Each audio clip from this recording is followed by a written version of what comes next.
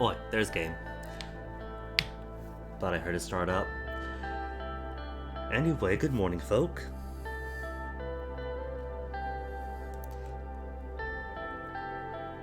Little tiny confession.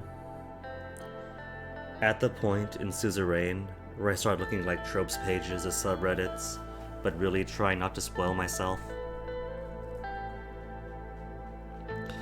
But it's hard to avoid a few minor things here and there. I haven't spoiled it completely. I've only seen, things I could already come to expect. That I already knew about, really, so.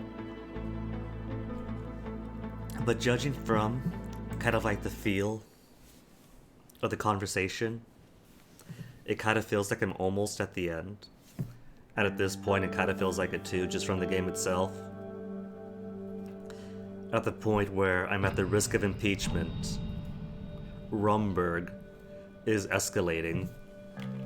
Things are escalating around Hegeland. An assassination attempt just survived an actual coup attempt on Friday. The first step of a coup, I'm sure. Lost poor Serg in the process. And there's re-election.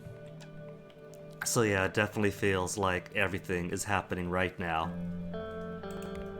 If there's anything like a climax in this game, this feels like it's really bubbling. What's the news? Catch us up from Friday. Navy oversees import and export flow. Under the orders of the military, naval corps are being transferred from the Conriat Naval Base to the port of Lockhaven in order to better oversee the flow of imports and exports into and out of Swordland. That does not sound good. Is this part of the military interference in politics? That now they're starting to crimp on the economy as well, taking on roles that don't belong to them? Republic Avenue looted. As violent protests continued throughout Swordland, authorities in Lockhaven are reporting out-of-control looting at the shops along Republic Avenue, with multiple windows broken and high-value items stolen. Conriat. CSP modernizes Swordland Navy, but does that matter if the modern Swordland Navy belonged to Kruger and not to me? The Admirals working tirelessly alongside their CSP counterparts to modernize our Navy. The regiment's training had been changed to include more maneuvering exercises, as well as naval invasion training. Our destroyers have been retrofitted with the latest technology, hull plating, and cutting-edge guns transported from United Contana. General Staff reports that the Swordish Navy has never been in a better condition. Peaceful protests turn violent. Jen, why? What was supposed to be a peaceful demonstration in downtown Jen turned violent, as a number of participants brought weapons, leading to bloody clashes between protesters and counter-protesters. Several bystanders are caught in the crossfire. The numbers of wounded is not yet known. Public opinion poll results. With the election drawing nearer, our staff at the Maroon Palace has conducted polls across Swordland. Our polls show that roughly 15% of Swordish citizens would vote for us in the upcoming elections. Do they not realize that I've been improving their quality of life? Geopolitical. Lesbia shows evidence of Vogelslandian missiles in Hegeland. But they're not nukes, right? As long as they're not nukes, is that okay? Alliance of Nations' latest session has ended with many important takeaways. However, the highlight of the gathering was without a doubt the issue of Helgeland. During the session, Prime Minister Patricio Alvarez showed photographs of Vogelslandian deployment of missiles to the occupied Helgeland, shocking the world. The missile deployment posed an existential threat to every country in Mercopa. At the moment, the peace in the world seems to be hanging by a thread due to the unlawful actions of Vogelsland. So the world so far, if Geopolitico is anything to go by, does not stand with Vogelsland. Chancellor Hegel's disgrace at the Alliance of Nations. I thought there were 3 news. This is 2 headlines. Was it 3 or 2? Maybe I can't read numbers today. Alliance of Nations' latest session has ended with many important takeaways. However, the highlight of the gathering was without a doubt Chancellor Hegel. In a display of shameful behavior, Chancellor Hegel has repeatedly interrupted the Ignolian Prime Minister Van Horten, and went so far as to require the intervention of the speaker. We would like to remind that this was a meeting of the world leaders, not a village council. As long as this type of behavior continues, how can we ever expect a peaceful and level-headed resolution for the Hegeland issue? Okay, and now that leaves what? A report here. AN ambassador condemns Swordland. Excuse me, what?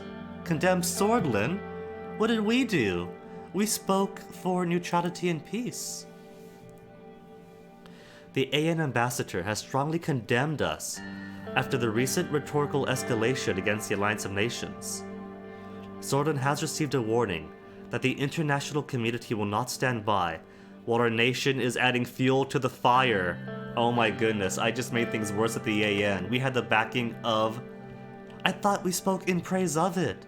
We spoke in praise of the AN, the reverence of the body of all the world leaders, and simply pointed out that as of yet, it's primarily worked in the interests of Arcasia and its allies, and that we must see the AN work for the good of the globe.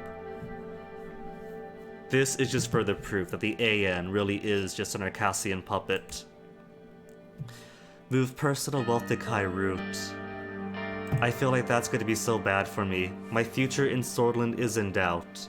Might be the right time to diversify my resources by keeping my money reserves safely abroad in case of an unexpected departure. You know what? At this point, I don't think I'm going to win. It's not going to happen. We got 15% of the public believing in me. Impeachment, military coup. The AN is now speaking out against me. I was on the fence about this because I saw this option on Friday but didn't open it up yet. Because I figure if I move my personal wealth to Kairut, that kind of feels like 1, an admittance of guilt to corruption, and 2, more evidence against me in the impeachment. Oh my goodness, look at this guy embezzling funds out of the money. President Rain spent his whole administration... What? Spent his whole administration funneling money away from businesses to his pocket. This is all the wealth I have left, by the way. I've got Corvo Bianco. The Corvo Bianco... I got the vineyard. And 1 wealth. I haven't been making anything. I'm gonna move it. I'm gonna become the new Tarkeen soul living in an exile. Except for Tarkeen soul's exile was a peaceful retirement on an island by choice. Mine is going to be with pitchforks after me.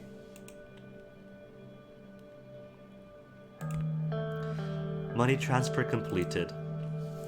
The Bank of Kairut is happy to inform you that the transfer of your personal assets has been completed successfully. It will take approximately 30 business days for the amount to be withdrawable in the local territory. Thank you for choosing BOK. I'm not gonna be okay. I want to believe that's a deliberate choice in bank name. Bank of Kairut, specifically for the BOK acronym.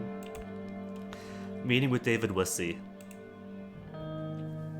David had scheduled a private meeting with me, but he didn't specify what it was about. I heard a knock on the door. Mr. President, may I come in?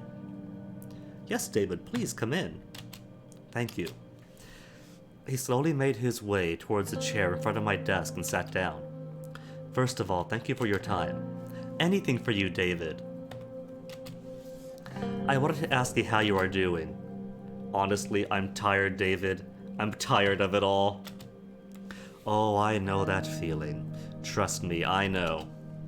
Sometimes you just want to throw away all the responsibility and escape. Perhaps into the wilderness, perhaps to the sea. Would be nice, wouldn't it? But I can never do that. Yes, exactly. That is what I want to do. I want to get away from this office. But it would be nice, wouldn't it? I can never do that, even though the people are going to make me do exactly that. Unfortunately, men of power are bound by duty and their responsibility to the nation. He started coughing. What a privilege for me. I had the chance to watch my student grow into a fine and strong leader in his lifetime. What a privilege indeed. The recession got worse under my presidency, but David still believes in me. At least one of the two objectively best people in my cabinet still has my back. You tried your best to bring reform to Swordland. That is valiant in itself. It's okay to feel frustrated by failure. But change, unfortunately, doesn't happen easily. Thank you, David. David at least gets it. You paved a path for future generations to follow, and they will remember you for it. It wouldn't be possible without you, that's right. I will do whatever I can to leave a good world for the ones that come after us, which is true at least. We got good, modern, equal hospitals and schools in the rural areas. Infrastructure is at an all-time best. People's standard of living has gone up. The only problem is the economy's tanked. If the economy's tanked, everyone loses their head. The bloatish people stand on equal ground with the swords. I'm not going to win re-election. I'm going to face that today. I'm going to admit it. But at least my people, they'll hate me, but they benefited from me. When all is said and done, though, we still have failed. But the whole point is to do good for the ones that come after us. That's the spirit. We can't be sulking about our failures for too long. Otherwise, we will spiral into despair. This country does not need any more despair. David coughed again. This time, for longer. So, the elections are fast approaching. How are you feeling about your chances? We will see. There's no straight up no option, but we will win. Can't say for sure, but hopeful. Or we will see. That's the closest I have for David, I'm scared.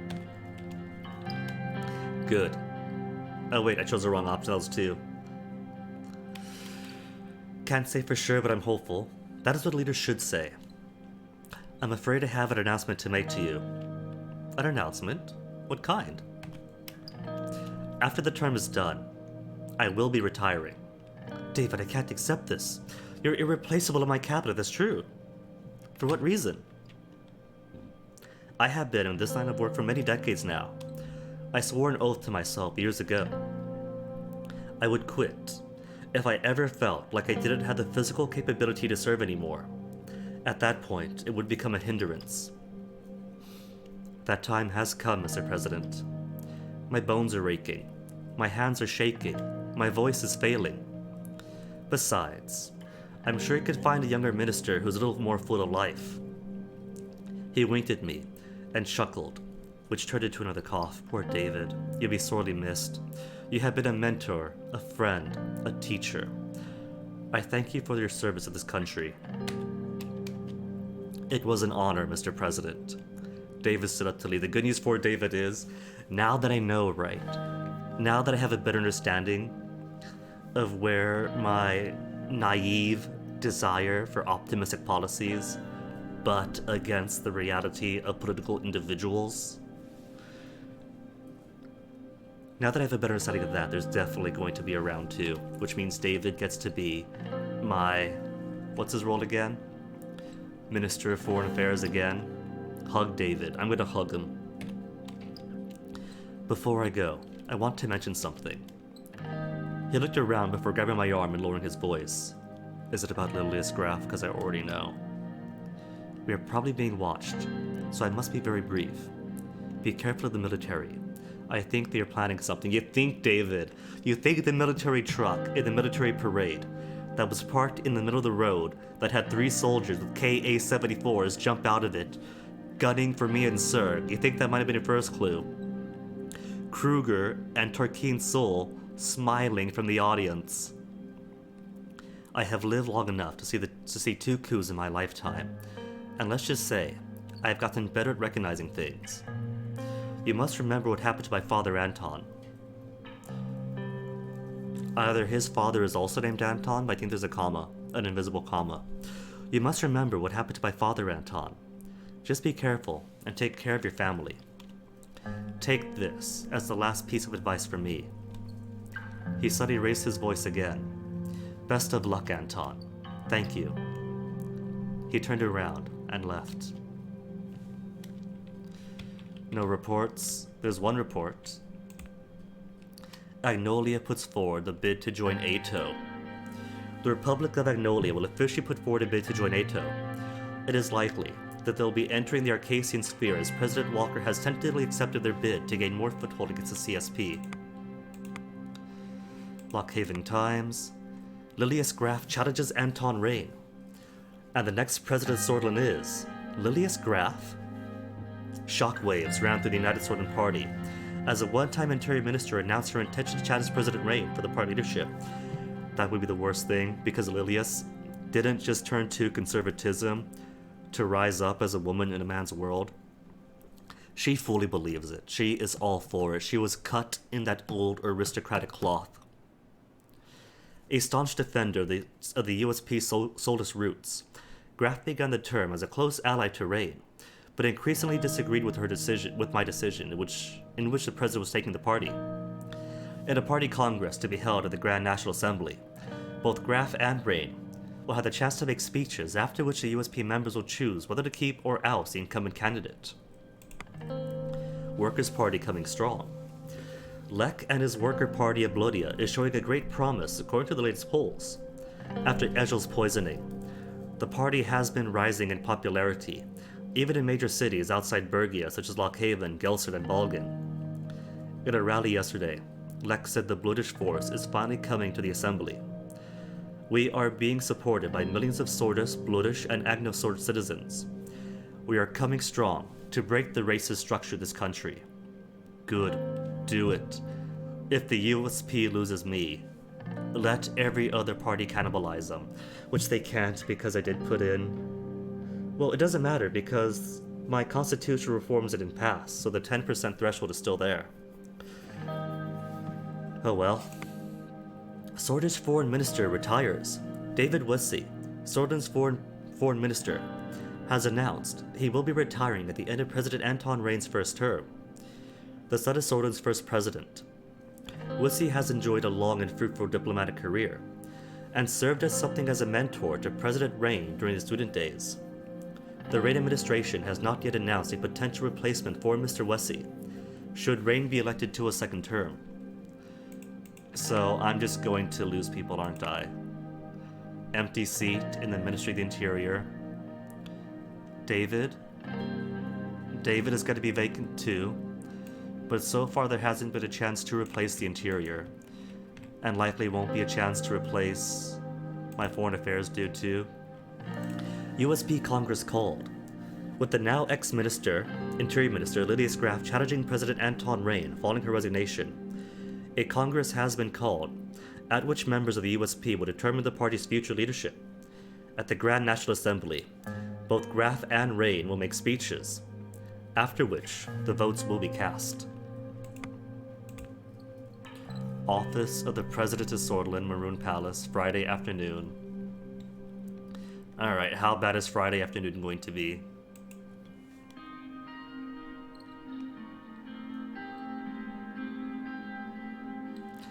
The door opened and Lucian entered. Mr. President, there is a problem. Is it the coup? Did David warn me too late? What kind of a problem? Some cabinet members said they want to speak with you urgently. Oh no. They're in the White Room. Please follow me. We started walking. Do you know what it's about? I was just told to come get you, sir.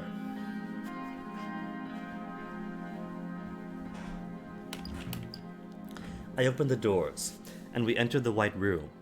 I looked around. Simon was sitting, playing with the pen in front of him. Pascal looked incredibly stressed. He wiped off his sweat. Oh no. Simon is antsy. Pascal is straight up sweating. What is going on here? Mr. President, we are here to let you know that we're handing you our resignations.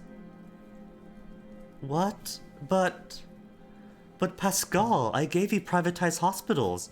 But Simon, you've been holding up the economy. Let's calm down. We could work something out. I'm afraid we can't calm down. I'm sorry, Mr. President, but this is the end of the road. We simply cannot go on anymore after what happened. Talk to me. What could I do? How can I help you How could I help you better? I'm sorry, but everyone in this room has already made the decision, and we won't turn back from it. I suppose we owe you our reasons. Even though you acted against the pandemic, which saved millions of swords, I cannot and will not stand with your abuse of power. What abuse of power, though? Is it about the bribery for the democratic reforms? It was a Mephistophelian deal to try to make the country more democratic. The things you did behind closed doors shook me to the bones when the news came to my knowledge.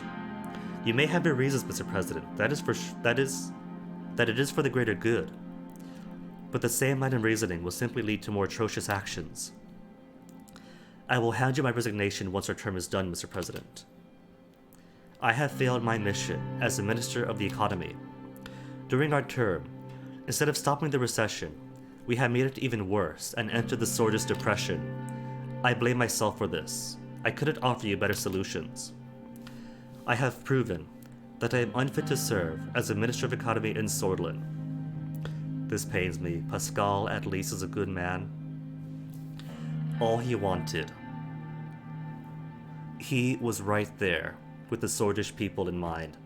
The only reason he wanted privatized healthcare, even if just light privatized healthcare, was to afford it. I didn't give him money, but he recognized the risk of a possible epidemic and wanted to boost the nation's health network. He got it. Simon lives for his job. He wanted to do the best job he could be. Simon didn't fail me, I failed him. I thought I was going planned economy, and for sure had some planned economy policies, but it's like he said himself. It was more of a mixed economy sort of thing that couldn't make up its mind. And there were times where I could have gone harder for full planned and didn't. At the same time, I didn't want to listen to the oligarchs. I want to be fully against them. Which didn't make things easy, fine, whatever. I stand by that decision. But when given the chance to raise corporate taxes, ease the burden on small businesses, I didn't take it, kept the status quo. Next time, I'm going to go especially hard on them. If I go planned, it's full planned. I will resign at the end of our term. I am to blame, Simon, not you. I'm afraid things are already in motion, Mr. President. I took a deep breath. I looked at the determined faces. I have no choice but to accept your resignations. The ministers left, and I took a seat alone in the White Room. Simon could always be replaced by another expert. His departure wouldn't be felt. Ouch. Pascal wasn't that useful to the administration anyway. Ouch. Good riddance. What kind of man am I creating here? 3 empty seats. David? Okay, these two have already resigned, but I guess David did say... They 1, 2, and 3 all said they'll resign at the end of the term. Only Lilius Graff has deliberately gone against me right now. So my question is, if these two submitting their resignations for the end of the term are already out, why not David? He said end of term too. Wave of resignation strike Raid administration. This is not going to be good for re-election. According to Maroon Palace insiders, several key members of Rain's cabinet approached him yesterday to hand in their resignation letters. It is not yet known who resigned, for what reasons they did so, or when these resignations are going into effect. But this event, combined with everything else that's been going on, is unfortunately likely to cripple Rain's election chances. Future of Rain's cabinet. Following last week's resignations for the cabinet, eyes turn to President Rain as his term is approaching its end. No selections for the vacant seats have been announced yet. However, the timing bears some questions about the stability of the administration. This is, without a doubt, going to have considerable impact on the election as President Rain is gearing up towards his possible second term. Resignations. Who's on Rain's side now? After the latest wave of cabinet resignations, we have to ask who, if anyone, is still supporting Anton Rain.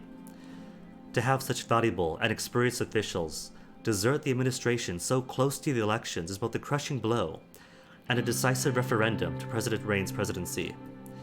It is looking more and more like Rain will go down in history as an ineffectual one-term president, just like his predecessor.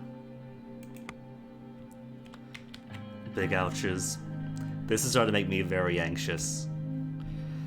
United Swordsman Party Congress. Alright, and here's where I don't even survive to the election campaign, as Lilius Graf officially replaces me as the USP candidate.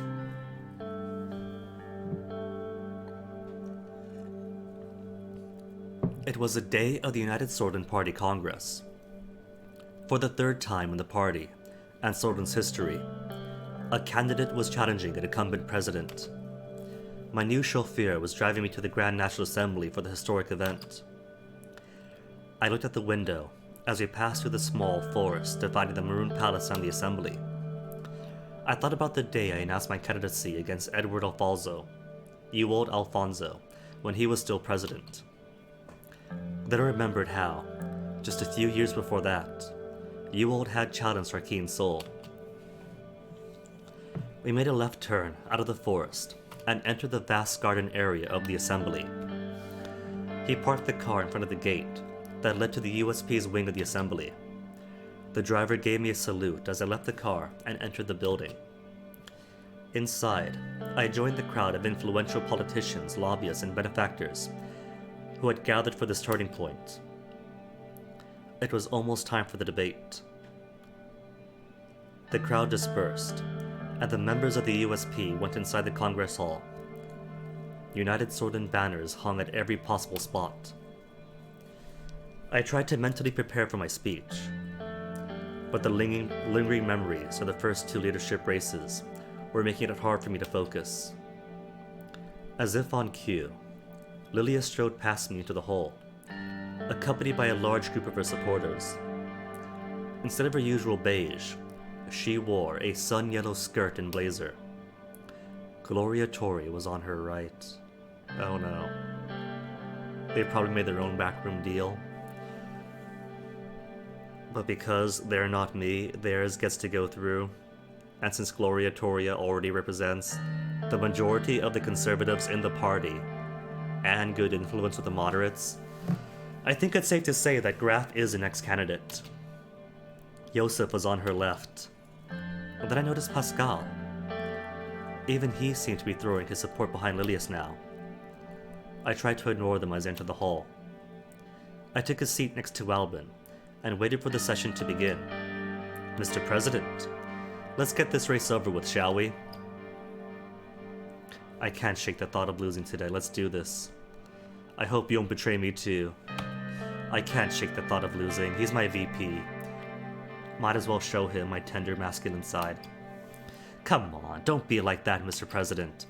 Lilius is no match for you. She's only got the support of my Minister of the Health, the military, and the entire majority of the party. If you can remind them who you are, you will win the day. I wish I could be that optimistic. Look, it's starting. He pointed at the podium. Lucien was there. He was about to introduce the candidates. Ladies and gentlemen. The hall fell silent when he started speaking. We gather here today in the 28th Congress of the United Swordsman Party for the third leadership race in its history. On the occasion of my 20th year in this party, I am honored to be opening this historic session today. The members of the USP will soon be voting on whether President Rain or Lilius Graf shall assume leadership going forward. Before we begin the selection process, I would like to invite both candidates to give very short speeches. First, I would like to invite Anton Rain, the 4th President Swordsman and the chairman of our party. I stood up and walked to the podium amid applause and campaign music. I shook his hand before I began addressing the party. Thank you, Lucien. Fellow members of the USP, together we achieved a lot in the past 4 years. We didn't get the democratic reforms through for the Constitution. We didn't end the recession, we made it worse. See, the thing is, they did a lot for the people, for the common people, but they don't care about that.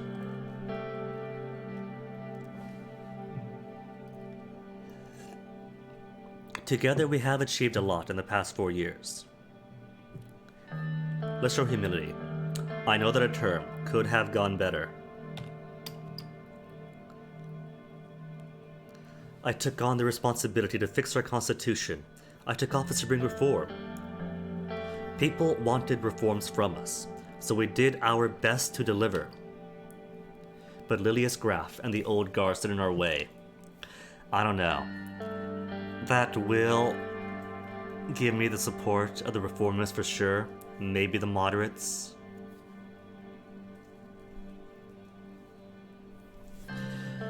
I'm just gonna go mudflinging, why not? If she's my opponent, I am not going, even if the old guard is a majority of the party. Kid gloves are off, I'm not gonna win anyway, here comes a T. Lilius Graf and the old guard stood in our way. I took a deep breath. But I am here to do more, to bring meaningful change, and did. But I am here to do more, to bring meaningful change. We can't let Miss Graf take the helm of our ship.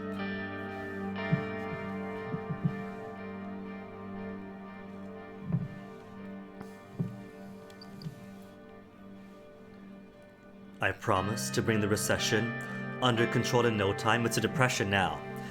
The only way to end the recession depression now is to... we got great stuff. The trade volume is fantastic. Logistics and infrastructure, best it's ever been. The only blind spot I've had is production volume. If I can get that up, if they give me a chance to get that up, to patch that hole in this term, hooray, we get an economic miracle, which might result in a what? In a political party miracle?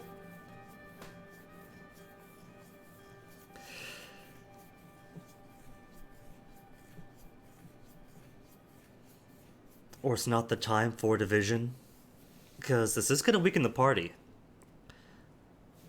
I'm going to promise to bring the recession under control in no time.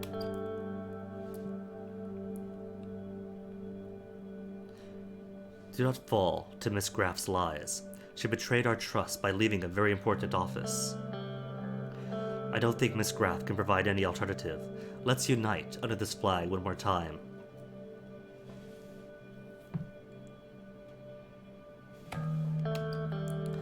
Miss Graf is a puppet of Tarkean's soul and the old guard, nothing else. Do you want to give control to the party to a woman who ran away from her duties? Oh man, I should have gone for that option instead then. Give me your support. Let's bring this country together. I think I might have actually stood a chance if I did point out Lilius left a very important office. Do we want to give the party to a woman who can't do her responsibilities? Let's do this together. Elect me again, so we can continue our great transformation. Long live United Swordland. The campaign music started blaring again as I left the podium. Lucian shook my hand again, and I walked back to my seat to the sound of loud applause. I sat down next to Albin. Not a bad speech, Mr. President. Every time they say that, it's blown up in my face. I don't trust it anymore. Lucian spoke from the podium again. Thank you for your speech, Mr. President. Now, I would like to invite the next candidate to the stage. She is one of our most experienced and respected members of this party. Thanks, Lucian, for setting her up. We all know her from accomplishments in archery and wholesword. And of course, I have had the personal pleasure of working with her in this administration. So I would like to take this opportunity to endorse her candidates. Lucian! Dang! I urge you all to vote for her, the future first female president of Swordland. Albin turned to me with a sympathetic look. I always knew he was a prick. The traitor. He didn't say a thing to me about this. I'm going to destroy him. Lucian has official... I supported Lucian how many times when people were rude to him, questioned his not having a wife, with the whole secretary thing with the vice president. I had Lucian's back, and then this. He's destroyed. I'm gonna tear this man apart now. Let's welcome the former Interior Minister of Swordland, Lilius Graf. The hall started applauding. Lilius walked up to the podium, accompanied by an old nationalist song about the Sworders' Civil War, Aletta Inta Nortni, or The Light in the Darkness. Her eyes had a fire in them that I'd never seen before. Fellow compatriots, it is an honor to be a candidate for the leadership of our great United Swordland Party. She put out a handkerchief and dabbed at her eyes. Forgive me. This beautiful song always fills me with emotion. My opponent might call that a weakness. I consider it a strength. It brings me hope to see all the energy in this Congress Hall today. But hope alone does not suffice. I don't want to listen to songs any longer. I want us to sing them from the rooftops. What is it that you want, sons and daughters of Swordland? I'll tell you right now. You want a president who will stand bravely against the wealthy elites in their mansions. She is a wealthy elite with a mansion. Rather than kowtow to their every demand.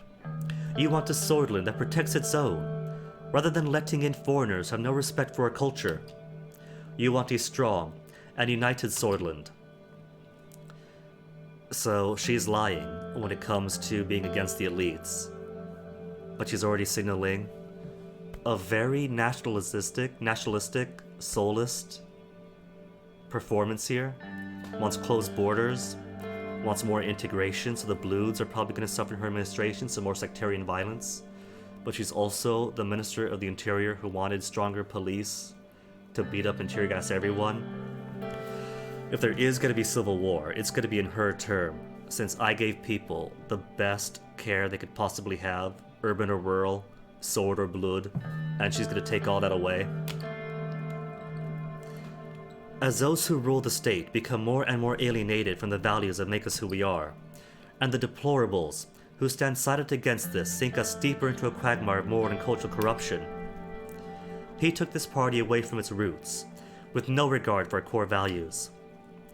He tore his own wife away from her beautiful place at home, and forced her into politics in the name of women's liberation. And he did all that without even managing to fix the recession. Swordish people are still suffering. Correction. The economy is suffering. The people are the happiest they've been. He is a disgrace to the name of Tarquin's soul. We cannot allow him to taint the accomplishments of this party any further. Oh, screw you, Lilius. Or she's going too far. I'm already tanked. There's no winning the re-election, let alone this election. Go in fighting. Invoke or conjure up the spirit of Chancellor Hegel. Screw you, Lilius. Don't worry, let her say what she wants. The results won't change. Claven, you are too naive here. After nearly 4 years of the president behaving abnominally against all my advice, I had no choice but to tender my resignation. For I believed we could achieve much more. For I still believe in the idea of a united Swordland. I appeal to your innate sense of honor and dignity as Swordish people. Elect me as your leader, and I promise that with the Lord on my side, I shall elevate this party and this glorious nation to the heavens. Mr. Rain, your time leading this country is through. I'm here to bring down the walls you built. Thank you. A Morgna Vescor. Don't do anything. I did not react to her speech. The voting began. I filled out my ballot, making an X next to my own name, and lined up to drop it in the ballot box. I heard Lucian's voice behind me. Lucian. Sir? Go away, Lucian. I don't want to talk to you. You betrayed me, Lucian. I'm sorry, sir. It had to be done. I assure you it's nothing personal. My loyalty is to the party and Swordland. What did she offer you? What did she offer you? 'Cause Lilius, going by Lucian's advice and policies, Lilius is like almost the polar opposite of him. There's no way they stand together. Nothing. It was solely of my own volition, sir. Well, nothing's set in stone until we see the results. Good luck. He turned his back and walked away. After the votes were cast, we sat back down and waited for the announcement.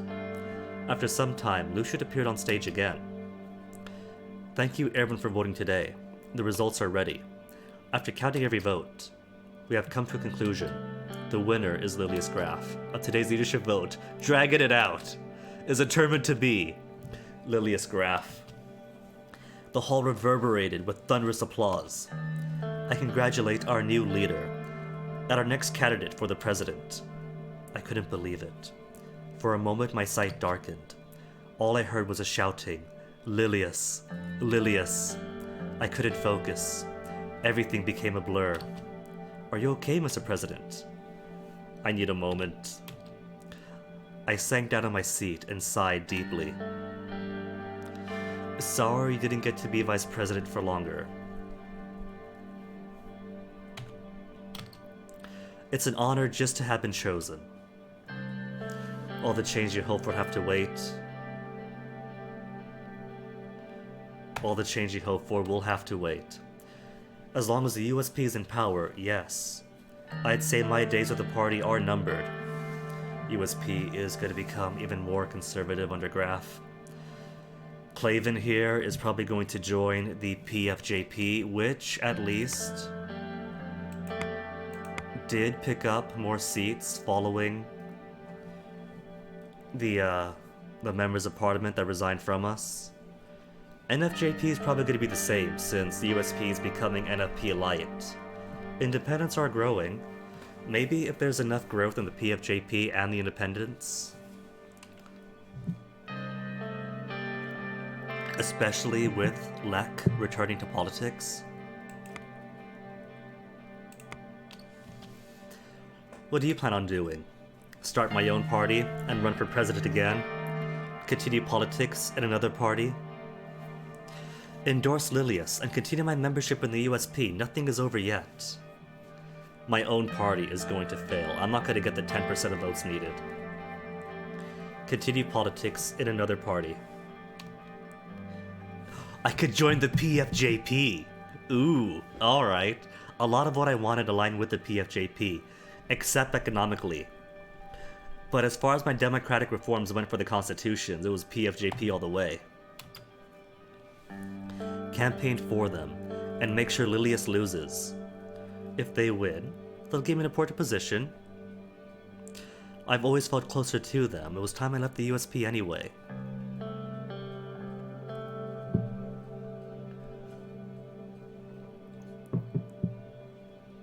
They might give an important position, but that feels kind of vulture-ish, opportunistic, and I don't trust Klavan to keep his mouth shut. Always felt closer to them. It was time I left the USP anyway. Interesting indeed, Mr. President. But you'll be on your own with that. I don't think I'm ready to switch parties. Somehow. I expect that I'd be alone in this, but Mr. Klavan, you represent a very minority faction of the USP. You admitted yourself, change isn't going to come. The change he wants isn't going to come if the USP is in power. I wasn't sure if my plan would even succeed. I thought back to many years, my many years at the USP. Then I thought about the future. I needed to plan my next steps. First, I want to see right. I want to see what happens if I go in hard, dragging Lilius through the mud in my speech. I don't expect to in any way, right? So this is sheer curiosity. Completely, I fully expect this presidency to end in flames. At this point, how soft can the flames be if I throw it under the bus?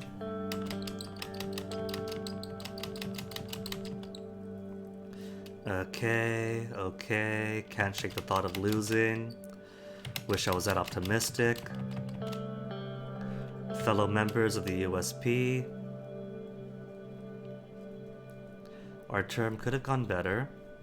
What if I said together we achieved a lot?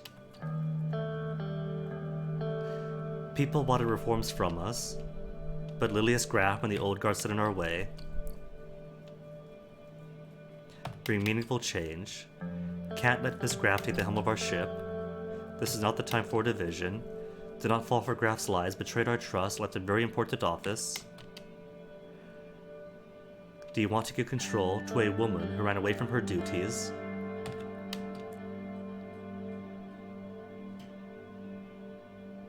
We'll continue the great transformation. And then a Morgue de Vescour for the old nationalistic flair. Loud applause still, not a bad speech. He still fully endorses her. Destroy him. And so far her speech doesn't change. I'm pretty sure the results won't either because she's got Toria Gloria already supporting her, so that's a conservative vote in the bag. The military supports her, Lucian supports her. I've only got myself and my poor results.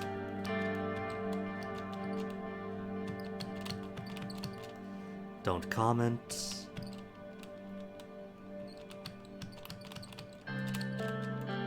Don't do anything. Then the votes began. Sir.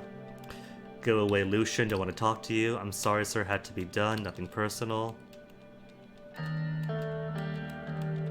What did she offer? Keep that the same.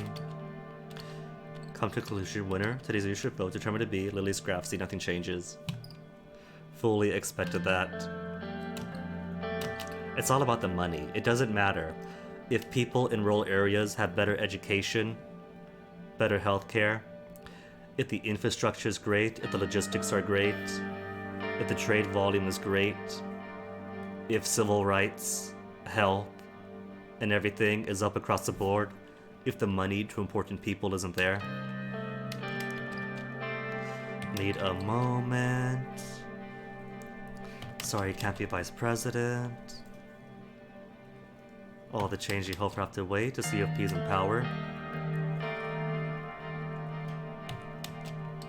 Join the PFJP. Fell closer to him. Alright, same result either way. The Post. Rain joys PFJP endorses Richter. In a shocking about-face, President Rain offered his endorsement of the People's Freedom and Justice Party following his loss to Lilius Graf from the USP Congress, vowing to aid PFJP leader Franz Richter in his presidential campaign. Prior to his term, we would have presumed Rain a united solded man for life, but the past 4 years have been full of unpredictable moves. One thing we can predict, however, despite Rain switching sides, Graf and the USP will sail to victory once more. See, the only disagreement between the PFJP and myself is economic. We still stood for human rights and for a move towards democracy and away from nationalism. If I can give the PFJP stronger seats in the assembly, maybe even the presidency, then I could probably assume that my de-Sodanization laws will be on the books still, that most of the changes I made for women's rights, open borders, and what else? They'll probably want more privatizations, but they can't really take the schools and hospitals that are there away. They might sell the hospitals. But overall, things are better right now. They'll probably open up the economy a lot more, though. Which, fine. Whatever. We have lots of fantastic things, infrastructure and logistics-wise, that business will take advantage of. And if that's more money to pay for these things, sure, whatever. And if I give them the presidency and a majority, that makes it even easier to push changes through against the old guard. Graf victorious at USP Congress. Sorlin may be about to have its first female president, as ex-Interior Minister Lilius Graf has won in favor of USP in this party Congress. After giving an inspiring speech, Challenger Graf beat incumbent Anton Rain by a number of votes. She will now be going on to represent the USP in the next elections, where the party is expected to emerge victorious as usual. Rain backs Richter in desperate party switch. In a last-ditch ploy to hang on to power after a sound defeat at the USP Congress, Anton Rain threw his weight behind Franz Richter and the PFJP. Anyone who would prevent Solda's figurehead Lilius Graf from seizing the control of the Swedish government has got our vote, but this smacks of opportunism on Rain's part. There's no telling whether he really aligns with the party's democratic values, or whether he's just trying to nab himself a cushy cabinet position. Have they forgotten? Well, I did have compromise in my constitution reform, so fine, radical. I get that. But this is to keep that uber nationalistic state oppression Graf out of power. It's not even about me anymore. Dinner at home. Monica, Dina, I have bad news. You know what though? I do have my my villa. I'm thinking if I do play this differently, that if I do want to keep my democratic reform platform, that maybe I'd keep the member of honor. And since I am going to be making enemies anyway, make myself a member of honor, then just retire to the villa. Right now, that's not going to happen. We're probably going to have to flee the country. With the election looming, I'd practically been sleeping at the Maroon Palace lately, but tonight, I made a deliberate effort to get home early. I told Monica and Dina I wanted family supper, just like in the old days. Monica had promised to cook something special. The usual crowds of protesters were waiting outside the gates of the complex. The guards formed a cordon to let me through. Give the guards a suspicious look. I regarded them with suspicion as they passed.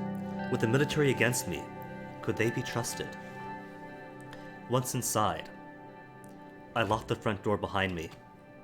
I hurried past them, went inside, and locked the front door behind me. I heard footsteps coming my way. Hi, Papa! With Serg dead, with Peter dead, the one complete supporter I have in the entire country. Hug her. Hug my little child. I opened my arms and embraced my daughter. She hugged me back happily. How was school today, dear? Dina shrugged. I won a prize at the science fair. Honestly, I think they were teaching girls different stuff before, because they knew we were smarter than boys. You might be right. My little girl, so happy with her handicrafts classes, but such a natural at the sciences. Dina smiled. Mama's in there. I've got some homework before dinner. I followed her with my eyes as she went upstairs. She was starting to look more and more like her mother. I stepped into the kitchen. Monica was stirring a pot on the stove, her back turned to me. Hug her from behind. Everyone gets a hug today. I stuck up behind Monica and gave her a hug. She screamed and dropped the ladle. God, Anton, don't start at me like that. You know I'm still on edge after the parade. You're right, that was a close call. It wasn't a close call for Serg. Why don't you go fix yourself a drink in the living room? I'll let you know when dinner's ready. I sat down in the living room, poured myself a bit of whiskey, and flipped through one of Monica's women's magazines. Dina came rushing back the stairs and made a beeline for the coffee table. She picked up her pencil case. Almost forgot that. Frank never took his studies so seriously. He never took his studies so seriously. What do you hear from your brother these days? Nah. Encourage her studying. He does now. Oh, does he? Papa, are we a socialist hive mind? Son, I sent you to network, not to... I should have seen this coming. Oh well. Frank's just been spending too much time on Arcasia, sweetie. Monica appeared in the doorway. She smiled at the two of us. Dinner's ready. The three of us gathered around the dining table. Monica ladled out bowls full of zabla. Ooh, my favorite. The stew tasted as good as it smelled. Now that we're all here, I want to say something. I know the past 4 years have been hard on all of us. The past 4 years have been the hardest in my life. The past 4 years have tested our strength as a family. I was so busy focusing on the needs of the Swordish people that I sometimes forgot about Soda's most important people, my own wife and daughter. I know I haven't been there for either of you as much as I should have. I'm so grateful to both of you for supporting me through it all. I'm so proud of us for getting through it all together. I like one. It's wordy, but it's decent. I hope someday we'll be able to put this behind us and just be a normal family again. Monica's eyes were shining. But right now, there's no time.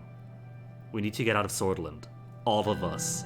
Ooh, I do get to flee the country. No. I said I would put the weight of whatever political clout I have left behind the PFJP and oppose Lilia's Graph turning this into a police state. I'm going to stick to that, my family. I'm sorry. Once the election's over, I'm taking you both on holiday. Monica sighed heavily. Anton, I think you should just quit politics. Not just drop out of the election. Retire. I can't. I've come too far. Unless I'm a poison pill now. They love me in Bergia. I can't. Come on, I've come too far with this. With everything that's happened, I don't think you belong in government. The guy's like 50 or 60 years old now, and is being told by his wife that government is the worst place to be in his life. And every day you stay there, it gives your opponents more chance to smear reputation, and ours. They've been making fun of me at school because of you, Papa. You being president. It hasn't been easy for any of us. Maybe we should go back to the way things were before. I'm gonna lose a wife and kids. Aren't I? Fine. I'll retire. For the family. If this was a better presidential term, then maybe. But alright. I'll put all my endorsements into the PFJP. Because the people surely remember everything No, they don't remember. That's why everyone got 15% of the votes. Whatever. Retirement it is. They clearly don't want me. Monica gave me a look of gratitude. I truly think it's for the best. Dina still looked confused. Does this mean we're not gonna live here anymore? We could stay here, but we don't have to. We could live wherever, we could do whatever we want. As I spoke, I felt like a weight was lifting from my shoulders. I knew I'd made the right choice, or more like Monica made the right choice for me. I'm still gonna keep fighting for women's rights, no matter who wins the election. And I won't stop fighting for the causes I believe in too, from a distance. I'll take up farming or something. We do have the vineyard. Monica and I smiled at each other. Cool. It'll be an adventure. Dina is the best child, full stop. Sorry, Frank. Can we finish dinner now? You two go ahead. I have to write my retirement speech, of course. The retirement speech can wait. The three of us dug into our food and started talking about what we'd do once I was no longer president. When we were done, I went up to my study and started drafting my retirement speech. Checking something quick. Cool.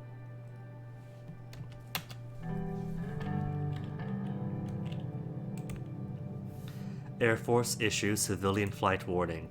Air Force has issued a warning against non-essential air travel.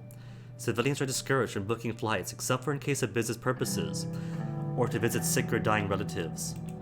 Is this because there's military intelligence about even more escalation from Rugburg missiles?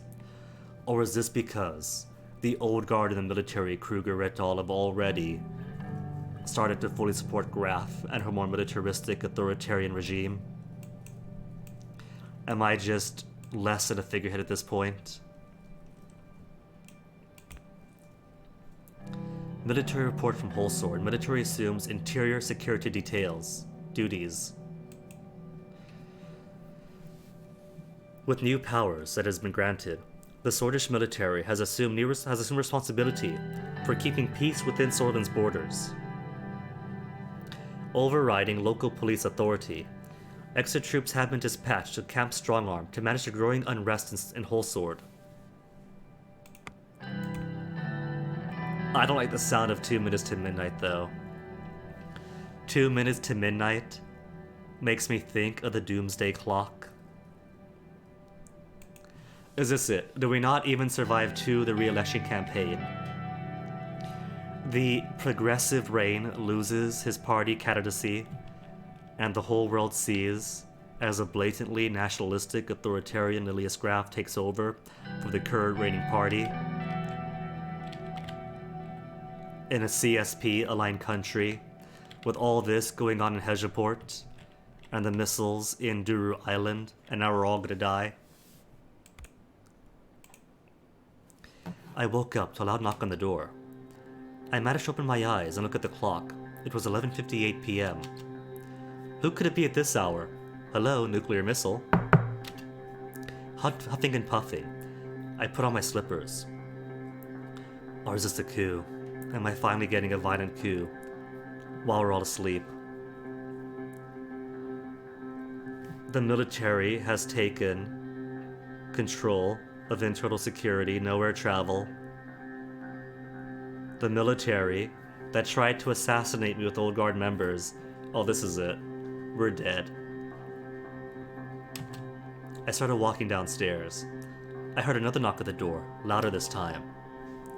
Alright, I'm coming. Another knock, this time even louder. Look through the peephole. I could see Yosef standing outside, accompanied by a few soldiers. Yosef is decent people. He's a soldier, right? So he's got the military mindset. But he's not Old Guard. But it probably is a coup all the same.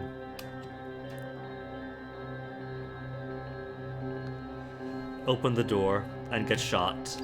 I opened the door and looked outside. I was met with 20 to 30 men waiting near personal trucks, all in full combat gear. As I opened the door wider, they started moving towards me. It's because Rumberg's attacking and they want to get the presidential family to a safe place, right? What is the meaning of this? No one replied. Instead, soldiers stormed past me and into the house. They entered and went through every room, checking for threats. Once they were done, they stood ready. Yosef walked in. Soldiers saluted him. Explain to me what is going on right now. It's a coup, Anton. It's a coup. But I don't want to instigate the nice gentleman with guns. I am sorry, but your time is over, Mr. President. Yeah, Lilius did win the party election. This isn't necessary. You are under arrest for your crimes against Swordland. Above all else, you have committed high treason and conspired against the will of our people. You can take me, but please don't hurt my family.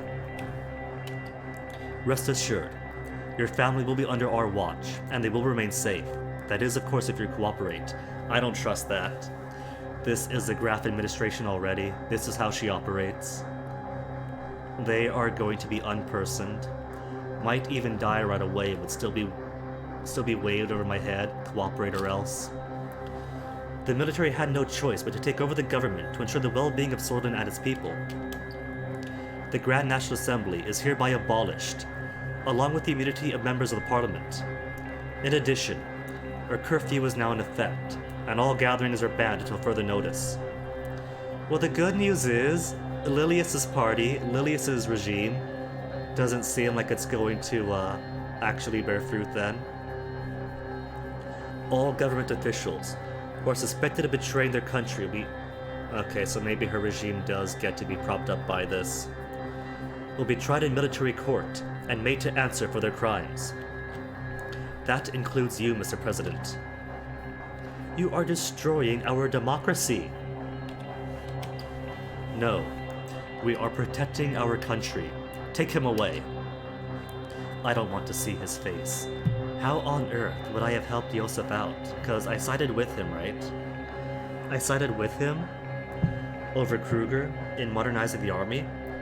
Shrinking conscription was his plan. I didn't really have many opportunities to handle this little thing that's been there since day one. Unruly generals either. Like, these have been here, that's since day one, not for like the past couple of days, like the past one day or so. So I knew those issues were there, just never had the chance. Anton Rain can't ever choose to do things on his own. Somebody else has to bring papers to him and say, sir, pick one.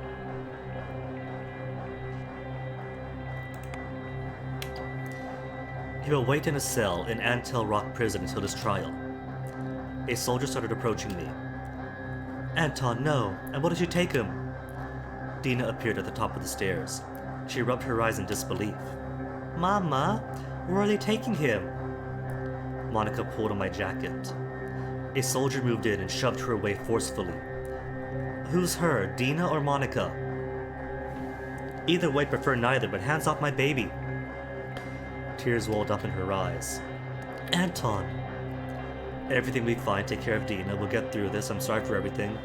Take care of Dina. No, you can't take him away, please. This is unconstitutional. Another soldier pulled out handcuffs. I know I have no way out. Resist the arrest. There's no need for handcuffs. I know there's no way out. The soldier stopped in his track and looked at Yosef for confirmation. He nodded. His men escorted me to the truck.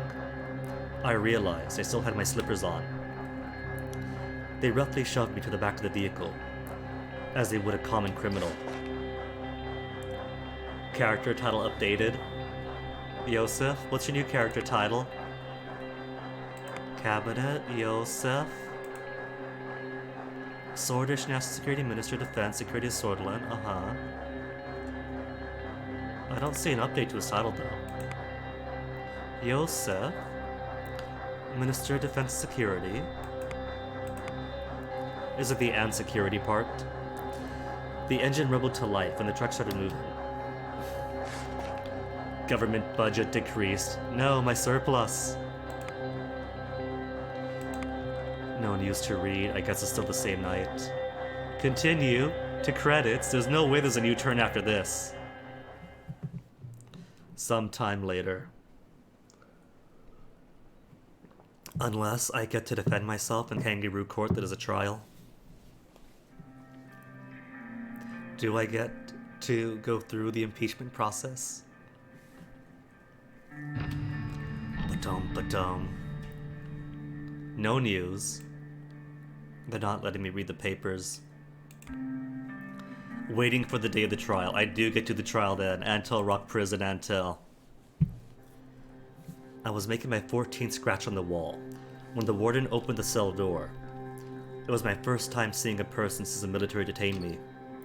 He put handcuffs on my wrist, and we started walking. I had barely enough energy to ask where we were going. I just assumed the worst. He told me today was the day of the trial.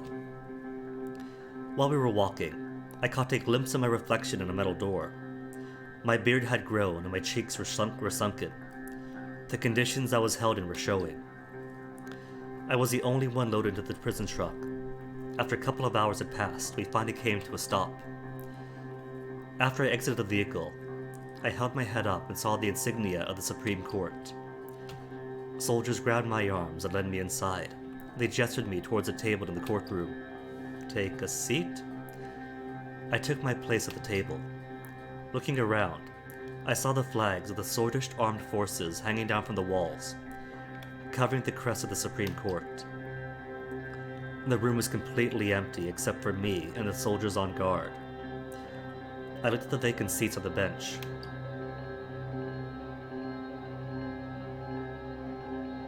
All the seats empty. I thought that the impeachment process involved the Supreme Court, doesn't it?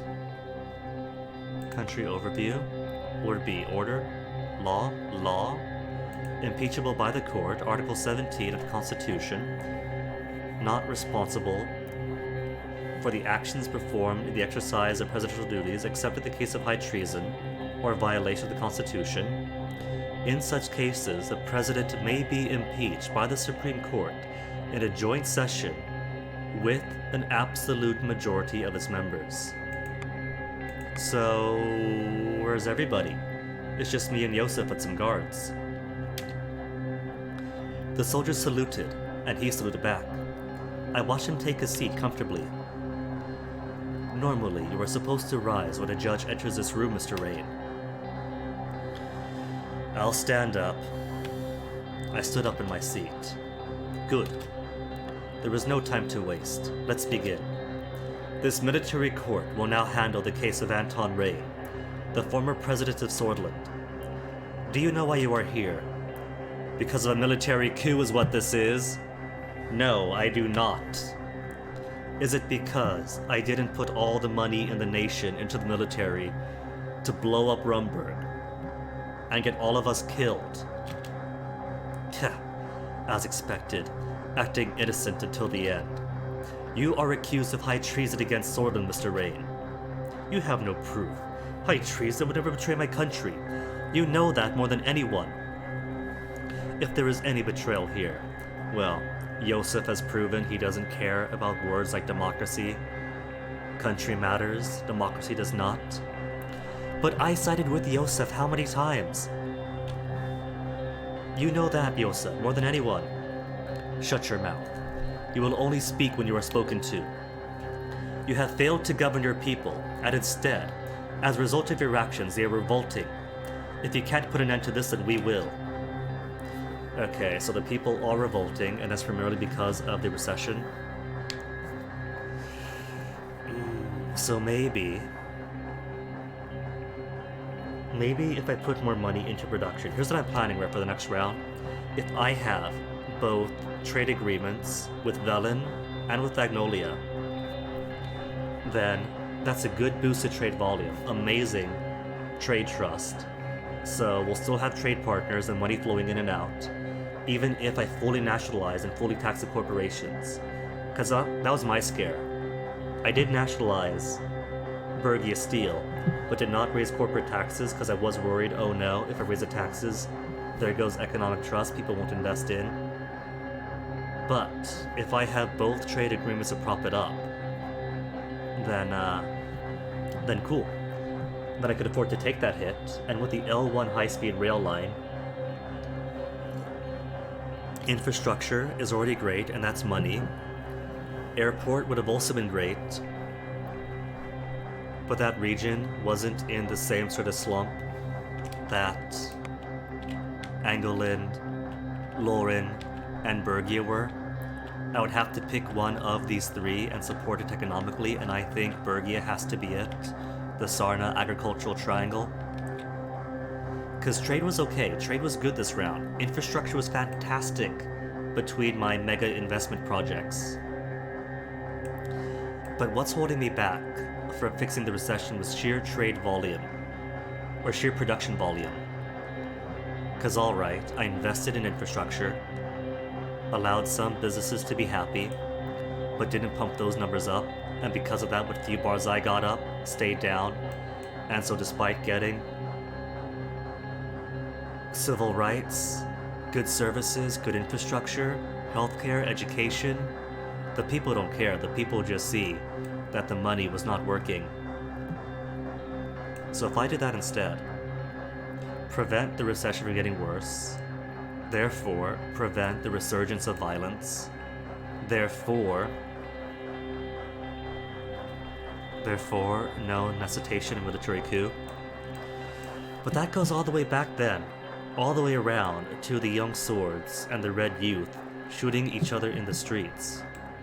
Because if I don't do that, banning them stopped violence until the end. Then violence came back because of the economy. If I don't ban them, Vogelsland will like me enough so as to not force me to recognize their claim to Helgeland or no trade deal. So if I could find some way to stop the violence with the young swords and the red youth, then trade deal with Velen, trade deal with Agnolia, trade deal with Vogelsland, without having to instigate rising conflict in Helgeland. There'll still be conflict, but no one's gonna blame me for it. So if I assume that the initial violence in the streets between the red youth and the young swords is done with, that'll be 3 trade partners at a minimum. Maybe Lesbia, I don't know. Lesbia's a jerk. And then pump up the infrastructure of the L1 high-speed rail, pump up production volume in Bergia, and that should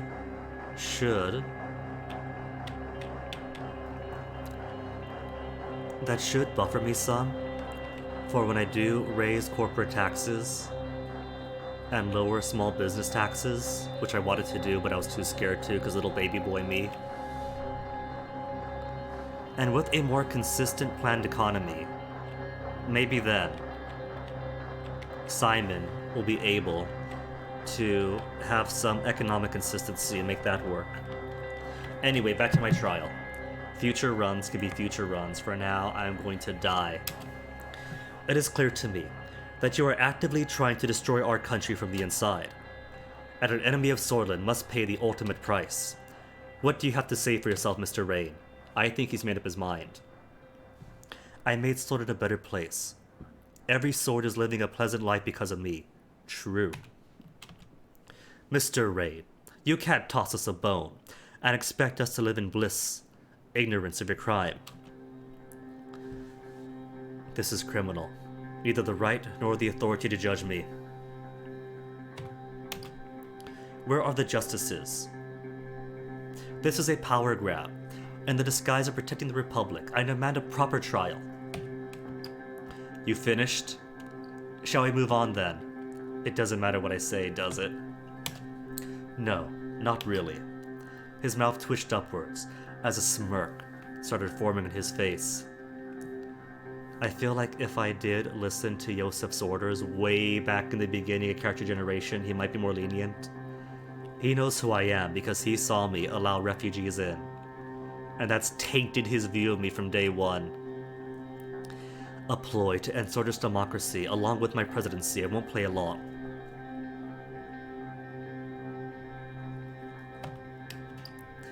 Your lies know no bound. Fortunately, we don't care if you play along or not. One day, the people of Sordo look back and curse your name for what you have done.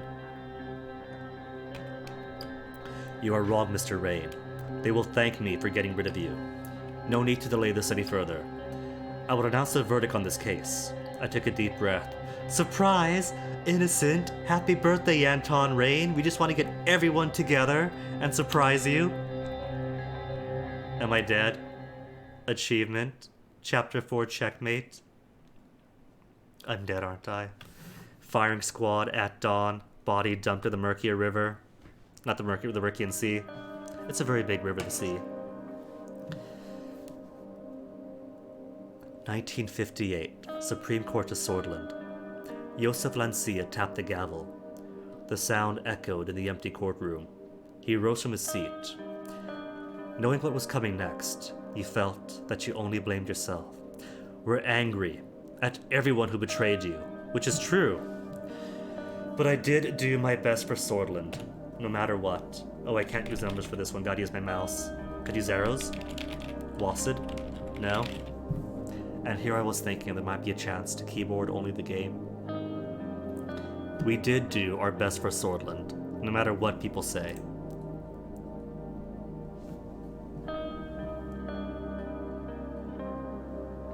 The next words you heard were, I hereby decide that you are guilty. You thought about how you would go down in history as a victim of yet another one of Swordland's coups. But he wasn't done speaking. For the magnitude of the crimes you've committed against Swordland, I am sentencing you to life in prison. Soldiers grabbed your arms and started walking you towards the door. As you were walking, I worried about the future of my family, Monica and Dina. Frank is forever going to be ungrateful that I sent him to a capitalist utopia. Read, a utopia for capitalists. To distance himself, he will never understand what I did for his safety. Worried about the future of your family.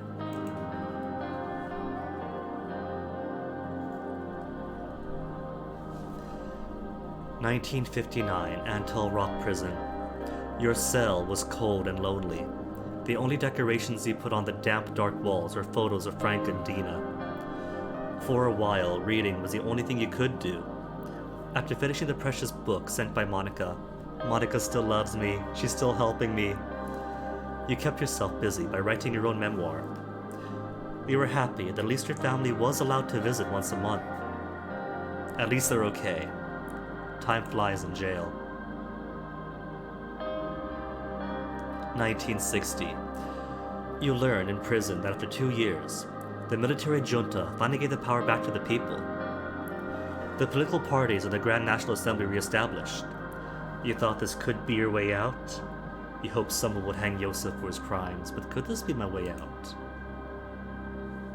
Probably not. The politicians of today probably aren't going to care about me as much either. Frank visited you for the first time in years, bringing along his wife and son. They reminded you of your own family in better times. You held your grandson for the first time. He squirmed and started crying in your arms. Frank told you he had joined the ranks of the People's Freedom and Justice Party. I congratulated him. Hopefully he will succeed where I had failed. Hopefully, if it's Frank, he's going to liberalize the economy since I sent him to Arcasia. But maybe with the way I raised him, the stories I told him, and some of the policies I put in place, that maybe he can carry on the better parts of my legacy. After 1965 now, after 7 years in jail, Sudan's new president finally granted amnesty to political prisoners from the military rule days. You looked at yourself in the mirror as you were packing your belongings to leave. I had grown old. You took your first steps outside. Freedom felt good.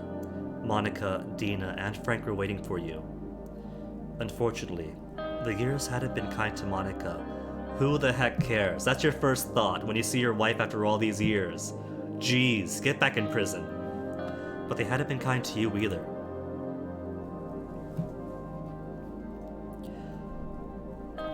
(1967). Getting used to being a free man took years. You finally felt confident enough to plan out what you'd do with the rest of your life. You chose. Retire to the countryside. I think I will. Do I even still have the villa? Is the villa even in my name still? Whatever happened to having my own wine?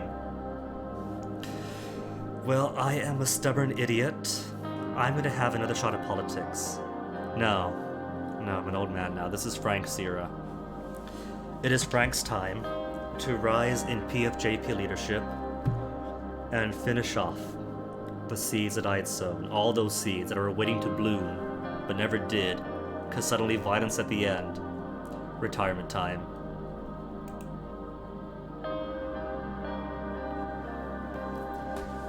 (1973). Life was good. You took up various hobbies like gardening and woodworking. Out of boredom, you became a carpenter. Your new pastimes would do just enough money to get by. You had all the time in the world. 1974. A week after your 66th birthday, a woman knocked on your door. She was a young upstart journalist, fascinated by your life story. No matter what you did, she kept coming back. Finally, you gave in. She said she was working on a book about you. You just wanted to finally have a peace of mind. You helped her as best you could.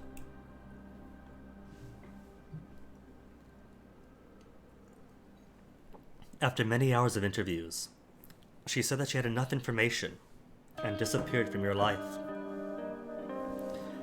You looked at the name she had given you. but you couldn't find it anywhere. You suspected she'd use an alias. You wondered why. Could it be spy number 2? Was this my turn to fall for a honeypot?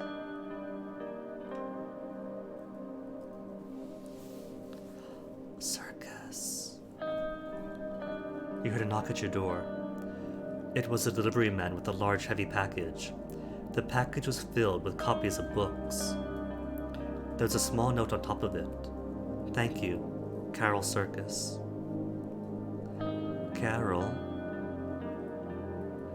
who probably had an easier time becoming the journalist or author she is today because of my education reforms.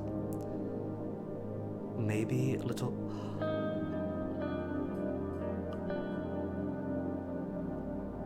She was a babe, a little child, when I went to the funeral, wasn't she? She might have remembered the kind words I had to say about her father. Could it be history is actually going to vindicate me? Pick up the book. It was titled Suzerain, The Story of Anton Rain. Title drop. A little teary-eyed right now. You faintly smiled. Achievement unlocked. Coup d'etat. Great.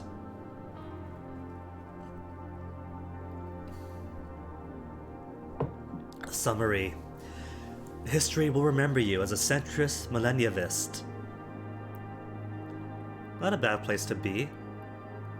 Political party, USP, then PFJP for like a day. Alma mater, LBS, and economics. Wait, what? That's not right. I went to... That's not right. Hold on. I went to the Bergia school, the Dare School of Culture.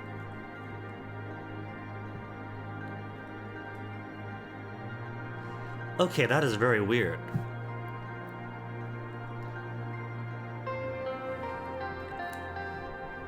I did choose the Dare School of Culture way at the start.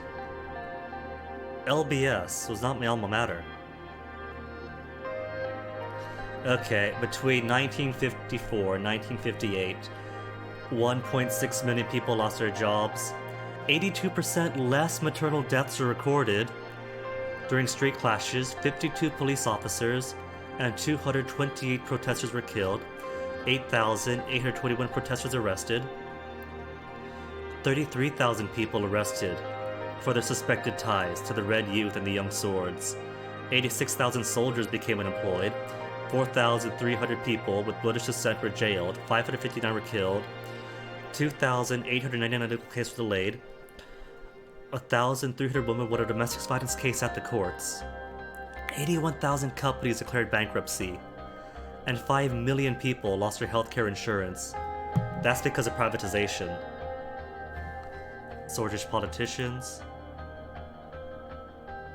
Okay, Mansoon Lek is right down there. Dennis Stoller, forget him. Bernard Circus. We're following after your tail. Suhail. Artur Wissy. David's dad.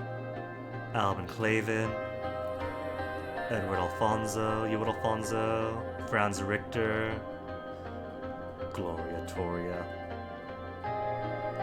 There is no way that she's not further into soulism, like Lilius Graf is. Tarkeen Soul. Tarkeen Soul is a full-on soulist. Who would have suspected? Kessero Kimner, naturally. Holstron.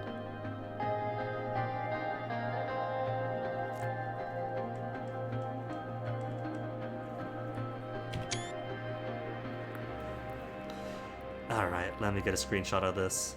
Maybe put out a tweet showing off the failures of my first term in office.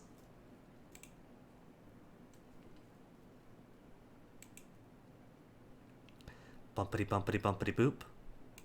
Open Yoop.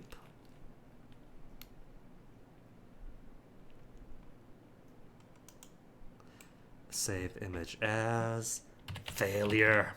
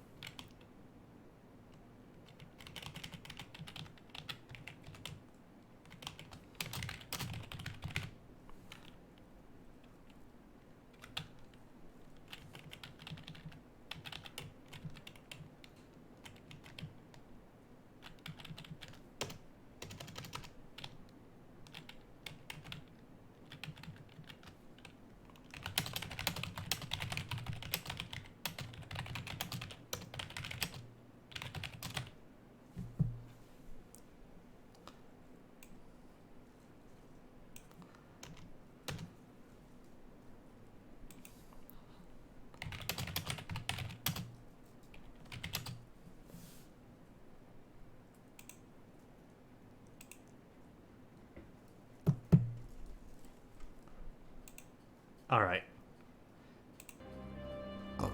Excuse me. It is weird though that it says the alma mater is LBS in economics. Oh well.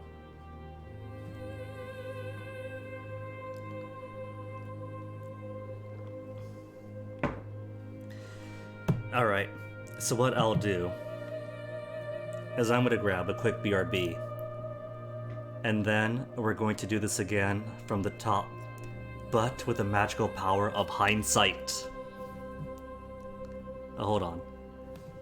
You know, now that it's all done with, where's that teardrop? Teardrop? Teardrop? Don't quite need the teardrop anymore. Not until I mess it up again. Alright, so BRB. Then I'll start all over again.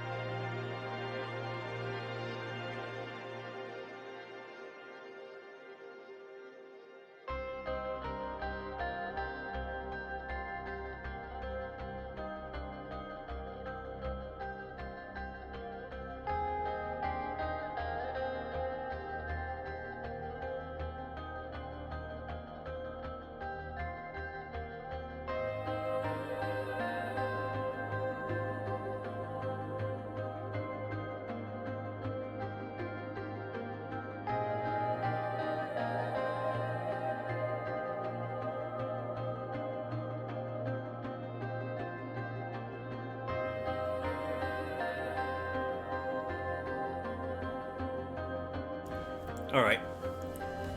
So are we ready then for round 2? I think I am. Let's see, that's good. It's very good. Good on there. Let me just check one minor thing real quick.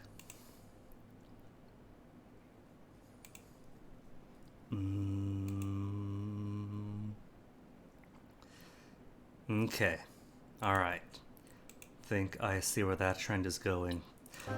So where is Swordland's trend going to go then? This is new, by the way, the summary screen. They pretty much put that in like right before I bought the game, the 1.1 update or something like that. Oh, there's credits. I could have slapped that on, then the BRB. Because you know policy here. Policy here is that there's credits. We have to sit through the credits the first time through. They worked hard. Deserve recognition.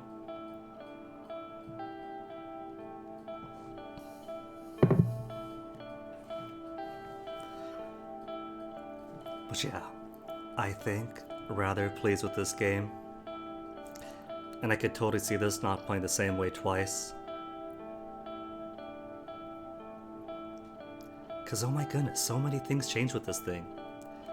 You take one policy over another, choose this friend over that, then everything goes pear-shaped.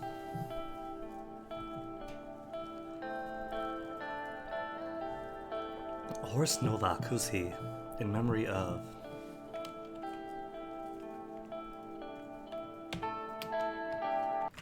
Horst Novak. Curious if that was a co-worker, if that was somebody prominent. Rip Horst Novak, 1941 to 2020. 4 profiles at LinkedIn, Facebook profile.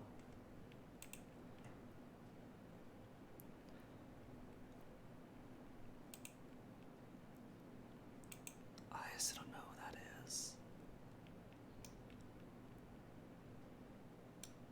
Okay. Round 2 then.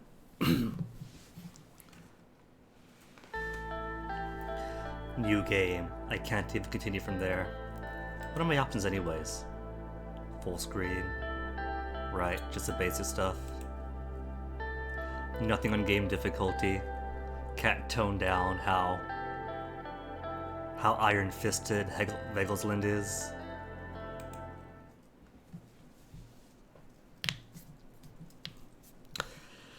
So, I think it goes out saying that I'm not going to read out everything if it's just the same as last time. New stuff, maybe. But for the most part, get a new one through and then boom, boom, boom for stuff I've already seen. Unless there are changes for the changes I make.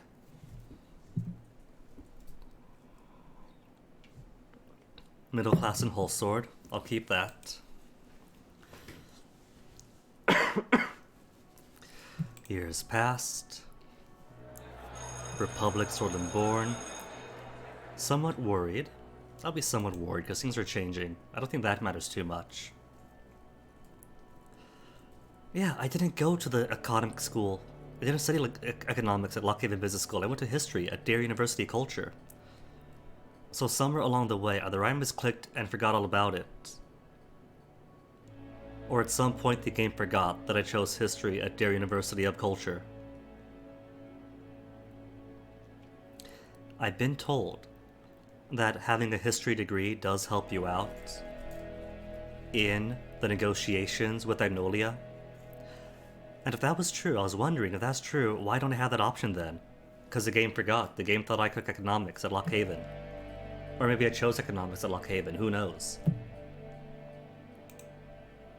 Gonna go history. Yeah, see, cause the game did remember, because David Wesley was my teacher, and he brought up teaching me several times. But didn't have that option, and for whatever reason, the game said that my alumni was LBS, unless David teaches at every school. Realpolitik is important. Strategy based on practical, material factors, much more successful in reaching Soda's ambitions. Question what I was being taught. I kept an open mind last time. What if I agree in principle? Then soldiers enter. I'm going to keep avoiding confrontation for the first time through, because I think that tells a good story. Younger me being frightened by it. Then later on, finding the strength to properly protest.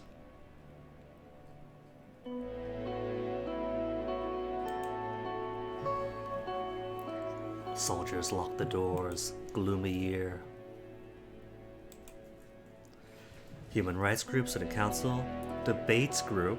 Join a debate team where there's literal civil war outside. Human rights group.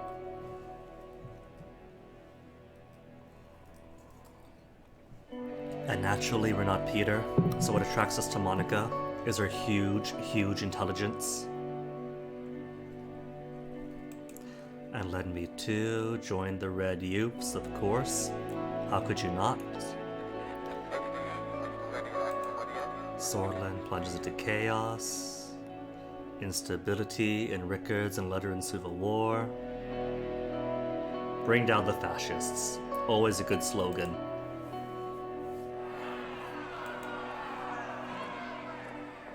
And this time we stayed. Left early in our university career, because frightened of the changes, but now, what if I warned her this time? Last time I ran to save her, and we're too late, and the tank ran over the young girl. And it haunted Anton Rain forever. If I shout to her, maybe she'll move instead.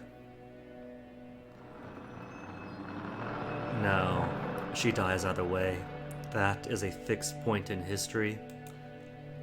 Not even the doctor could change it. Gotta give that bit of trauma to Anton Rain.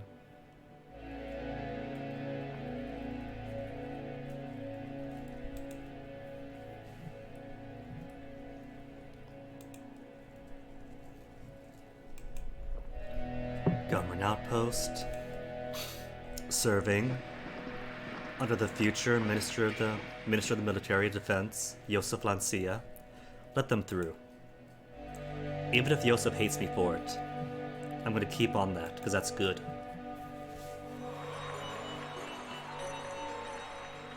Working for the ruling party, easiest path to power, financial compensation, best opportunity to change the country for the better. I think last time I said financial compensation because I just got married, and even if I am a career politician, I've got a wife now. Frank is about to be born, the pay is good.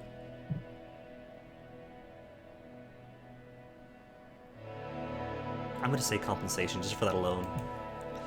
Maybe if I keep most of the variables the same to my background. That's fewer variables to mess around with for what changes what later on.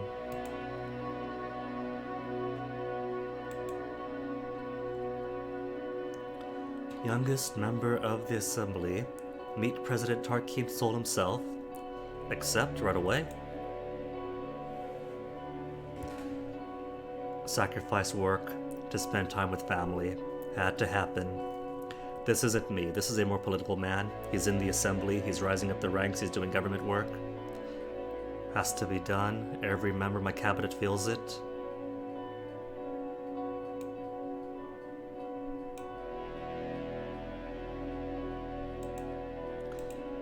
Crack show, Sol's fourth and last win. It was 4 last wins, right?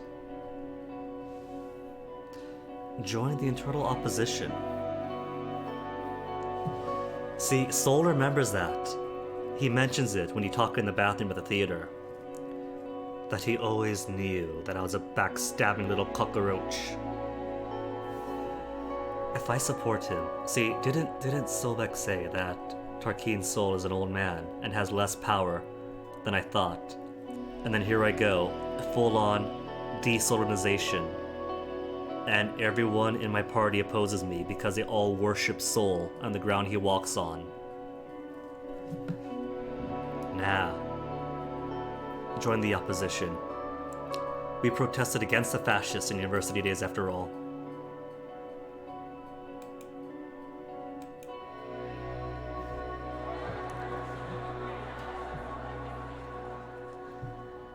Voting for party leadership. Voted for you, old Alfonso. Alright. We might remember that too, but who cares? Happy that Sol's finally leaving. Troubled by Sol's departure. Didn't care who was in charge. We were happy that someone who at first wanted to reform the country then became far more authoritarian finally left. Did your best not to help him. Campaign for him.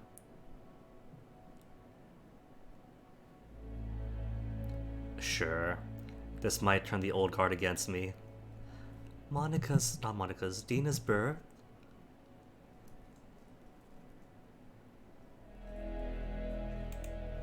We're not going to be obstructionists. Over the next year, make Sword a better place, climb up the ladder, dedicated yourself to the party and its success, make Sword better. That is the ultimate goal. Make Sword better, but this time, not just my survival, but Swordland's. We want those changes to stick. Many bold reforms, but followed by serious economic recession. Hey, just like us.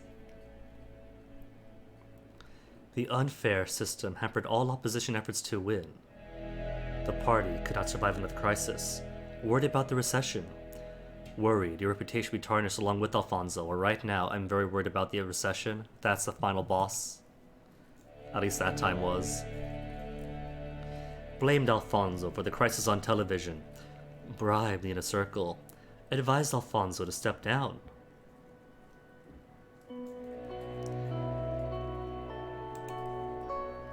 I mean, that's pretty much what my guys did to me. Didn't take your advice, reshuffled his cabinet, put everyone abandoned him. I was just a new Alfonso, because that's exactly what happened to me.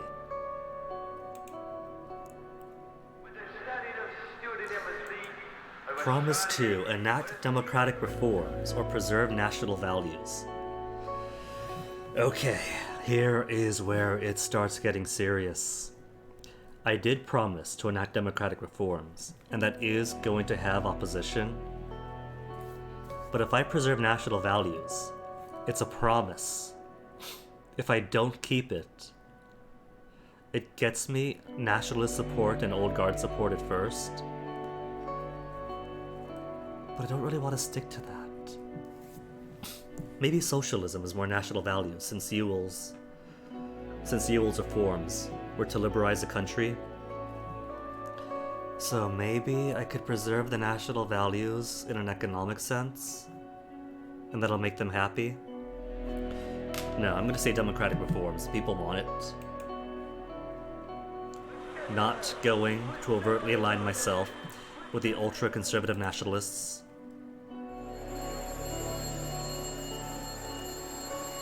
But since so many people still worship Seoul, maybe not step on those toes just yet.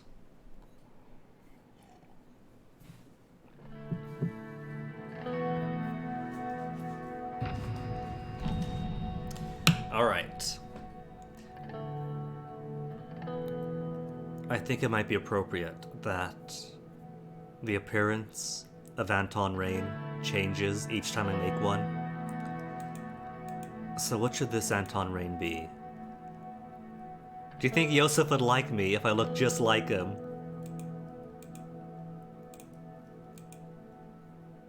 '20s cap, gentleman's hat, the Coronelli, swordish fedora, maybe a white suit this time.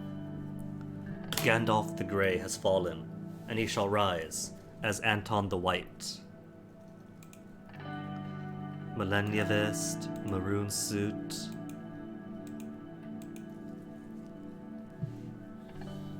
Yeah, it's got the maroons on the band of the tie and the yellows.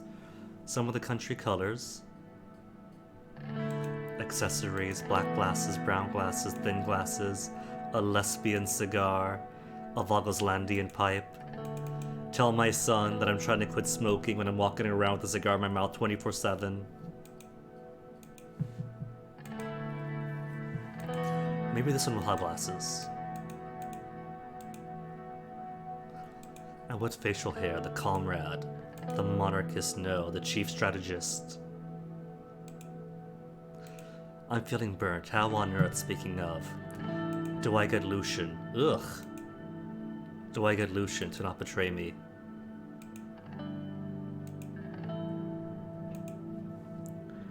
Theorist, Vogelslandian, Markian noble revolutionary, the Renan, or the default. Well, he does have facial hair by default, so what should I give him? The classy, the idealist. Last time was theorist, right? Which is a good look. It's a good mustache combination.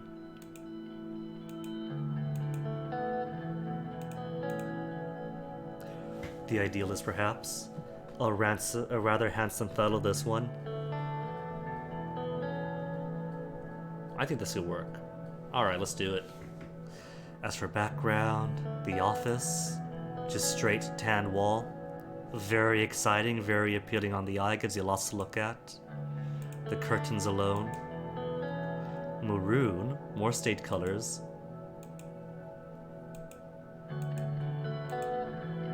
I think the curtains, maybe. Because you could see those curtains right there. Just close the curtain shut, control the light, then take the picture, then open the curtains back up. Am I sure? I am sure. Okay, so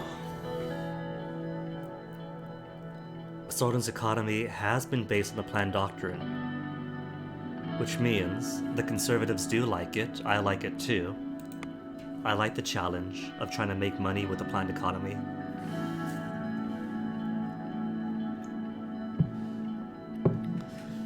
Okay, so how on earth? Diplomacy, I was pushing towards the east anyway. Maybe keep that value the same. Immigration doesn't matter. The only one who cares too much is Velen. And Velen straight up did not care. Velen just wanted to make sure that I kept my border with him closed to keep his insurgents in. And beyond that, nothing mattered. So as far as my election promises, I don't know. I could possibly keep it all the same and be satisfied with that. Intensifying global rivalry between capitalist Circassia in the west and communist Anticotat in the east.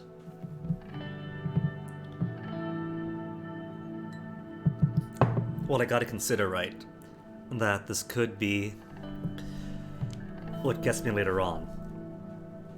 What I want to do this playthrough is see if I can't get a good system of policies to fix the economy and keep it fixed, and then do everything I want to do as far as actual reforms.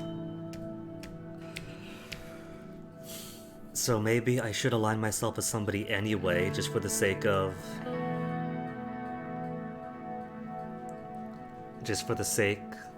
some military protection. I think I shall then. And then at some later point, see if I can't do a golden ending thing. A golden ending that sees planned economy, my democratic reforms, plus improving the living standards of the Sordians and Bloods, and true neutrality. Maybe a third superpower sort of way to go. But I don't know, I could try that now. Now that I have the power of hindsight.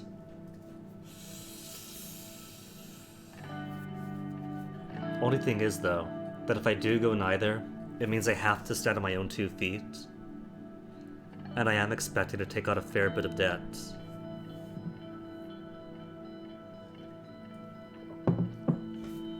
But personal finances, too.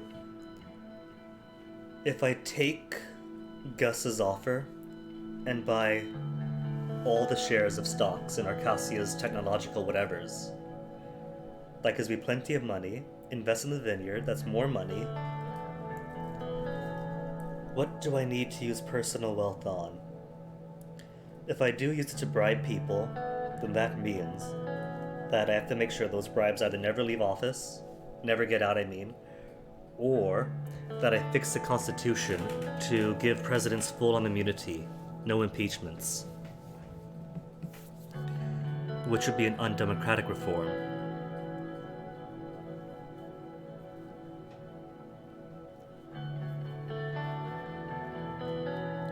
I lost my train of thought. Why am I talking about giving myself impeachment immunity? Work backwards, skinny.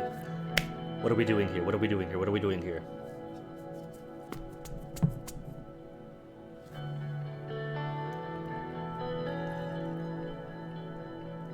Can't even remember. Because if I go full on neutrality... Right, personal wealth. Let's talk about personal wealth. The money also goes to lobbying, and if I lobby... Lobbies are legal bribes. They hate that I bribed what's-his-face. But if I put that personal wealth into resort vacations, where a bunch of suits tell them why they should vote my way, somehow that's not bribery. Alright, so personal wealth-wise, I might be able to squeeze out my reforms. Because there haven't really been any other opportunities to use my personal wealth. Send my son to college in Arcasia, very expensive. Invest to make more money. Yeah.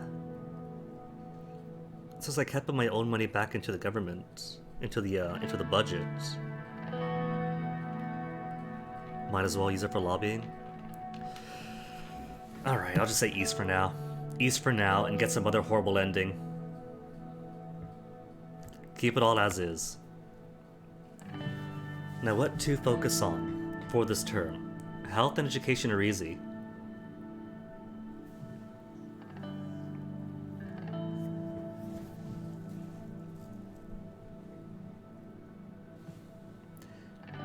I think I'll keep it on education. It's a promise I can make and an easy promise to keep.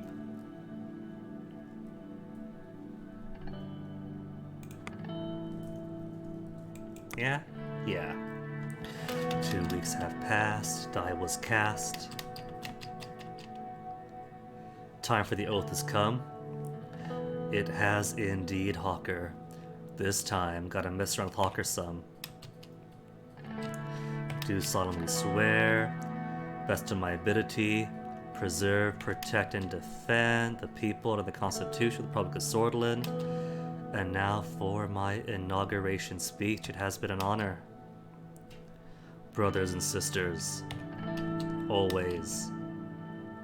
The current dire situation, the idea of unity, change and hope. Oh, look at that, we still have 3 bars of economy. Remember having 3 bars of economy? Those good old days?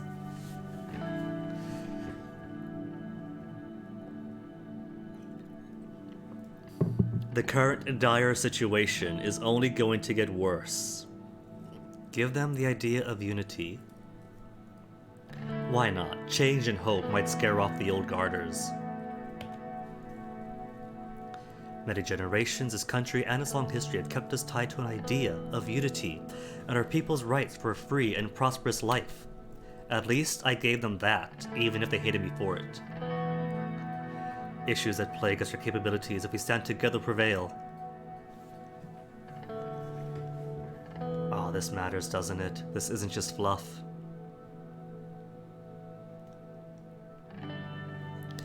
If we stand together, we prevail? I think so. If we stand together, we prevail? Hint, hint, old guard. Been times of survival, times of conflict and hardships. But whenever we stood together, we prevailed. We will stop the recession and eliminate poverty. Future awaits us. Time to turn our faces to the east. First, we must rewrite our broken constitution from 1929. Let's stop the recession and eliminate poverty. I do want to. United and powerful Swordland once again. Change now, not to the next decade or years, today. Unity. Keep on with the unity. All of us united to fix the economy together. Hundreds of thousands cheered. Raise fist, wave, enjoy the moment. I'll raise my fist, triggering a huge applause. Surg! Surg gets to be alive again, which means no more death. Surg is alive. Nice to meet you, Surg. Surg number 2. This time, Surg, we're gonna make sure nobody hurts you. Cause this palace is in good hands now.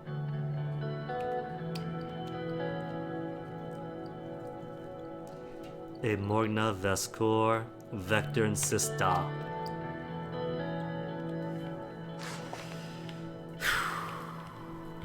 Alright. So the situation is the same as it's always been. Congratulations to the President Smolak. Wish for cooperation between Velen and Swordland. There's been like no downside to keeping my arrangement with Velen. Even the Bloods in Bergy were very happy since I was taking care of them. Port of Lockhaven loses importance. Can't have that happen. Congratulations to Van Horten. I'm gonna see when the time comes. If we get a better deal, if I give him the dog, it probably makes things worse. Lack of investment in England. Low production in England. Anything else? Lesbia? Congratulations to Alvarez. Was he sober enough to congratulate me?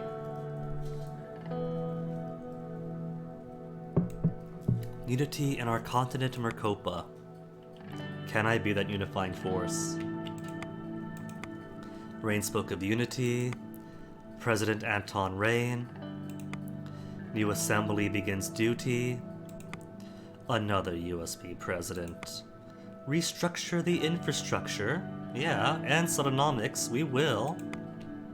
Wait, no, they attach Solonomics not just to old traditional nationalism, but to socialism in general. What have we got here? General staff gathers. Logistical issues. At least that I could fix. Briefing on the current economic situation. Alright, Simon. Lilius. Lilius prefers England. Because Lilius, you come from there. You have a mansion there. That's what you're about, Lilius. I don't even care about you right now. Just let Gus and Simon speak. Good morning, everybody. How's it going, Gus and Lilius? Looking good, sir. Some work requires the attention, lifting people to poverty. Certainly a challenge, so it is indeed. Confident in your abilities. Appreciate it, not disappoint you. Latest economic situation. What have you got, Simon? Refresh us for the day one stuff. Painting a president's soul. Oh, below the painting president's soul for the projector. Okay, let me see. So Simon, what's the skinny? Wait politely. New police station construction in Esterd. Stalled due to a government property boundary issue. Security is going to be a problem. I'm going to have to put some money towards law enforcement. The vague bubble of law enforcement, and then decide, is it going to justice or to the Ministry of the Interior? Thing is, I don't trust Lilius Graf at all with it. Some developments about the Swordfish Ren losing value today. Okay, what's the GDP in the current debt situation? The debt I shrunk at least. 310 billion Swordfish Ren, national debt 427 billion. Unemployment, inflation rate. Unemployment skyrocketed, staggering 16%. Relative high of 7%. Unemployment increasing, and so is drug use. And crime. Status of the recession. Been a recession of about 6% the last year. GDP dropped from SR 15 blah blah blah. Speaking of percentages. Some good numbers.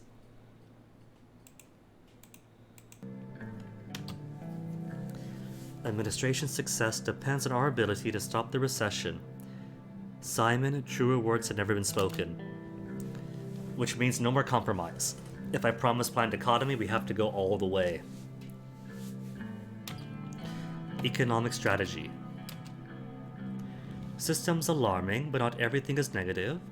Extensive privatization program Alfonso left a large budget surplus. Primary subject needs to settle on what general path they want to take. Solonomics-based nationalism. And Alfonso's privatization. Administration promised a planned economy. Simon doesn't believe in it.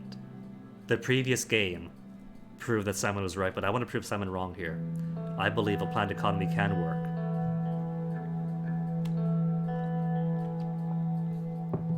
Lilius does like the planned economy at least. So maybe, if I prove it's worth, then she won't try to rise against me. Economic systems without regulations are bound to fail.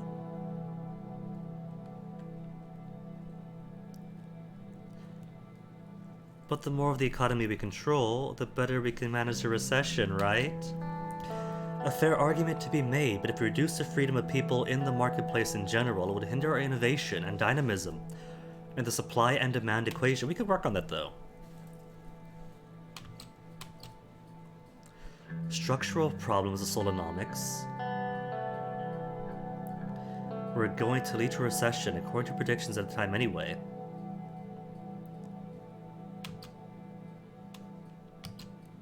Chaotic economic plan, so I need consistency. All the more reasons to just go all the way with it. To heck with the consequence, because if I could achieve good trade deals, that's more money flowing in, that should buffer any of the chaos. Lilius prefers neutrality. Aren't as tied to as we are to Arcasia, so east much more difficult.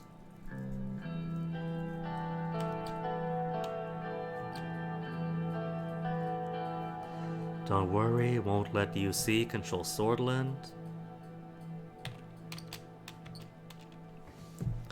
Okay, so why did I align with UC? Accepted payment in exchange for them opening up, for them having ships in the area. Working with the East wouldn't have to mean completely joining the CSP, though.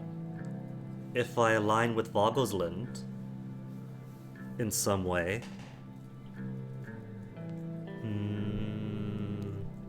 But the Vogelsland Alliance came from CSP membership. If we're going to align with Vogelsland in some way, then I might have to support them on Hegeland Island either way.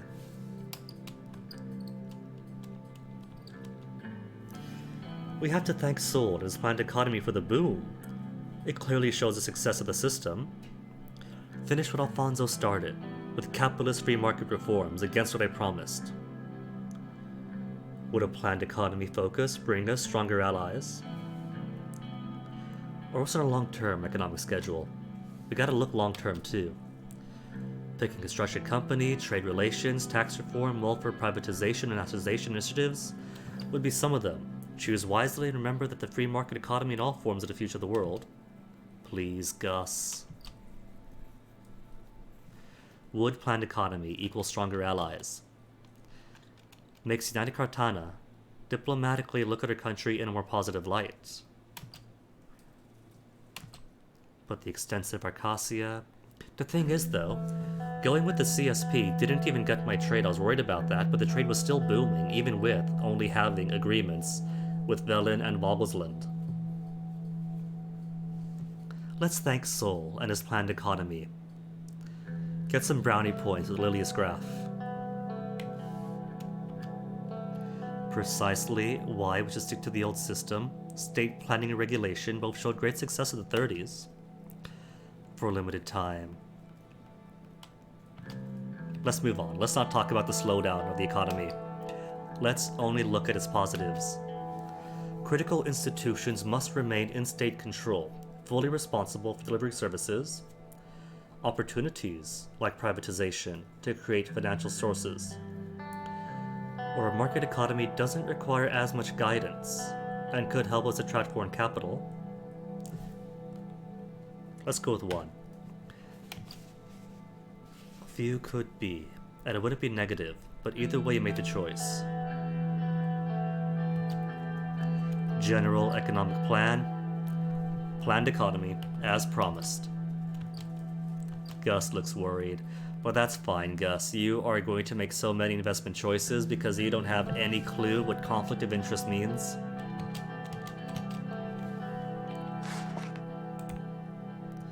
Increasing unemployment. I hate to say it, but maybe I should disallow the higher workers' rights things at first. Because mostly it's like pay and overtime, and foreign workers treated the same as local workers. But if that keeps things low cost for now, I don't know, I can still take care of people, right? Even if they're poorly paid. Lockhaven, invest in mega infrastructure. Or political situation. Let's get my high-speed rail project. Invest in a mega infrastructure project. Or reject the plans. How could you even reject the plans for the mega infrastructure project? Gotta do it.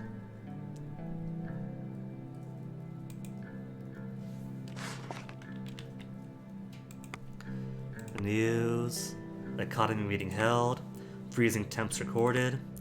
Nationalist violence. Armadine Industries pioneering electronics. Hopefully that stays the same, so that the choice to invest isn't really a gamble.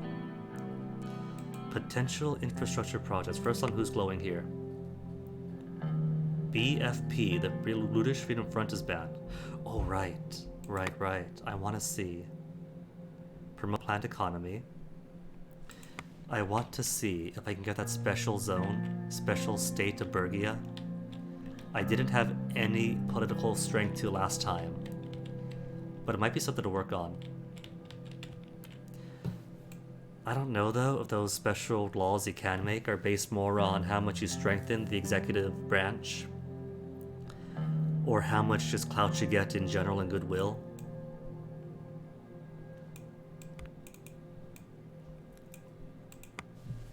Alright, where are we now? Mercian Sea, Lockhaven, the Blue Mansion. Focus on boosting the economy as quickly as possible through infrastructure projects. What can we focus on? Slow logistical rail network between Holsword and Lockhaven, or Lockhaven and Arbory.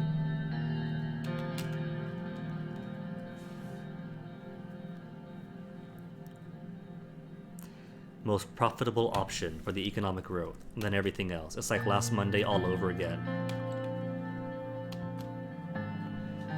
Accomplish something in your first economic act. Alright. Improve the administrative capabilities.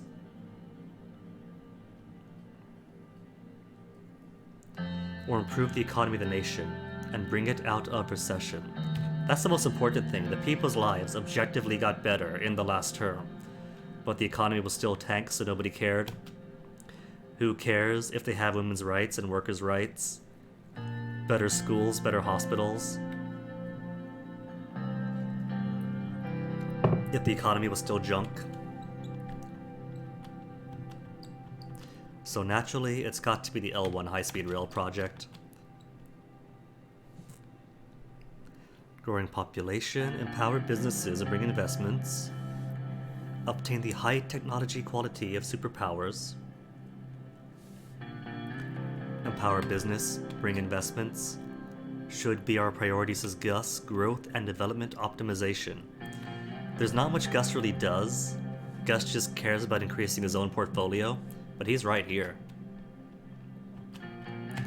Look at the map. It's a very nice map.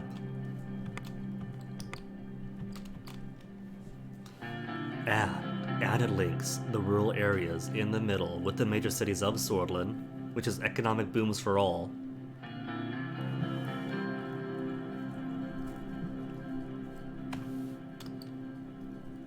The wealthiest regions? Forget about England? No, of course not.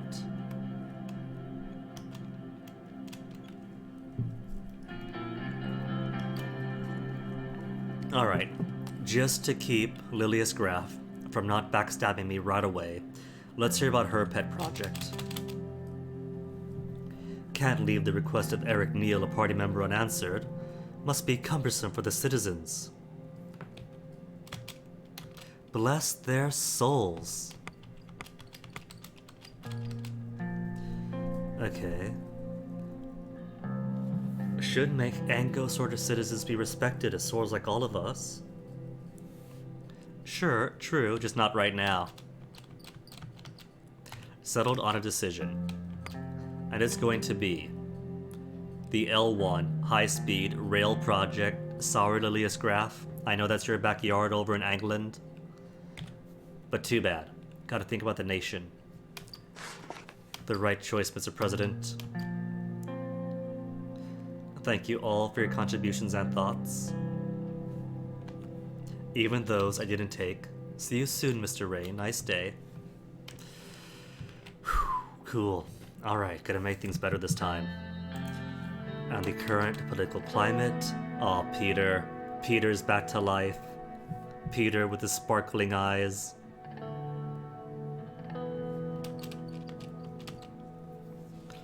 Celebrate then. Hands on a special bottle of Ellery Maroon, 30-year-old. Alright, there's still going to be the violence at the inaugural ball. You know, Peter's gonna love me regardless, right? But because he is such a drunk and a lush Peter, this isn't the time for drinking. This time, now that I know exactly what kind of man you are, I am not going to feed into your habit. Not the time to celebrate, Peter. We have to work. He's got things to do today. Good. Lucian and I and the reformists mostly see eye to eye, but what do I think? Let's see if I see eye to eye. Well, let's go over this when Lucian arrives.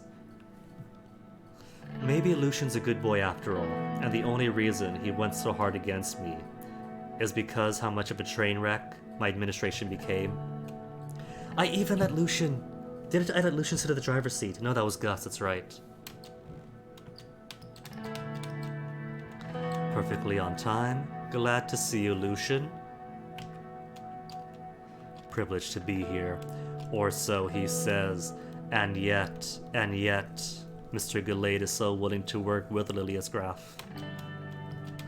Current situation. Majority of the Swordish people demand change, more concerned about the economy than the constitution. But they blame the system for their problems. Alright. So maybe one could get away with focusing on the economy and not the constitution. But I did promise a change to it, so I have to do it. People losing trust in democracy. Radicals like Bernard Circus.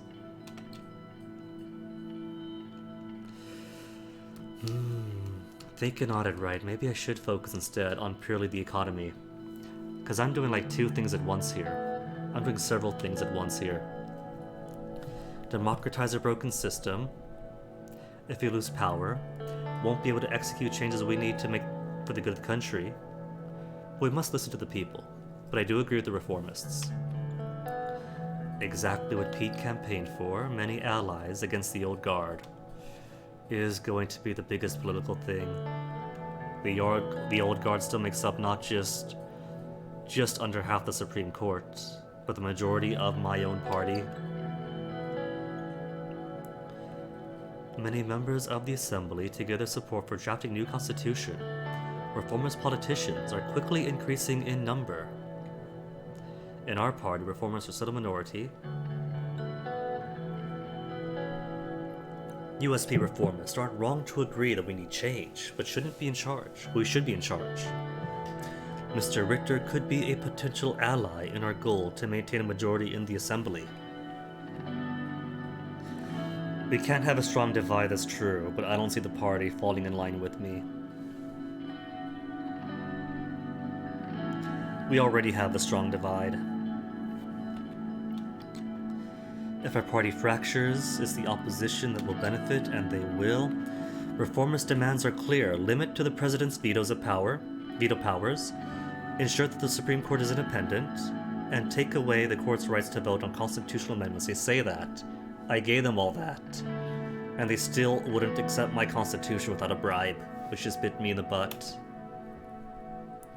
Proper balance of powers, listen to their demands. Won't allow them to influence me. Let's listen to their demands.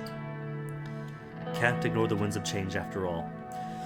Old Guard will do its best to preserve the Constitution. Court also has a final say. Must break the power of the Supreme Court one way or another.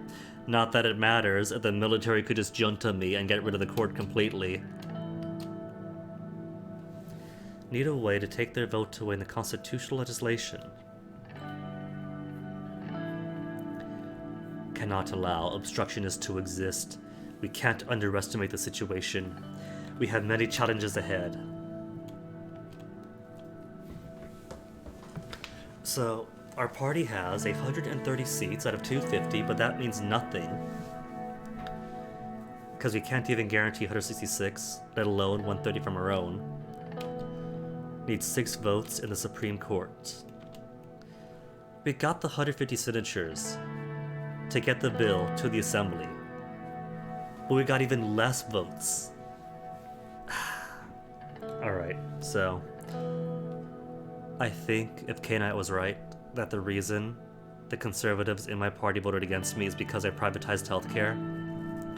If I put money into education instead, or into healthcare and education, then I should be alright. I'd go into a deficit if I put money into both education and healthcare and law enforcement to get money into the Justice Department. Then I think I'll be alright. Entire process will take a long time. Start working with the Reform Committee. More democratic constitution with the reformists. Should give the president wide-ranging powers to lead sort into the future. I hate to say it, but I think if I do want a special bloodish state in Bergia, it might only be possible with stronger presidential powers.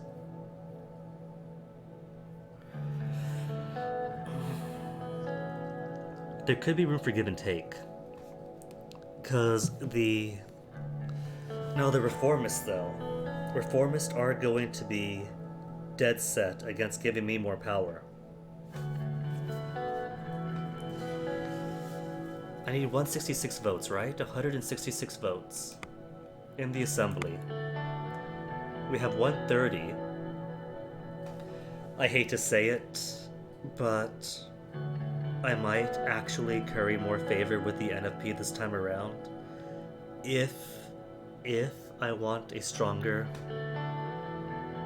presidential power in order to create a Bluter state in Bergia. There's independence. The Bloods might work with me from there too, to accommodate any losses of reformists in the USP. We'll see. We'll see what I have to work on when the time comes.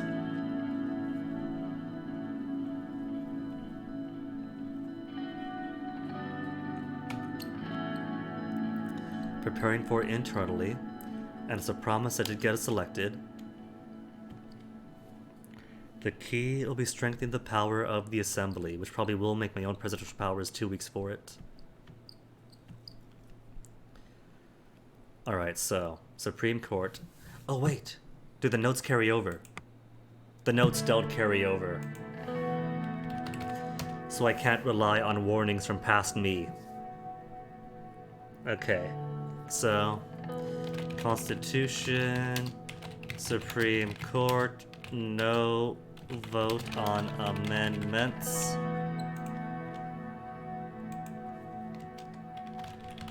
President, absolute veto taken away. Limited veto. Let's work with the reformist. Yes, sir. Lucia nodded. Form a reform committee.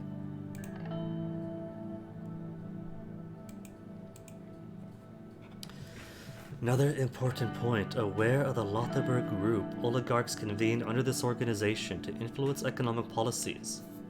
Conrad led it, but now it's Mr. Walter Tusk. National Business Council in their pockets. Some members my foot. But special economic protections.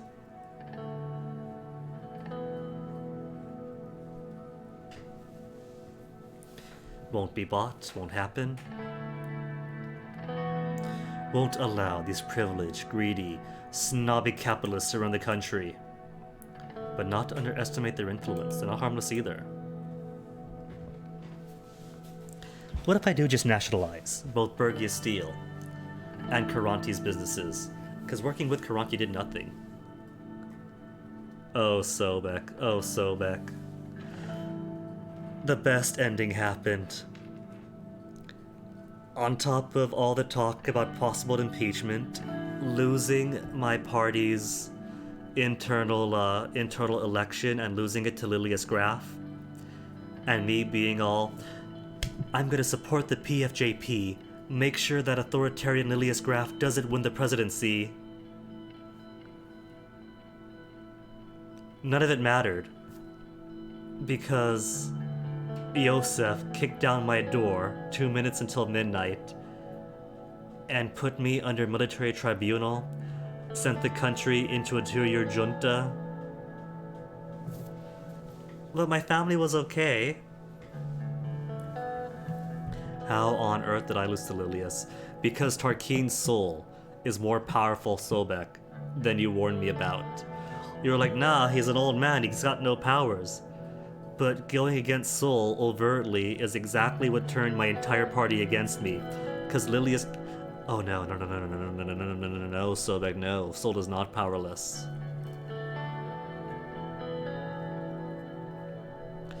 When, on the assassination attempt at my military parade, who was sitting and smiling with General Kruger right before some military folks tried to assassinate me? At the assembly, who came in at the last minute, probably specifically because I put in an amendment to remove the Member of Honor title that he was enjoying? And when Lilius Graf was running against me, pretty much everything she was doing and appealing to was to old Solus ideals.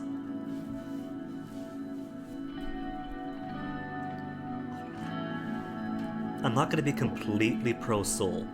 The planned economy is going to be it, basically. But, yeah, they worship him still. They saw her as Soul's second coming, basically. Group's influence is an important force. The group is dependent on our economic policies. They can't move a finger without us. Wouldn't be too optimistic, of course, not Peter. The capital they represent could do a lot of damage. Yeah, I'm gonna blame the Lotharberg group for my economic stagnation last time. That's all them. Already rushed a second and third playthrough. Wow. I like to think the ending I got was bittersweet, because in the end, Bernard Circus's daughter came to interview me, and I'm sure she does that for everybody, but still it felt sweet to me. I'll take it as history vindicating the controversial President reign, because despite the controversies, I did do a lot of good for Swordians in general, and Blood specifically. I uplifted people, even if there was opposition everywhere. Military and general staff were a powerful element in the state, and I had no way of getting rid of that before it was too late. Make structural changes by reducing their budget. Maybe I could. I left their budget exactly as is. I'm gonna leave their budget exactly as is. Avoided becoming Arcasia's pawn by the third playthrough. Don't tell me, Sobek, that you were Arcasia's pawn the first two. Okay, advice of the military before making up my mind. Don't want to die in prison like Arthur S. Wessey did. David even warned me, Anton, don't forget what happened to my dad. Okay, but there is a Rumberg threat. We can't just reduce our defense capabilities yet. Oh, Sobek, it being a hard game is what I love. There are like so many things I want to do that I'm shaping up to be. If I had a golden playthrough, it would have these things. But I can't see how it's done yet because there's so many compromises. If we act strong against the military, both of those guys unite against us. Josef Lancia is more loyal to us compared to Kruger. A fact that can change with our actions. I think what got Josef more than anything is the violence in the streets, and the violence in the streets at the end came from the economy. So if I keep the economy okay, then Josef should be fine. A perfect playthrough, I think, would have the following aspects. Swordland remains its neutrality, has trade powers with at least 3/4 of its neighbors, maybe all 4, Rumburg exempted, doesn't tie itself to ATO or the CSP, instead becoming the dominant economic force in the area that others are beholden to. Ideally with a planned economy, treated the right way that does fix the recession at least. No oppression of the people, civil rights and freedoms way up. On that part, I was on track last time, that worked. And if I could make a special Bluter state in Bergia, icing on the cake, without getting military couped out. Those are goals I want to see happen. Improve the economy, help the people, secure the economy so we're not just at the whims of capitalist whimsy. Good scenarios for the Bloods. While ideally maintaining some neutrality. Precisely 30 minutes. Talk to you soon. Bid you farewell. Railway is now underway. Committee for Reforms. Support for Assembly grows. Support did Assembly grows for Campaign Finance Bill. A Campaign Finance Bill? Oh no. That finance bill.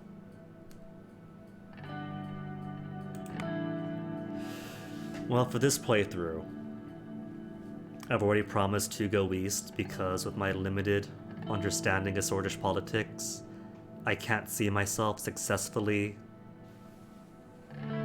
standing on my own just yet.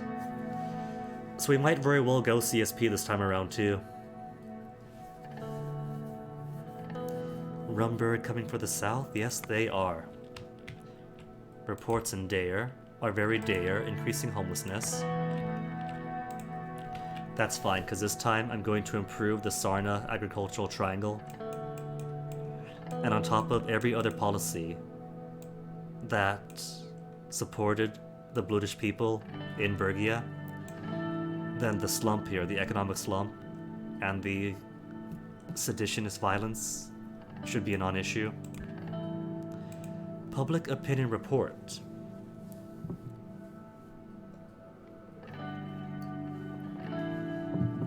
Massive increase in demands for democratic reforms. 55% of the population supports reformist ideas. It's a shame that isn't represented in the assembly. Reform committee.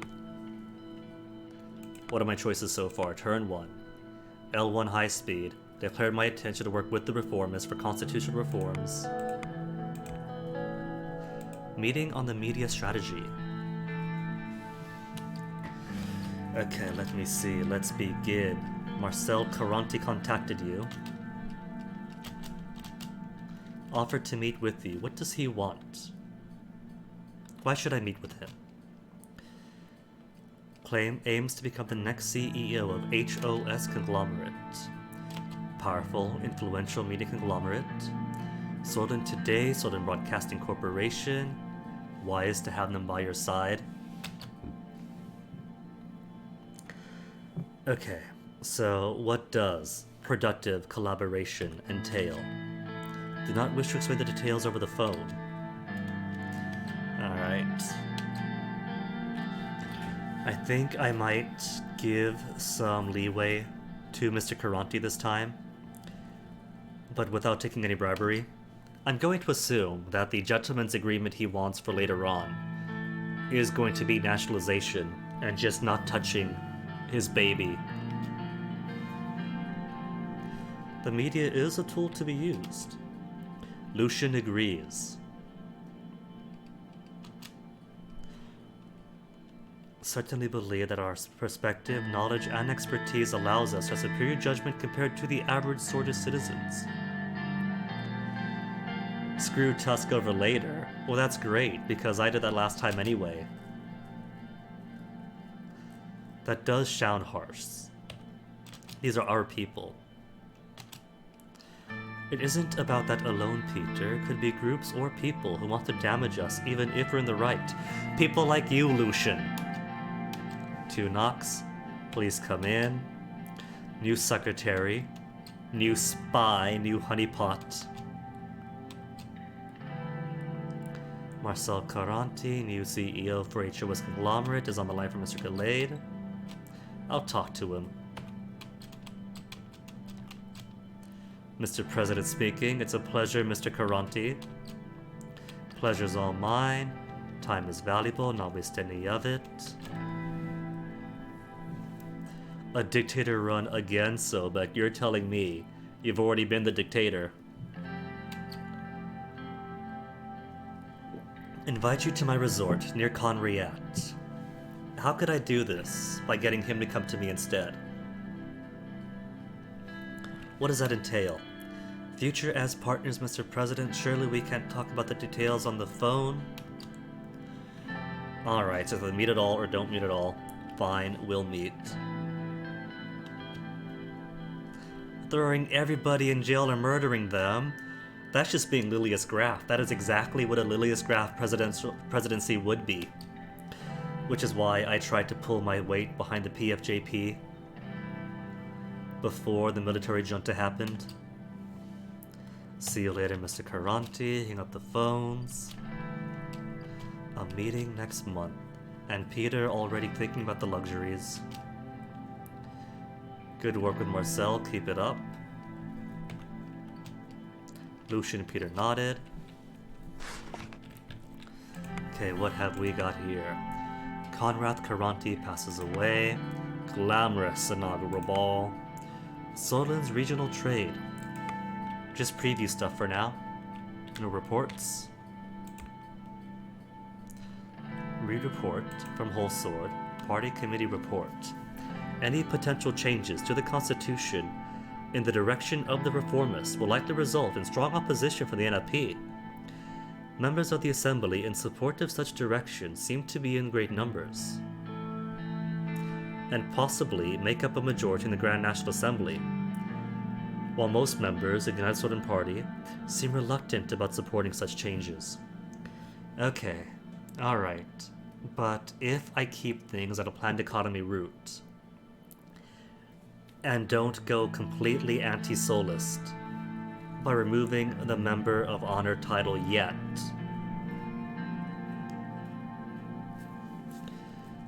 then maybe I could rely on Gloria Tori to give me the necessary votes to get my very reasonable democratic reforms passed.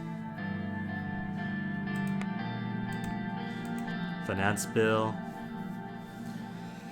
Okay, so I got some flack last time. Criteria for the allocation of public funds shall no longer be accorded to the number of votes won in the general election by a political party. New criteria shall be the proportion of seats won by a political party in the Assembly.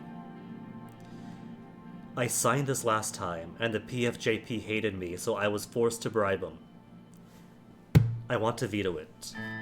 I wanted to veto it last time, but I was stupid and thought if I don't veto it, it's a show of force, of goodwill, that says, hey, see, it's cool, the Assembly passes things, the President isn't going to abuse the veto. You guys wanted this in, I'm going to sign it in. I know it's a bad idea, but you guys want it, therefore vote with me. It just bit me in the butt. It's objectively bad.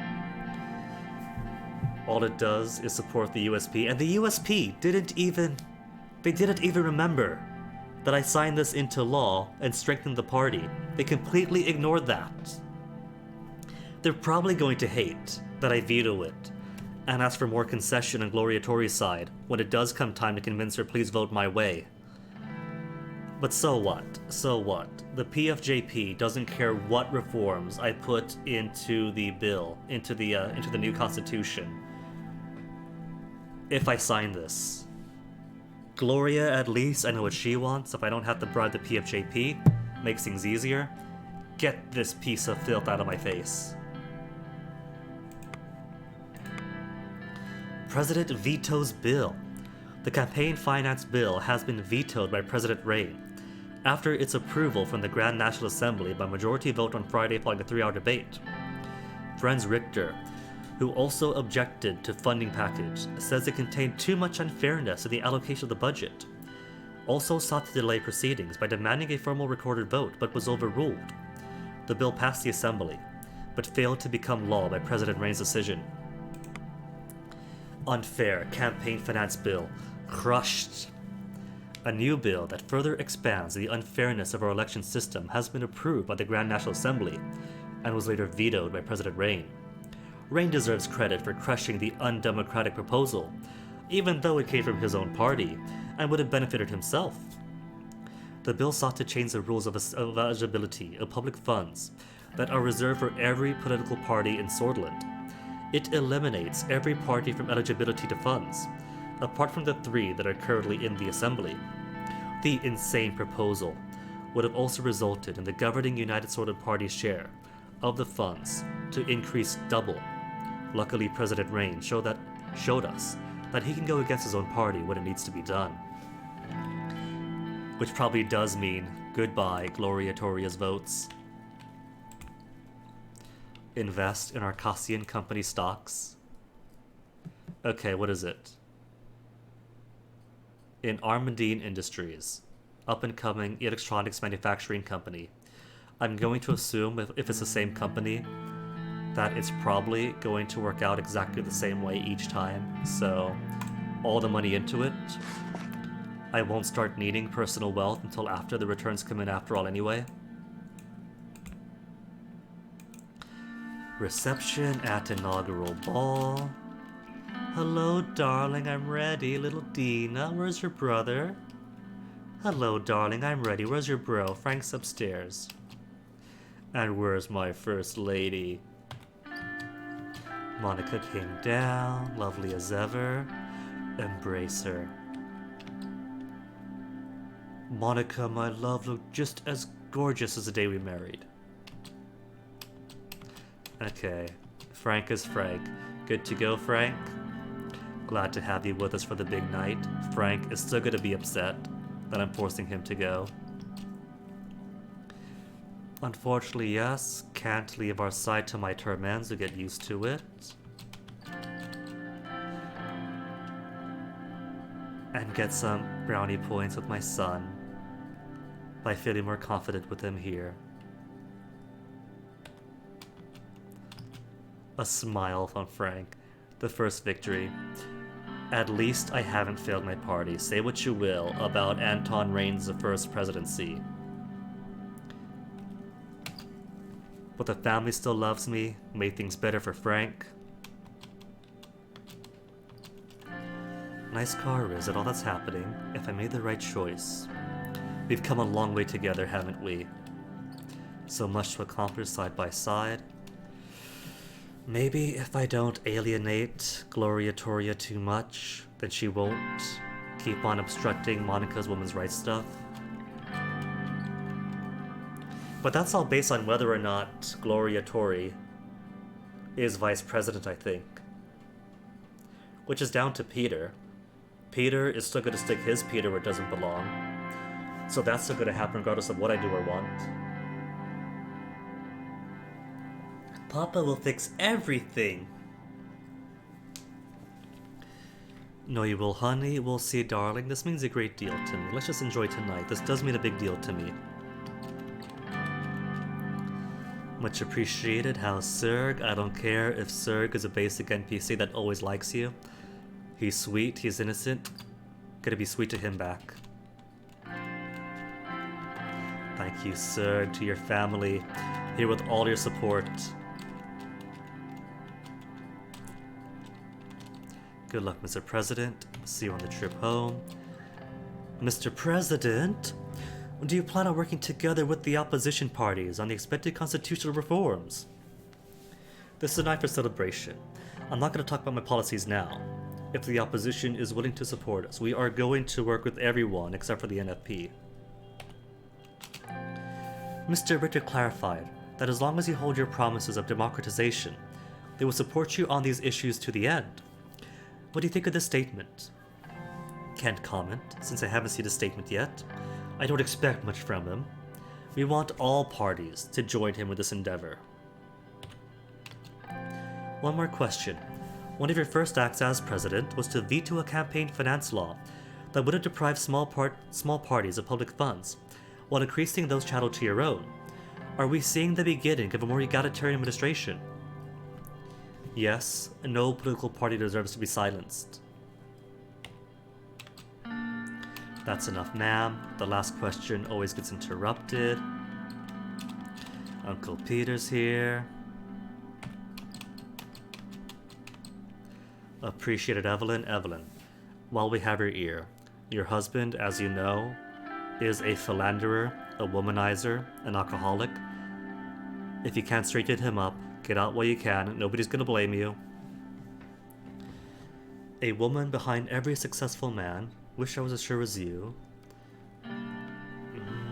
Appreciated Evelyn. Be friendly. Pleasure is mine.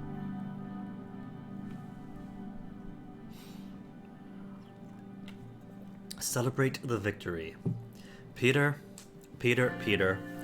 I was good friend president last time. This time, I'm going to keep you on a very short leash.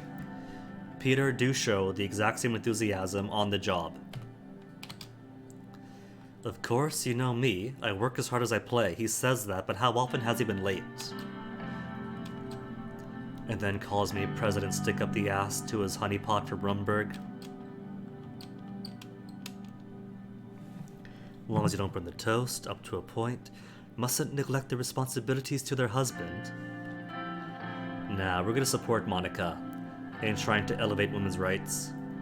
Work together to achieve that. Monica, flash me a smile. Give her more positive points before we have to disappoint her at that one festival opening. See the ballroom? Of course, darling. And then gunshots. What, Peter? Already tired? Gunshots are unavoidable. I've made like no decisions, and the same stuff happens. Shield Monica and the kids. Mr. Carl, who I could have fired if I wanted to earlier on. Check the perimeter. He turned real quick to his man. Check the perimeter. Meaningless choice. Same thing happens either way. Maybe this makes Carl like me more if I shout check the perimeter first. Not over yet. Not now, Peter. Shut your mouth for a bit. Not now, Peter.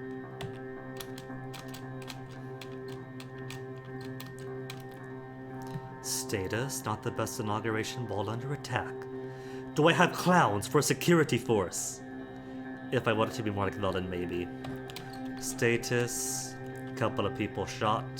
Bernard Circus for one, the perpetrator for the other. Comfort Monica and the kids. Nothing like this will ever happen again until the assassination of my military parade.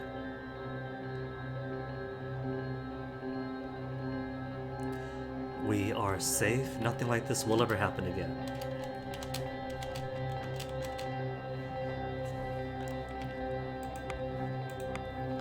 Rain calls for cooperation. President Rain gave signals about a cooperation with Friends Richter of the PFJP and Kessero Kibbener of the NFP ahead of the inauguration ball. Oh, here's the thing though. Kibbener wanted nothing to do with me. I think because my reforms went too far away from soulism. Maybe trying to remove the Member of Honor title excuse me, burnt my bridge both with Gloria and with Kibbener. If I toss him that as a bone, there might be room to cooperate. Want other parties to join him in this endeavor. So that hasn't really changed. MP shot, nation in shock. Report from Whole Sword, security increased. Emergency meeting. Bernard Circus shot dead at 9:03 p.m. in front of the palace gates. But he was a communist. A member of the Young Swords. Was a killer. MP shot near the palace. Absolutely unacceptable. I don't like Lilius Graf. I already knew that she very heavily supported arming and militarizing the police. I want to replace her. I want to fire her and put in a better Minister of the Interior. I didn't get barely any FaceTime with Morgna, with the Ministry of Justice. If we clear out the corruption, see, that's why I have to put money to law enforcement and then funnel it to Morgna. Because Graf, forget her. Agree re-evaluating our security measures. The recession has affected my ministry negatively. And nobody wants to return to the violence of the 1920s. Red Youth condemned the killing, but didn't stop there. Here's the thing, though. The last time around, when I did condemn and ban both the Red Youth and the Young Swords, the violence stopped. It ended the violence up until the Depression protests. But banning the Red Youth meant Vogelsland wanted nothing to do with me unless I promoted Helgeland belonging to them. So I'm going to have to see how on earth I can do this without... how I could stop the violence in the streets without straight up banning both parties.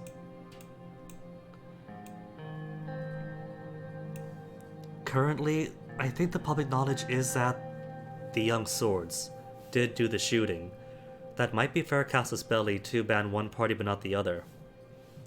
Oh, but the Nationalists gonna hate me for it if I do ban the Young Swords. Blech. Blech. It's alright though. I don't need the NFP. Because I can't think of any downside to banning the Young Swords outside of losing the support of the Nationalists. Vogelsland cares if I ban the Red Youth, even if technically, hate to admit it, the Red Youth did shoot first. So this is a retaliatory strike, if I understand it correctly. And so if I do ban the Young Swords only, oh no, there goes 40% or 40 votes of the NFP. Gloria Tori didn't care, she was willing to compromise. So... maybe if I support the Red Youth and put the Young Swords at the chopping block, violence ends without having to make enemies on all sides, just on one side. Okay, freedom of expression. See, Nia I like. Spark further aggression from the Young Swords. What's going on here? Red Youth condemn the killing, promise revenge. Spark further aggression from the Young Swords. Freedom of expression is part of our constitution. Can't have anyone, let alone an MP, shot for inciting political opinions, different opinions. Must protect freedom of speech. Millennialist ideology in the Red Youth is a threat to our democracy. And yet I was Red Youth growing up, going for planned economy and promises to the East. You could be a very inconsistent Anton Rain. They have overstepped and should be put under the loop for such extreme actions. We must protect freedom of speech first. Our laws do, and for good reason. Silencing voices only results in fear and stagnation in society. Hear your concerns. Lilius, when you say your police do your best to uphold the rights of our citizens, you mean killing them. When the violence rose back up in response to the economic recession at the end, her police got extremely trigger happy.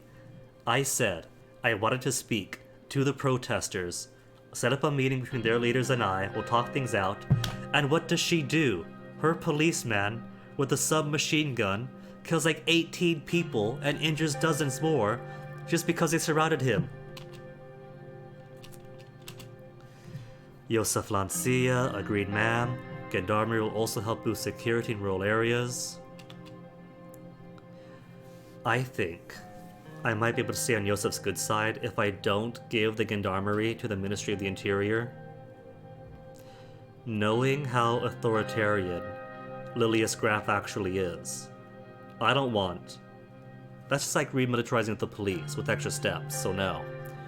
That's a change that's gonna happen this time. Gendarmerie is going to stay under the military.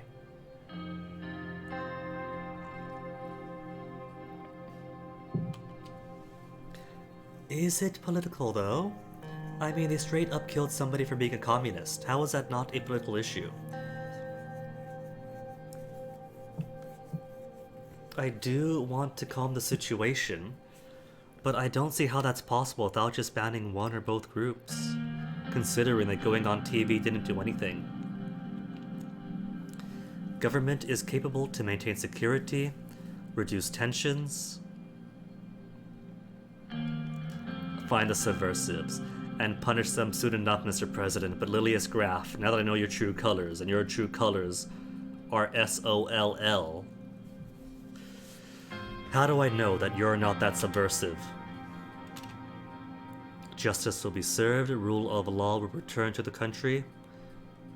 Okay, how to get Nia to be the joint minister of the Interior and Justice, because while Lilius Graf wants nothing but stronger police, Nia actually cares about structural issues. Internal stability must be maintained. Security funding might need to be increased. No. Not lose sight of our real political goals, like constitutional reforms. Tensions between communists and nationalists will escalate further. Alright, can't pass any constitutional reform in such an atmosphere. We can't fix the recession if there isn't stability. That is very true. We were on track to, but then just as I get my airport, trade doing great, logistics and infrastructure all-time high, boom, violence, killings again from the protesters and the police. Need the stability for the recession.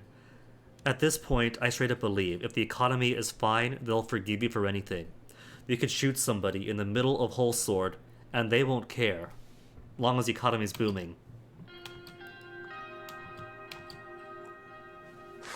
Okay, Bernard Circus. Murder at the palace. So far, people agree it was a young sword killing.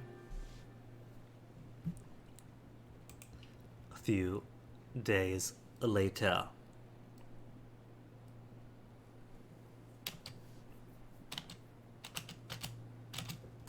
Come on, Vamonos.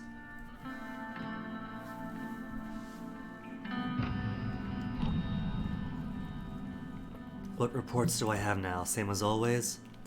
Weapons seized in cultural center from the Young Swords. Communist Party leader suspected of bomb attack.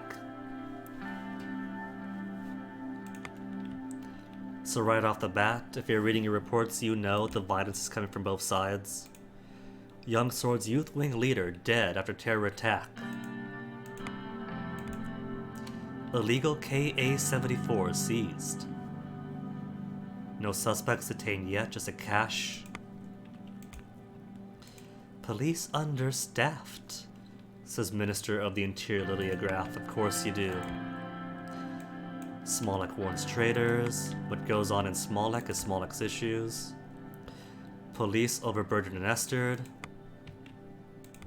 Robbery, illegal firearms in Communist Party office. Horton critiques trade. Horton hears a who.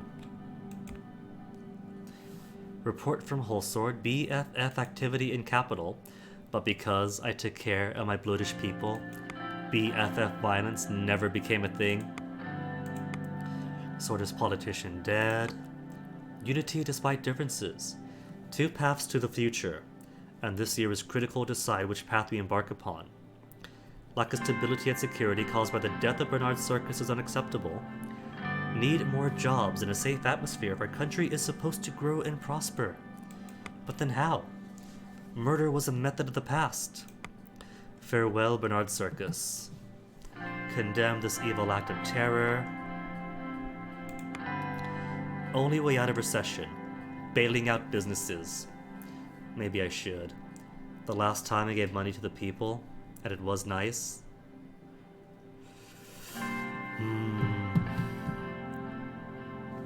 Maybe it is compromise. Maybe I bailed out the businesses, and now that the businesses have money, raise worker protections. Or, on the flip side, veto worker protections while giving stimulus checks to the people.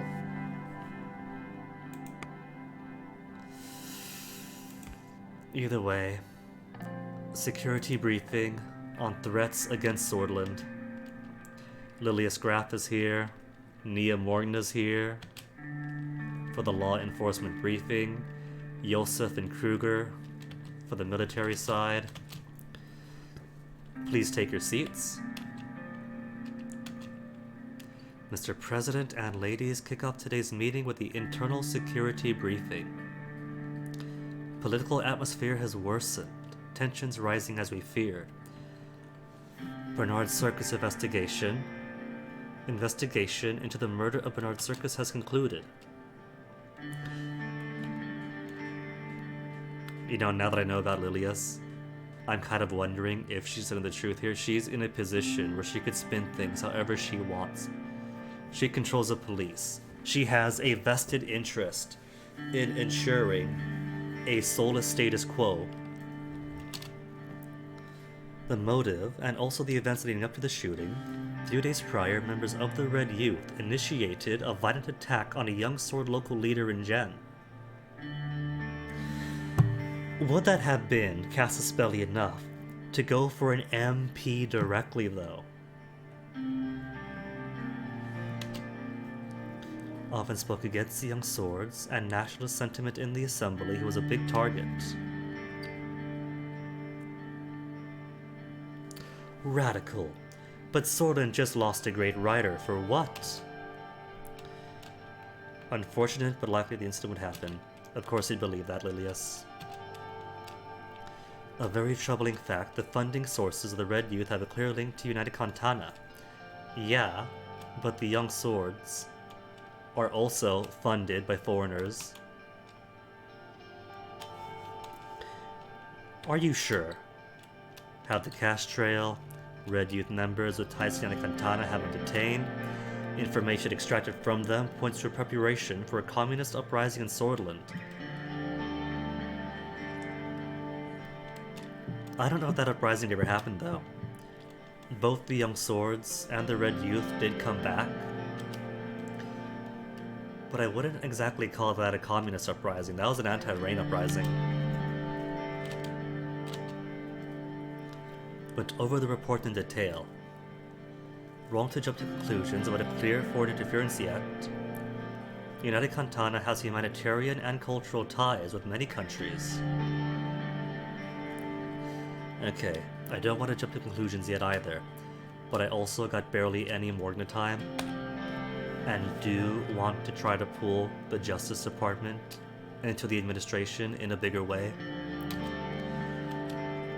They funded Rickard and tried to establish a communist dictatorship. Police Chief Carl Gresser has linked the funding channel to United Cantana Consulate in Benfi. Okay. Remain vigilant. Deal with any threat. Country always had issues, part of our job. We do have the power to deal with any threat, don't we? If we give up essential freedoms to purchase temporary security, does there neither security nor freedoms?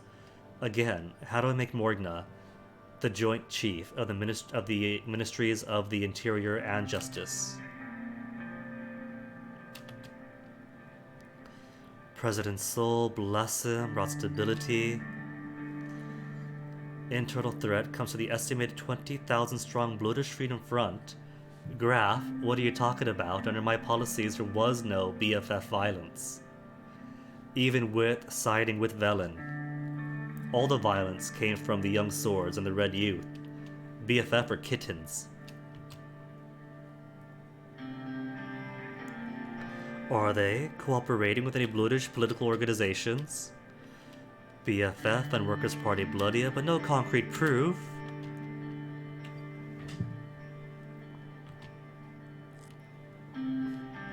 Smuggled in as a group of Bloods are caught with the guns at a checkpoint not far away. Rumberg is going to be an issue. Any direct correlations to blame Rumberg? Can I?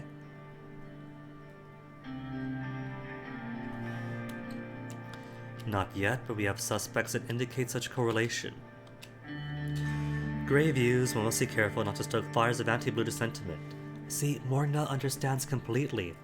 The last thing I want is to give Rumberg casus belli to invade me by supporting the nutjob Lilius Graf and having violent police on the streets. And there is a gang violence too. I never got to touch on that since it didn't give any money to the interior. Why can't we just arrest them?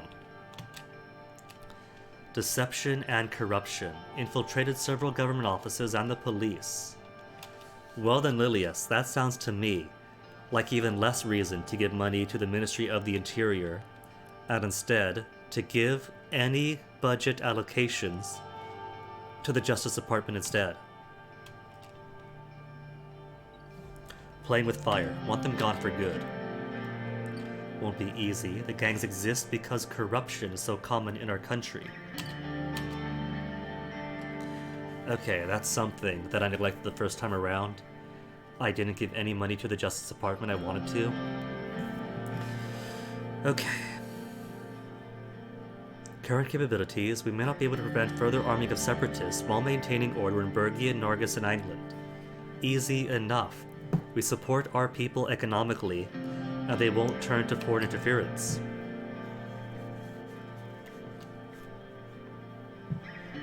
Might increase law enforcement budget. Rid our country from separatist and violent thugs if you do so. Wish you would stop using the word thugs, Lilius. The real problem is corruption, which is fueling the gang violence. And very likely the reason why these weapons were smuggled in. Truth, Morgna.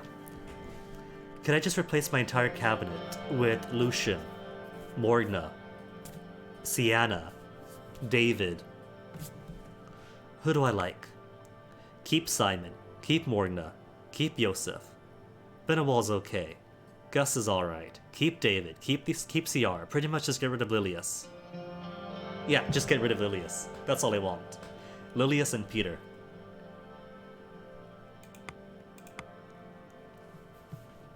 Valid points. Corruption is the root of all evil after all. Your ministry must tackle the issues with persistence, Miss Morgna.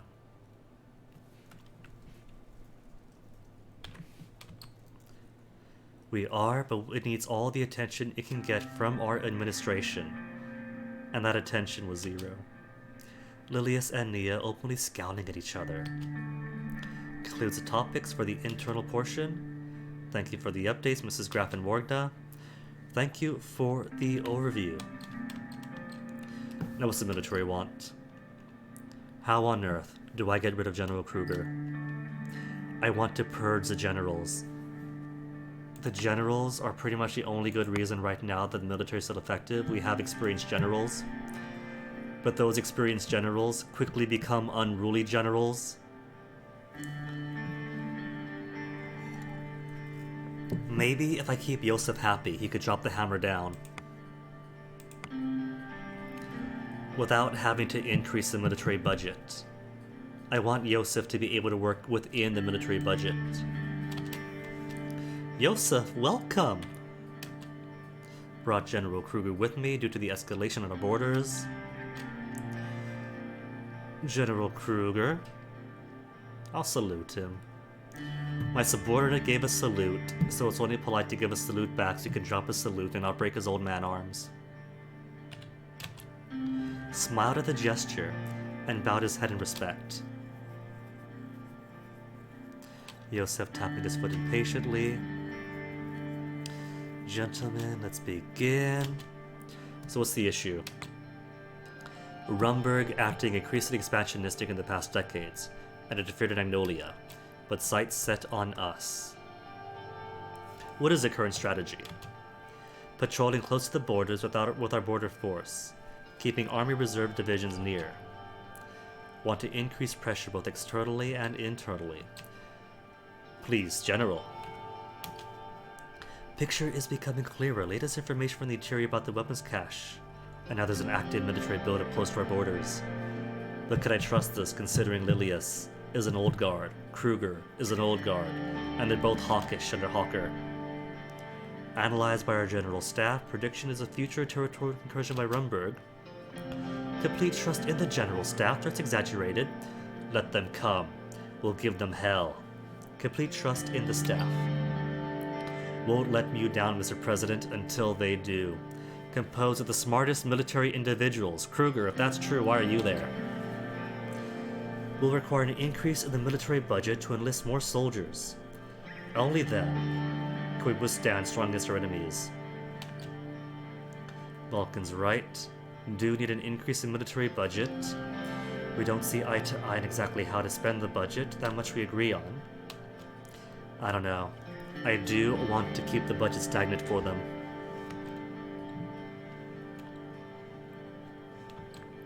Not in my words, Yosef. Maybe you're right.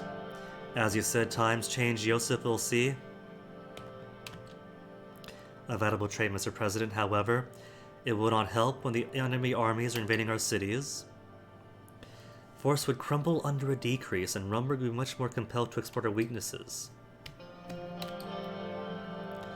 Find regional allies like Balbazlin and Lesbia. Stand on its own 2 feet. These options should be considered.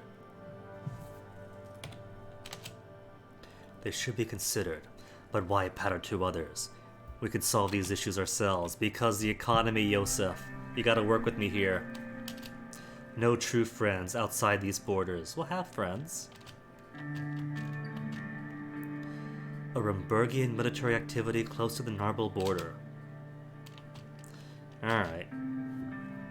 Observant and ready. Show them the might of the Swordish armed forces. Remain calm. Do not escalate things further. Nobody wants a war. Except for Kruger. Kruger totally wants a war. Utmost caution, Mr. President. Hail Swordland. Hail. Communist, nationalist, bloodish rebels, Rumbergian expansion, what next? And the phone rings. News? 6 News. Report in Vessard. United Contana Embassy helped protesters. Red Youth protesters clashed with Young Swords at Vessard City Center, resulting in many injuries. Quartered in front of United Contana Embassy after a pushback by police. Well, that's not really overt support, though. That's just, oh no, these people are pushed against the doors. Open the door, let them in. So then today, rumors of an infrastructure project. Gang violence claims young girl's life. 1927, never again. The real truth behind the economic crisis. What do you say, Radical? Large corporate businesses, time and again, receive money from the government under the disguise of helping the economy. What about the people? Many in the neglected regions still do not have electricity or fresh water in their homes, and they're the lucky ones. A growing housing crisis and people on the streets begging for food in 1954.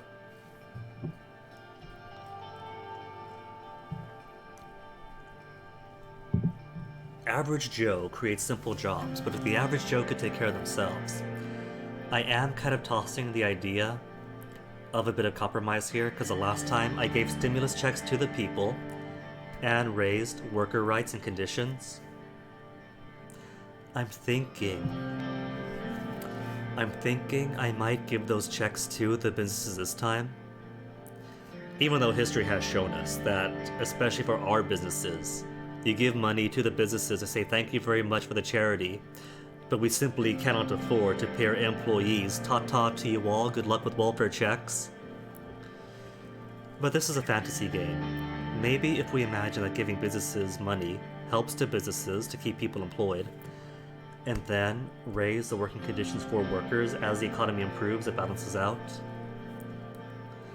It'll be unpopular in the short term,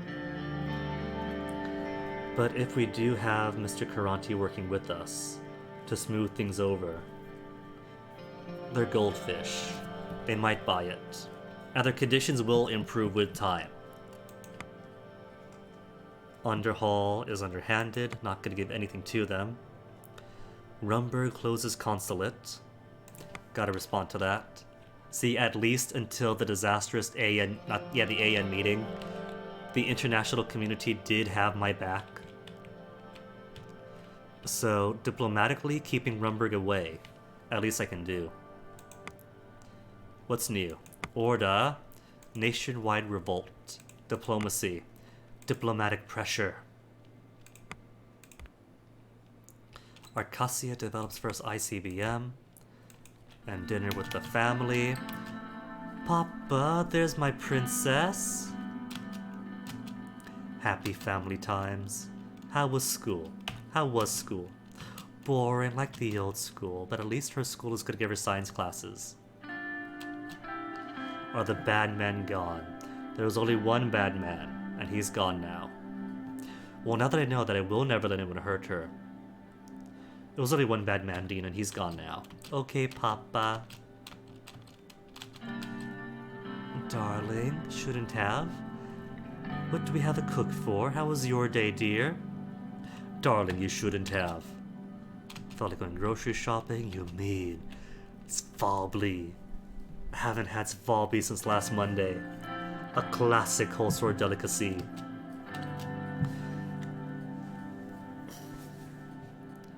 And the cabbage. Do we get cabbage? It's my lucky day. What's the occasion? Dina grows up. You know what? I had the chance to escape the country. It was always an option. But I just really wanted to support the PFJP and make sure that Lilias Graf did not turn the country back into an authoritarian hellhole. And then the coup happened and the junta. But we could have escaped the country. I sent Frank to Arcasia. And he came back, and Frank decided to join the PFJP once his university days were done.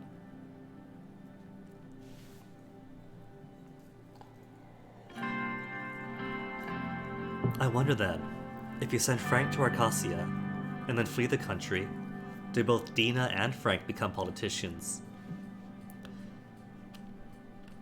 Lucky day, what is the occasion? Kiss her. She deserves a kiss for this. Cheer everyone up a bit. Mama, hungry. Frank, who's smoking. Gotta keep being good, Dad. Knock on the door. No response. Knock again. Bang on the door. Gotta respect my son's privacy. I don't care if it's 1950 whatever. You never reconnected with Frank. Oh my goodness. See, if nothing else, the Arcasian universities might have brainwashed Frank into being a capitalist, but he and I still had a strong bond. At the very least, no matter what political failures Anton Reign I had, my family loved me. Even when I was arrested by the military junta, even with the failure of passing the constitutional reform, even Frank still had my back. Dina is a peach, I think, and would love her daddy no matter what, even when her school friends were teasing her for being my daughter. Never once failed the family. What do you want? Turn those records up louder next time. Hand over the cigarettes and join your family for dinner. As long as you live in my house, I'll do as I command. I'm trying to quit this nasty habit. Stop while you still can.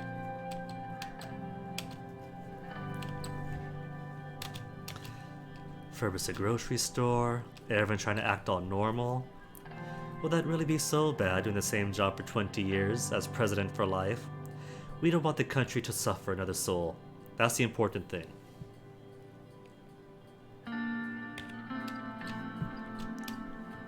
And then Frank throws a tantrum because Frank is still very, very shook. Frank would never let anything happen to you or Dina, even if it cost my life. And yet we're still alive. Frank, come on. Your dad is president. We weren't even the targets. I'm gonna take care of you. Gonna send you out of the country when you fail your entrance exams, as you always do. Can you at least tell me if something's being done about this? One rogue shooter. We were not even the target. That's pretty much public information. Public information is okay to leak. It's not even leaking. What if we were? Trust him, trust each other. Can no longer shield him from the ugliness of the world. Scared Anton. And so is she. If there's truly a threat to the family, she'll be the first to know.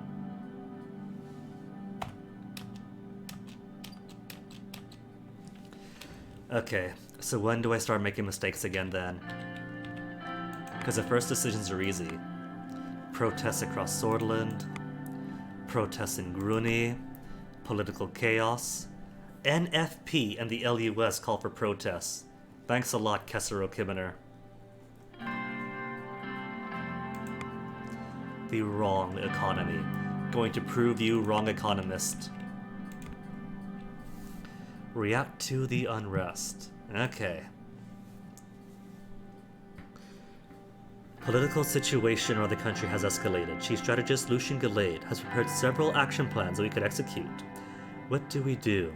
Call for restraint on national television. I did that last time, but I don't think it worked. Visit affected towns in person. Label all protesters as traitors and fill up Bantel Rock with our youth. Expand the police by deploying all recruits in training, which would guaranteed create more violence because Lilius's group, they're all for militarized police and hammered authoritarianism. I think this time I'll visit in person. You would think that calling for restraint on national TV has the greatest reach, but I don't think they care. Visiting affected towns in person probably has less reach, takes longer, but heck, people do like seeing their president in person.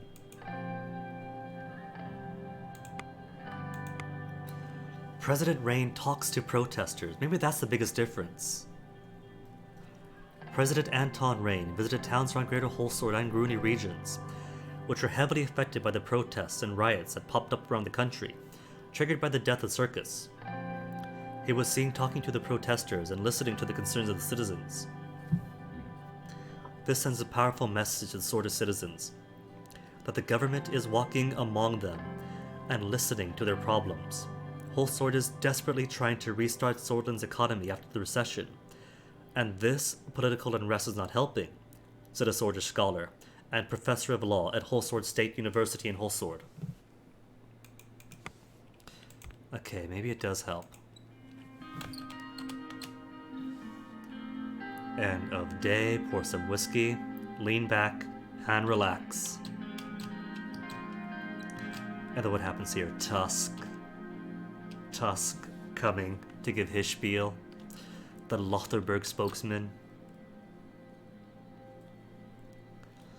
Alright, don't worry about Olivia Suno, if that is her real name. What could I do differently with Tusk this time around, though? Here to congratulate you, business partners, and I wish you a successful term as a leader of our nation. Thank you, Mr. Tusk. No chance to say that's a ball with a panic. Looking forward to working with me. Thank you. Polite thank you. Non-committal thank you. Profitable relationship. What does that even mean?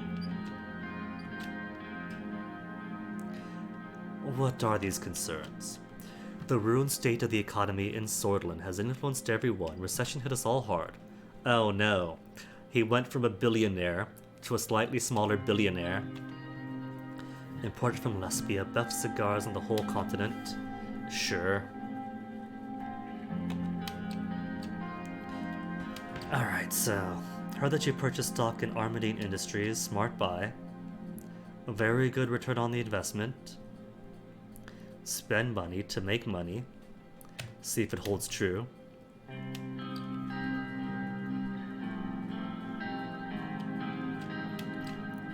Assassination and the troubles between the left and the right.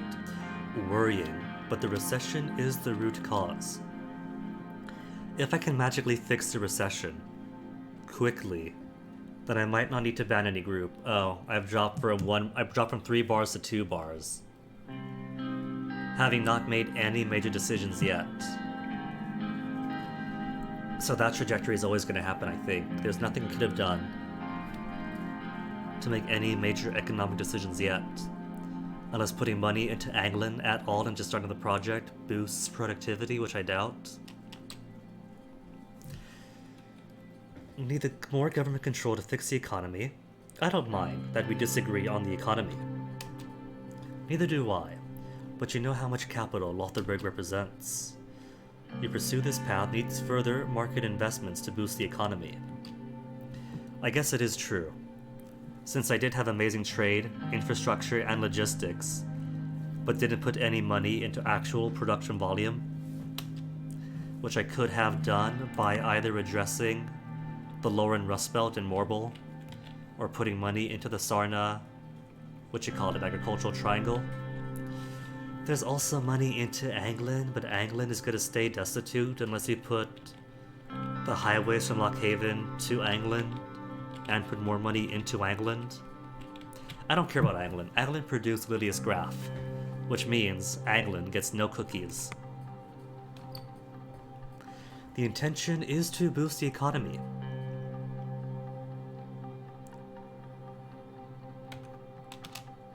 The right intentions for sure can be close allies. The group can help you get Swordland out of the recession. Yeah, but how? Could even determine a re-election. Gesture of goodwill. Alright, he wants me to make sure that Underhall has a project, and that's not gonna happen.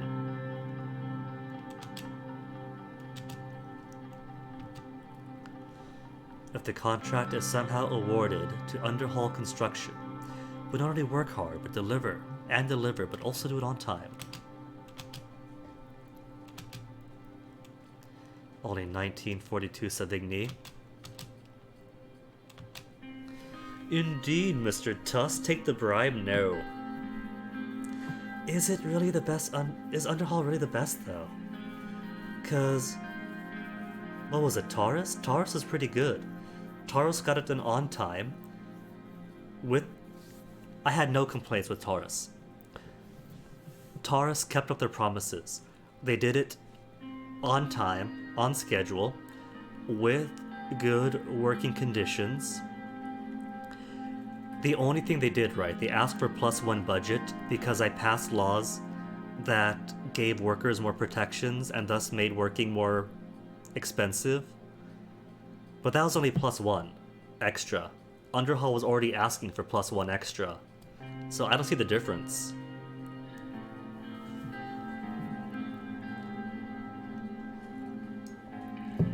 Taurus did lack experience, but the way I saw it, they've already had a few projects elsewhere. They did was it Benfey's Harbor that they did expansions on? It was a gamble, but it paid off. Here's what I'm wondering, Sobek. I'm assuming that you went for Underhall each time.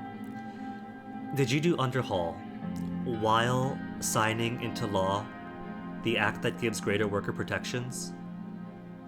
Because I could only imagine that Underhall would make that +-2 budget for the initial ask and the greater expense. Always took the bribe and Underhall. And no worker protections, well there you go.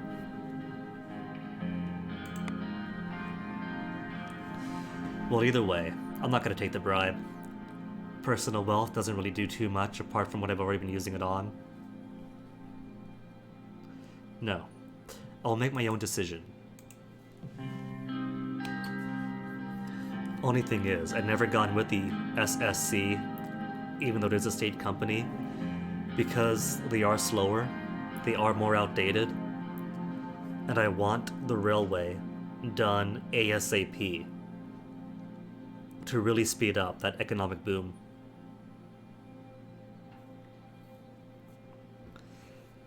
Just another corrupt politician. If this is what you came for, then we're done here. Be careful, Tusk. You'll have to make your deals in a prison cell. If only. If only I could arrest him for trying to bribe the president, seize all of his assets, but I can't do the latter until it gets to the nationalization story. Thank you for your business nonetheless. Good to share opinions and meet again in the future for sure. Say hello to Karanti for me. And reassure the Rumberg spy that I did not accept his offer.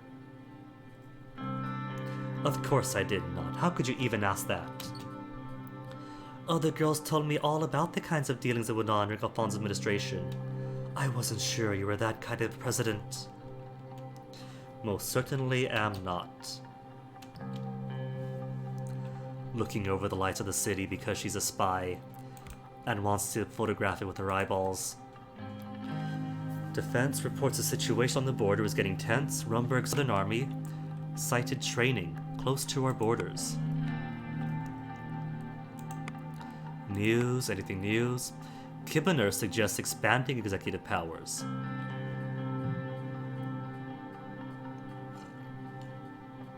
Current dire situation of Swordland and emphasizes the need for strong leadership.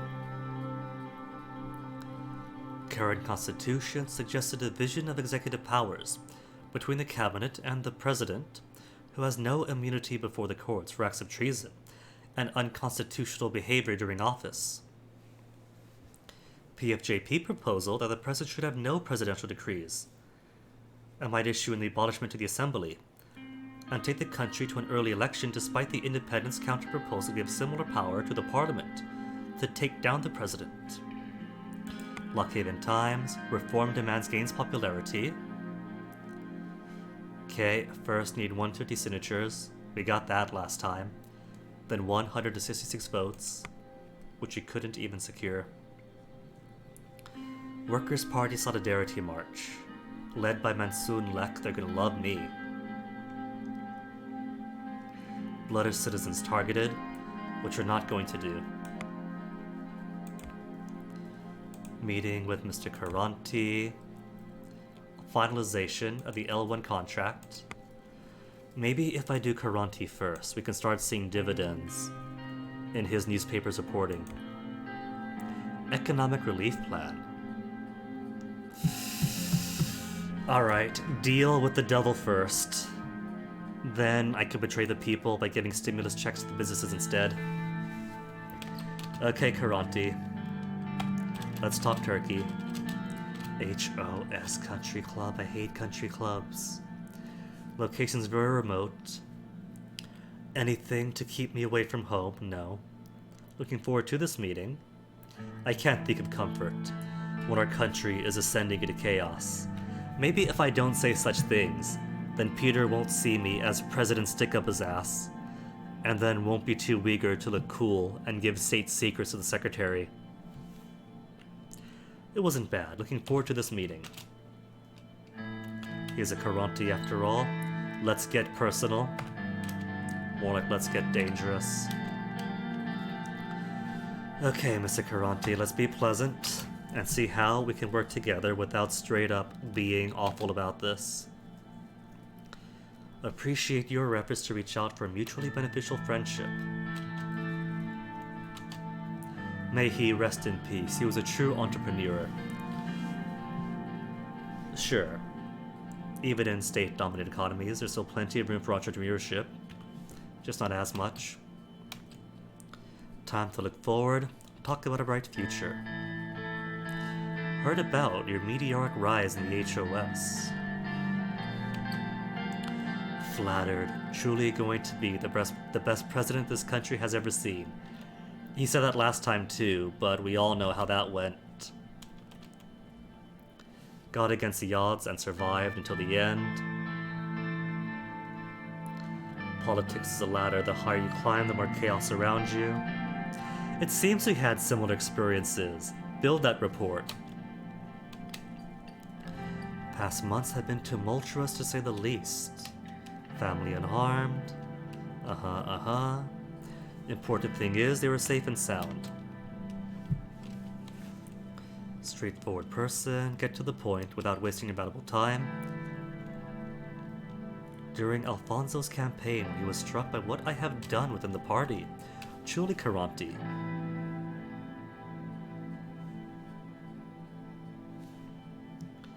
Look at the painting. The giant beneath the village. Forgot all about that when it's only been a week. You said we'll transform this nation, Mr. Rain. Conglomerate has a way of doing things. I don't want them to change.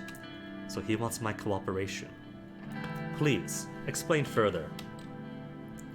Had the people's support for now, but what happens when I make a mistake? Which I will, in abundance. President of the country means having many enemies that will resort to anything. Scandal or leaked sensitive information. Peter, Lucian, you taking notes? Destructive and released if they're released. Maybe siding with Caronte will prevent the impeachment stuff that jumped out later. Continue. I see what you're getting at.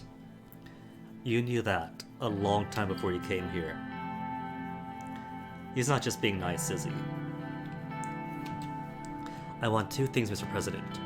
Number one is a guarantee from you that the Rain administration won't meddle in HOS affairs no matter what happens. Number two is a simple gentleman's favor for the future. Let me prove my services to you first. And I'm sure you won't disapprove when the time comes. How do I know that I can trust him? My circle advised against this. They don't even know we were meeting, Mr. President. Both put ourselves at risk here, but willing to trust me. You've been awfully silent, Peter. What's going on, bud? Are you thinking about your philandering ways and all the sorts of scandals you're gonna rack up now that you know you can do them for free? I think he's getting more out of this than we are. The issue tied to this request must be so important for him that he's offering this risky deal. We need to be cautious. If we get caught and this gets out, I can't imagine the consequences. Peter Vector, now you're worried about the consequences. What about 2 years from now, 2.5 years in? Do we have a deal? What if I say reject? I forget if I could negotiate with him. We could always reload if rejection is a straight-on rejection. Right? Such a shame. Shame, really? Nah, we can't negotiate with them.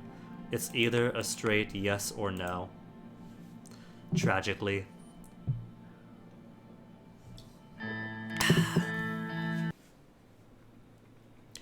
Don't even get to inquire further about what do you mean?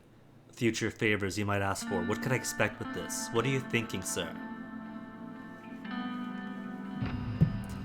See, that's a problem. No matter how much I John Malkovich Anton Rain, I cannot fundamentally change who he is, and he's a man who asks no questions. Asks no questions and makes no decision for himself.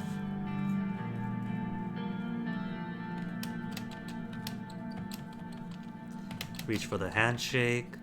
May he rest in peace. Heard about your rise. You're going to be the best president ever. Similar experiences, but the report's not going to matter. Look at the painting. The painting's a giant. Want to cooperate? Please explain further.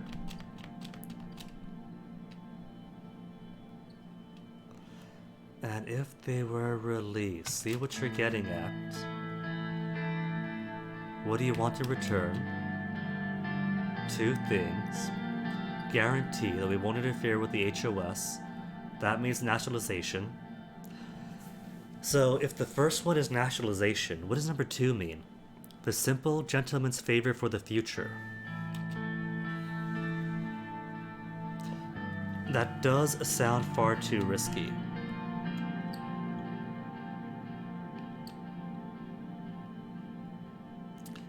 What about Lucian? What does Lucian have to say? It's a good deal, he's right, we need the media. Newspapers and channels on our side, we can dodge a lot of bullets. Yeah, the favor is an issue. I'm hoping the favor is nationalization. Please don't nationalize us. You would think that's implied with do not meddle in the HOS affairs. But maybe it's not. Maybe that's a separate issue entirely. Let's do it. Let's get the media on our side, get Rupert Murdoch working in my favor. Contact me personally through this number. As soon as you know that a story against you will break, please call me, and it will be taken care of. I hope you'll uphold your end of the bargain as well. So does this mean that when Evelyn and Peter get divorced, I'll have the option to call Marcel Caranti? As long as you do as well. No shakes. You can count on me. Meet again. Goodbye. Achievement unlocked. An offer you cannot refuse. That does make it sound like a dirty deal with the devil. Overview panel. What changed? Media bias. The media in Sordlin is experiencing organized interference from the state and private organizations. I just made things worse when they put it that way. Okay, Kesaro Kibiter demands emergency to be called to address increasing political violence in the country. Not gonna happen.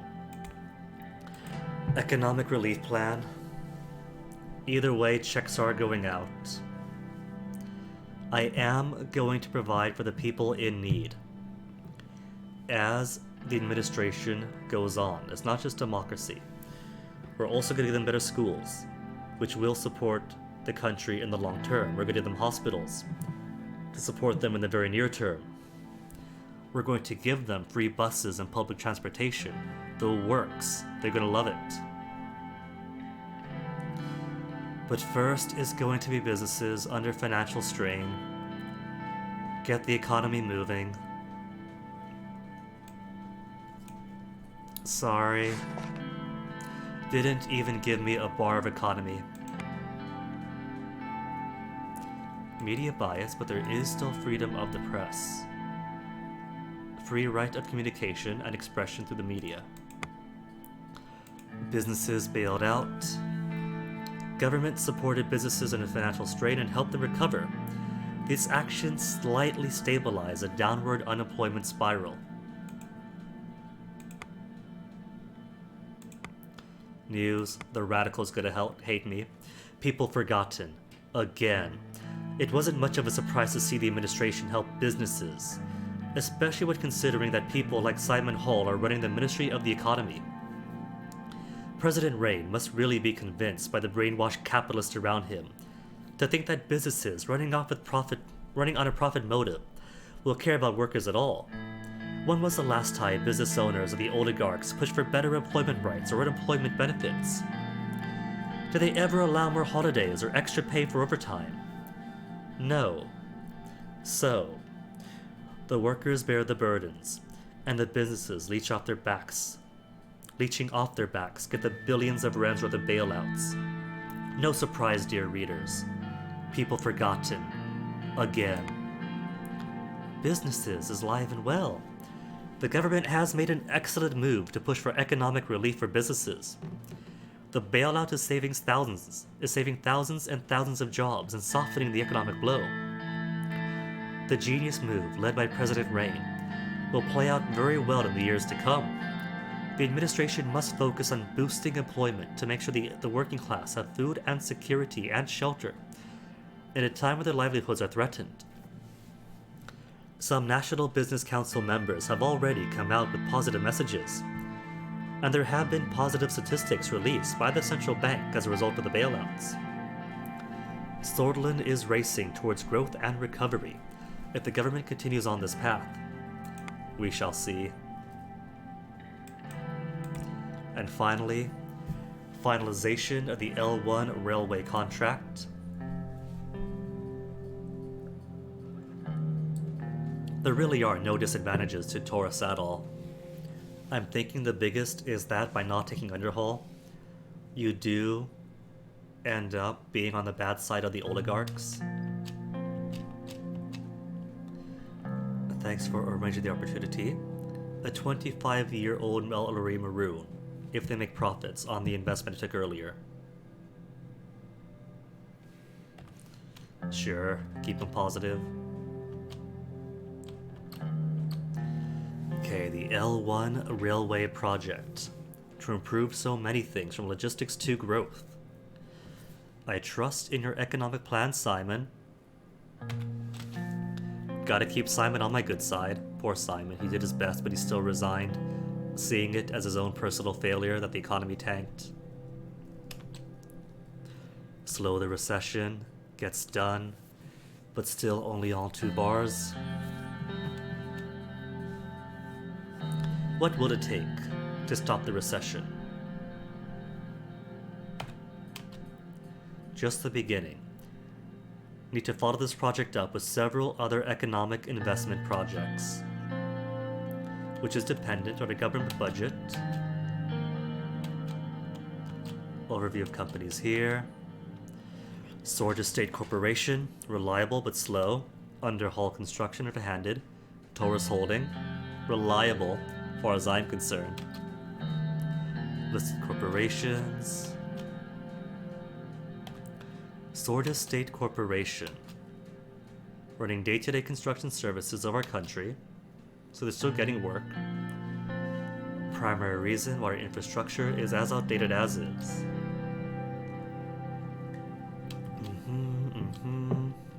Construction times are long, that's the biggest factor for me. Lack of dynamic attitude though. But they do complete contracts with thousands of employees, so that is hiring people. That might be a factor. It's keeping people hired up, keeps unemployment down. It takes a bit longer, but that could be a buffer.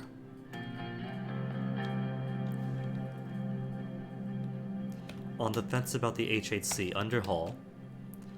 Real estate construction giant. Go against our planned economy policy, which is a warning Simon does not give for Taurus. Chris Shar, mayor of Conriat, half his shares years ago. Chance to work with Underhaul. Several contracts with Central Station renovation, and excelled. Simon, what do you think?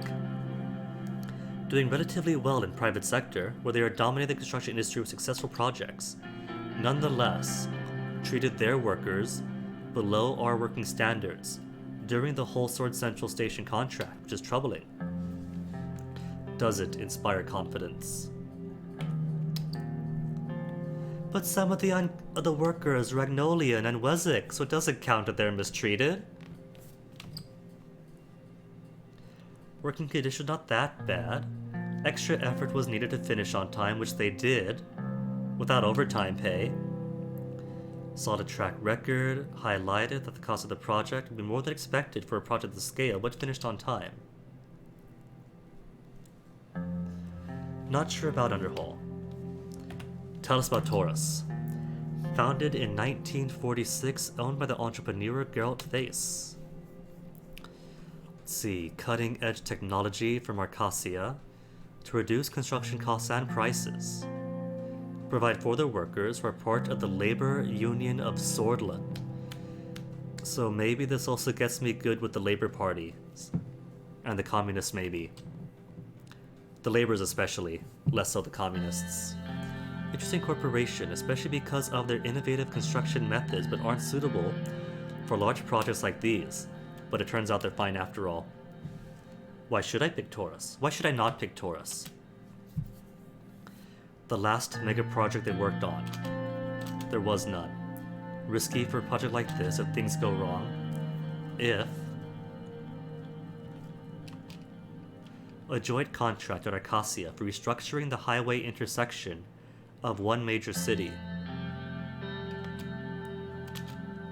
Most unique. But they would be able to finish the project with the allocated funding. The only company that found the budget sufficient, making them the cheaper alternative.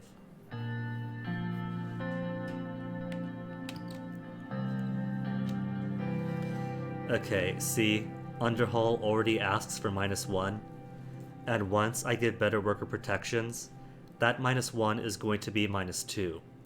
SSC takes longer, but because they are the state company, they probably won't ask for more money if I do improve working conditions. Taurus just becomes a better Underhaul. It doesn't cost -1 budget right now, but will when I make the cost of employment higher. So basically, it's an Underhaul construction without being underhanded. I don't say I wouldn't take them.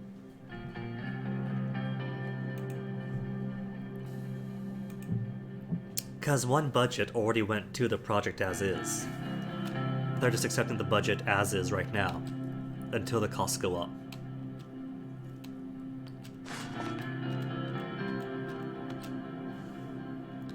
Off to a great start, great news, good luck to us.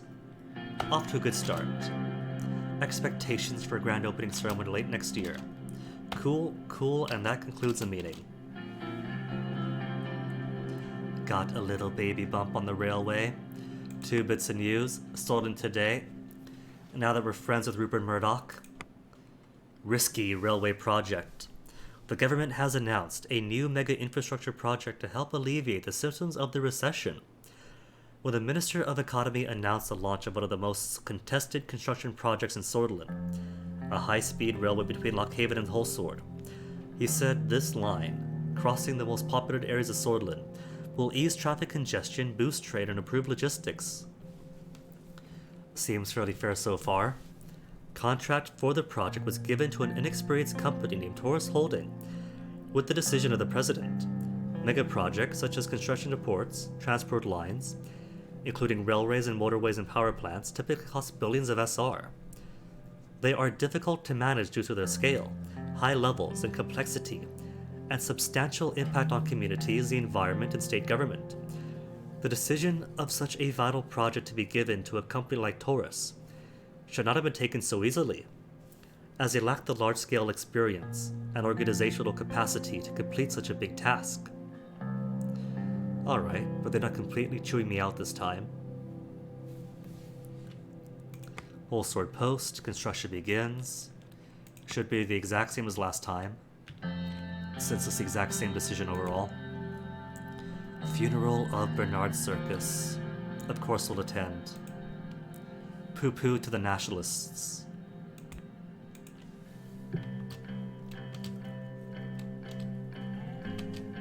Arrived, and it's raining.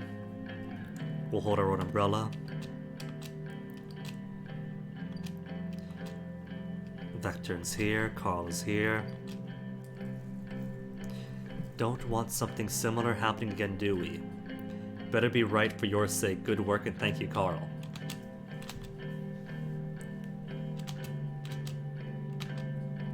Peter, you're being inconsiderate. Gestured Peter to lower his voice. This is a serious place and moment. His widow is right here. A small problem. 5 Red Youth members are here to attend the funeral. They wish to pay their respects to their fallen comrades. Let them in. Do we think they pose a security threat? No. The nationalists are already going to hate me for attending the funeral. And they're going to say worse things if I let the Red Youth attend with or without guards. Okay, put a few guards on them, but maybe don't get FaceTime with them later on. As you command, about to start. Bernard's widow and daughter.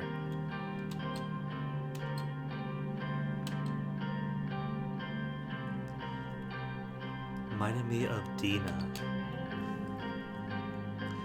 Father, husband, servant to this country. Great loss for us all. Disagreed with Bernard Circus almost entirely. But that doesn't mean that he deserved this. Country can be a better place. Regardless of his ideology, this was a heinous act made towards a good man. We must end the cycle of violence. Yes. Make sure that unfortunate events like this never happen again. Circus had a dream of United Swordland, and these next months need to fulfill his dreams and band together. Interpret this as an attack against Swordland, and by extension, against me, personally. Nah, unity. Keep up the unity angle. Mourn the passing of Bernard Circus, and remember him well. Hatred begets hatred. There is only one way to overcome this vicious cycle. Unite against the evils of the world.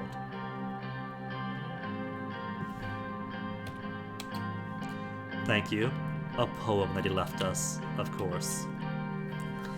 Our only true strength is the will to survive. No one will perish. Knowing nothing more absolute. Rise towards the sun. Those who died, died fighting, and are now buried in the sun. No need to mourn. There is a raid to the sun. They did not let us sing our songs. They are afraid of the dawn. They're afraid of hope, but our songs will be sung. Didn't Lilius Graff steal that from me, or steal that from this moment in her speech? I think she did take some ideas from that. When she went and stole the role of the USB candidate. She totally did. A moment of silence, please. Coffin was lowered and Bernard Circus was no more. Bid farewell to Bernard. Close with the words every sword lives by. Morgna Vescor. Vector Sista. Widow thanked me. Couldn't get the eyes of Bernard's daughter, nor the faltering voice of his wife out of my head. And then it goes full circle at the end. Thank you, I mean it.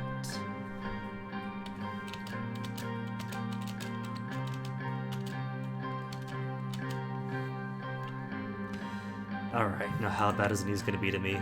Swordland today. Come on, we have an agreement with your boss. President Rain's last farewell to Bernard Circus. Scenes of compassion, unity, and respect were recorded during the solemn funeral of Bernard Circus, which the VP and President attended. President Rain has shown respect and grace by letting Red Youth members enter the funeral to give their final goodbyes to their fellow traveler. Geez, all I did was not reject his proposal, and it's a completely different atmosphere in the article. They were straight up damning me for attending, interpreting me letting the Red Youth in as being chummy with them, and now they're going in terms of compassion and unity. This show of compassion is what the country deserves at this period of uncertainty. You know what this means, right? This means I'm going to put partial blame on the escalating violence on Karanti and the Swordland today.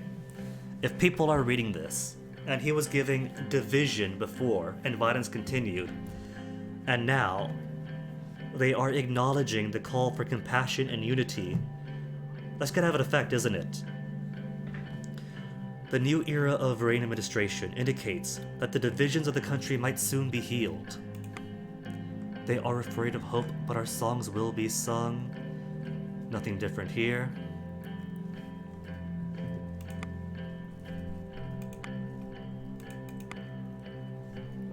Just as attended. Nothing more minute than that. Briefing on the current diplomatic situation. Best boy David Wissey. May I sit down? Leave the formalities aside, former teacher. Take a seat. Still getting used to your new position, Anton. David is too pure. Still remember the first day you took my class at the Dare University of Culture. How we worked on the Agnolia trade agreement together. Countless late nights at the ministry to finalize. Experience for sure. Sign our best deals. Everything happens for a reason, David. Meant to be. Got a little lucky. An opportunity to shape the future. And we will do exactly that. For the better this time. Like some tea or water? Come on, David, you're getting old. Gotta take care of you.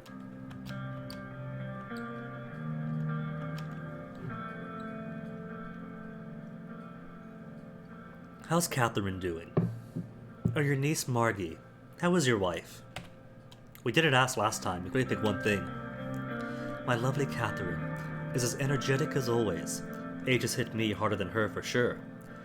She still does her daily jogs, unlike me. Nothing can challenge time. Nothing. How's the Rain family? Monica's really taking to the First Lady role. Time passes, realize more. Family is the most important thing. Alright, Lucian and Yosef. How was your travel to Lockhaven? Bumpy, due to some turbulence.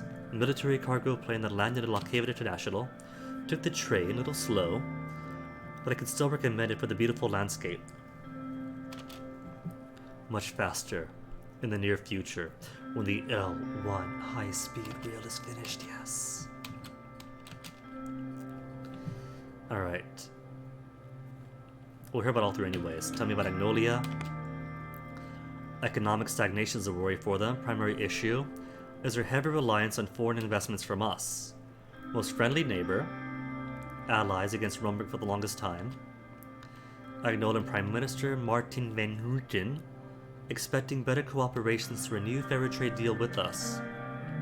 Think about his request. It matters on the table. We should maintain the existing agreement. Would that even be possible? I voice now the desire for the existing agreement. Can we maintain it? Most pragmatic choice, export tariffs for Agnolia are incredibly low under the current agreement. Additionally, latest numbers indicate that currently 1 million Anglo-Swedish citizens live in Anglian region of Swordland, which creates a link between the foreign policy and our internal affairs.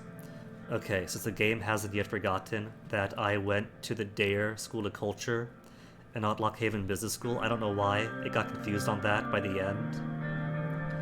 Maybe now I can appeal to history to get a better deal. I'm supportive of relaxed immigration, though. I would rethink the matter seriously because it was a great influence for society and values, which is fine, Yosef. It keeps the economy moving. And tell us about Volgo's Land. Significancy, power in Eastern Merkopa. Hostile relations after several wars in the 19th century. Warmed up thanks to Emmerich Hegel. Diplomatic talks can be conducted in the future. Not easy to forget about the Great Fire of Conriat. It's fine, that was 200 years ago, or 100 years ago. Breaking the ice with Volgo's Land could be good if we are to rise diplomatically. Potential allies, necessity we find good allies. And of course, Yosef doesn't like communists, who cares about him? Billions of Swordis Ren worth of cargo transported close to Bogoslandian maritime borders. So do want to keep stability. Ooh, what about that? What if I pursue true neutrality and do become the economic and military powerhouse? If I'm able to keep Agnolia and Vogelsland away from Hegeland, or personally seek some sort of resolution? That's probably too much to ask for. Strait is of high strategic value to us, which is why I don't want to touch the Hegeland issue myself. And situation in Velen, it's run by a complete despot. Would improve stability and increase mutual trade.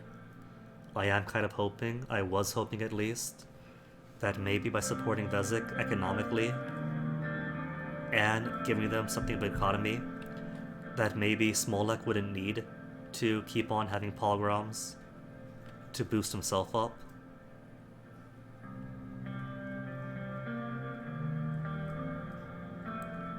An agreement could help stability,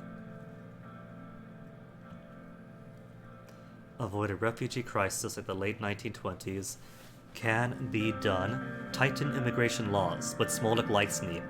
Smollett was able to say, you know what, fine, whatever, so you have open borders. Doesn't matter. Just keep your borders with us closed, and we have a deal. Hey, Robbie?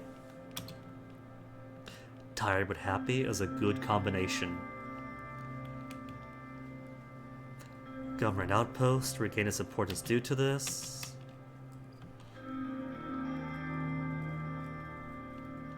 I did what was right. Soldiers do not decide on what is right. You say that, Yosef. You say that, Yosef. But who is it that went ahead and did military coup? Who decided who was more right and didn't even need the Supreme Court? I don't know, Yosef. It's hard to buy this from someone who straight up propped up a military junta for 2 years.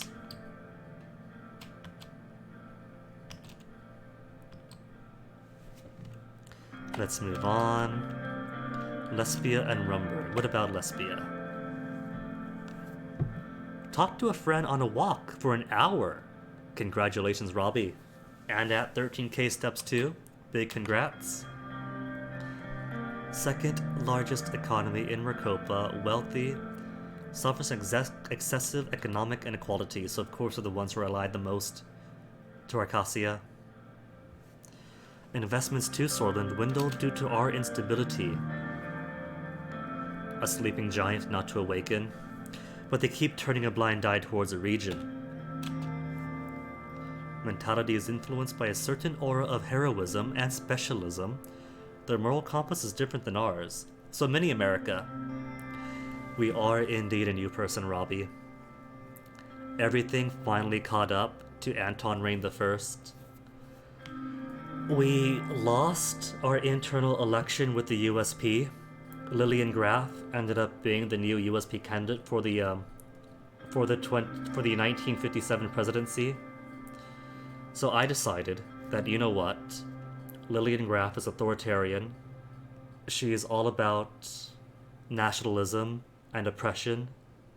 So I'm going to go ahead and put all my support to Franz Richter in the PFJP and prevent her and her wild ways from reaching power, right?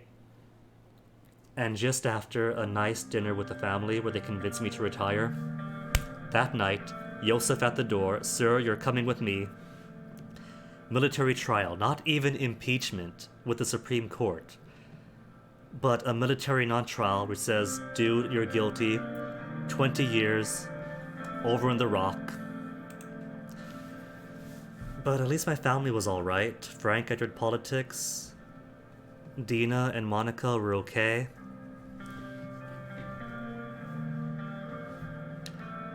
Technically, yeah, it is a new family, but because this is more than a political game, it's also a narrative game, so it's the same family. And we're still going to do good by the family. The family is still going to be safe and happy. Attitude during the Welland Civil War, closing their borders, following refugees to cross into Swordland. Values too different with Lesbia, hard to see eye to eye. Though the capitalism of Lesbia is inspirational to me, look at their economic power. Are those really my only choices? They're too different, forget them, or let's all be capitalists. Completely agree, Lesbia has for a long time benefited from us through our old tariffs. They're after exploitation. Though it would keep things happy with the oligarchs and Rumberg. Rumberg just straight up hate us. Strong and have the motivation as well as the means to damage us. Is, and always will be a rogue state. Nothing can be done about them. But yeah, we mustn't give them any reason to pursue aggression. We'll always try to make up a casus belli, a reason to declare war. Thornburg openly denies such claims. Their past and current actions make it clear they want to destabilize us. Maybe it's Rumberg to blame then for my economic instability, despite everything else I was doing. Rumbergian interference, the Swordland today, writing smear article after smear article. Rumberg threat is one of our top priorities, you could be assured of that. Always in dialogue with our Rumberg ambassador. Make sure a channel's open to solve disputes. Use their aggressive attitude against them by convincing the international community. Worked well so far. Just didn't work at the AN. Then Peter shows up. They have a point, Peter. We should have discipline in the cabinet. I'm not gonna go soft at him this time. Won't ever happen again, he says.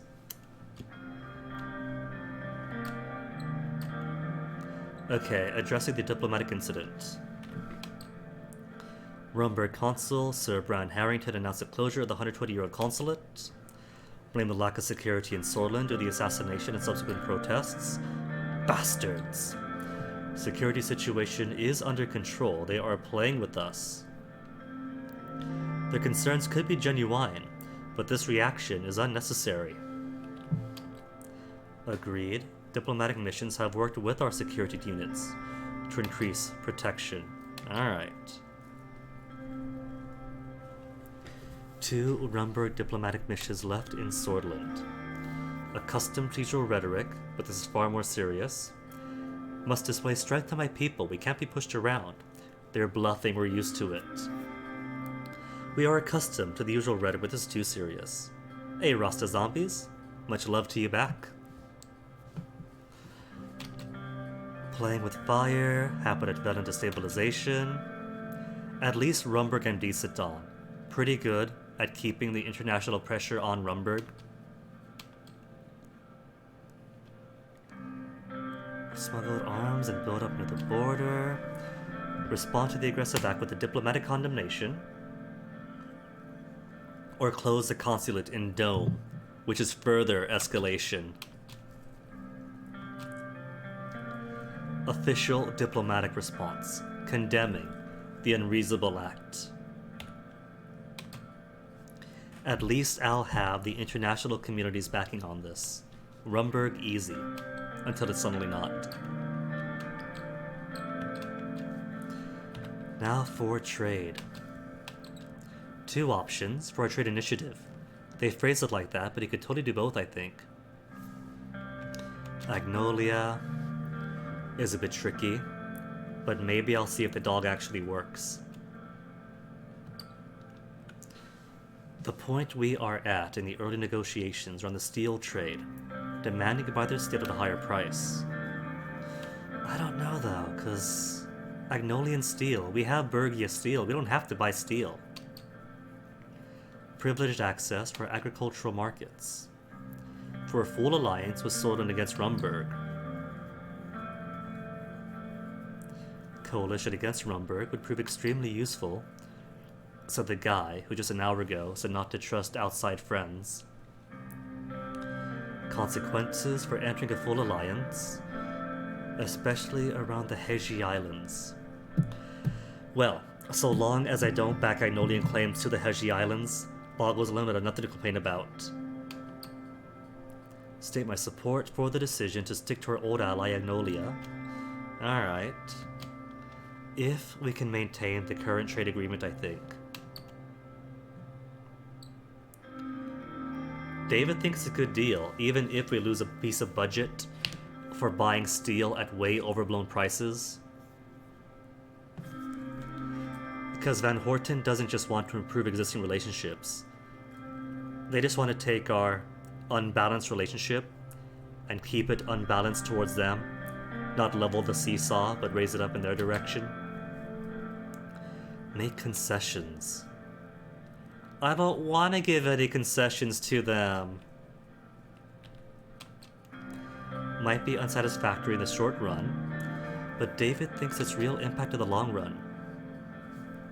A very democratic system. Recent elections, the MP has managed to arrange a fairer deal with us. See, Van Horten does support relaxed immigration, and he's cool with that, which is why he's also willing to only ask that we go against Vogelsland. But there's gotta be a better deal than that. There's gotta be a way to maintain the status quo.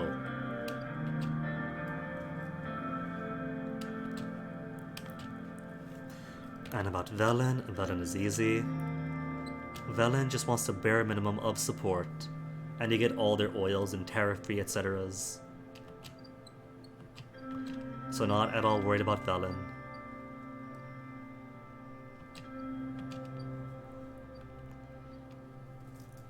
Too lucrative to pass on, regardless of the risk. And I don't even need to militaristically support them in their ethnic cleansing. Known isolationist. Lucian Gallet doesn't want getting too close to Velen. Here's a thought though. What if Lucian was a spy after all? On the one hand, following up on Livia's background information, the bar or whatever in Lockhaven says, oh, they had a girl like her, or they had a girl by that name, but they're completely different. Who tells us that but Lucian himself? Lucian doesn't want to see the military power of Velen and Sorlin getting close together. What if he's a Rumburgian spy? What if he's the real Ilya, whatever the name was? Since they did also say that they always thought that spy was a dude. Maybe he was a dude. And that dude is Lucian Gallet.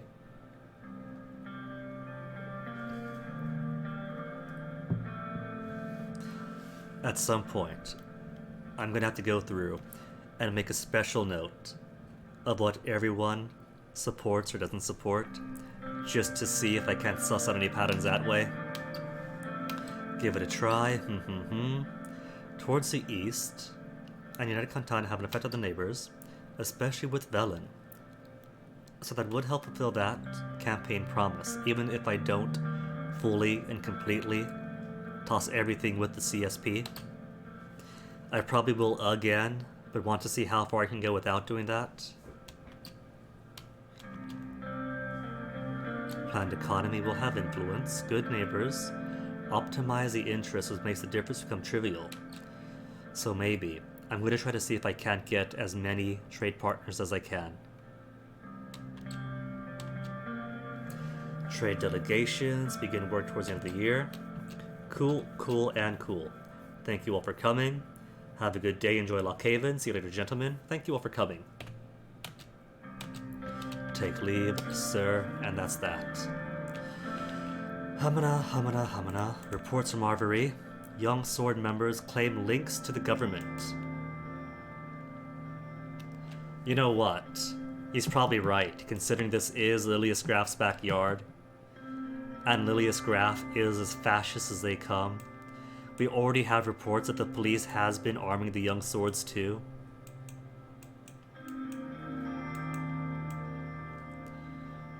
There's reports that United Cantana could be funding the Red Youth. Emergency in Enrica, mayor announces. Reporting 20 police officers heavily wounded, blah blah blah. Lockhaven Times, welfare issue in Narble. Unrest continues, the radical, we need democracy. And we're going to get it. Just this time, see if it might be more successful if I keep the member of honor position in there. Swordland condemns closure. Nothing too different yet, it's early on after all. So not all that many room for changes. Briefing on the results from the Reform Committee. Lucian, good afternoon. Let's not antagonize him. He's already sold his own soul and put his endorsement to Lillian for whatever reason. I'm starting to think niceness doesn't matter in the long run. Miss Morgna's here. Okay. And how does it look? Situation quite complicated. We'll make it work. Over the details regarding the new constitution in the meeting. Alright. There's a lot of talk going about the future of the process. Begin to tackle the points of contention. Morgna. Committee meetings really fruitful. Already started working on the constitutional draft together with the reformists. Demanded too much, but had success with Franz Richter for a realistic draft. She says that, and then Franz Richter looked at the draft from last time and said, no, we want more. Rewrite the whole constitution.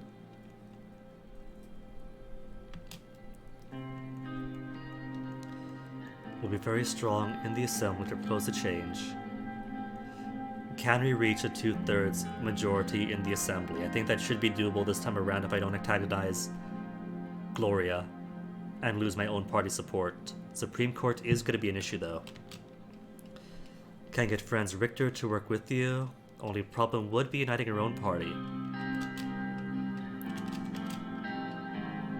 Alright, tough to unite the USP with all the divisive wings that have formed. We'll convince the Leads. Albin Clavin and the Reformists. If I don't get them, then forget them.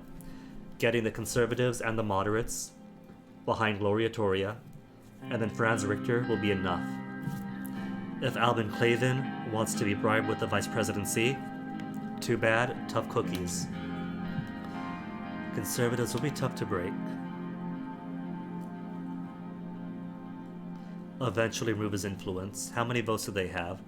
Do you think they could be persuaded? Possible. But they need to persuade most of them. Okay. Gloria Tori might be in Ursul's pocket, but the reverse. If she's in Ursul's pocket, then maybe helping her out, Mians, makes it easier with Orso. Except no, because Orso doesn't want anything. I should just consider the old guard in the Supreme Court to be a wall that I cannot change. They don't want reforms, they don't want anything, they don't want to give up their power. All I have to do... I didn't even get to speak to Isabel Edmonds last time, since the Constitution didn't even pass the Assembly.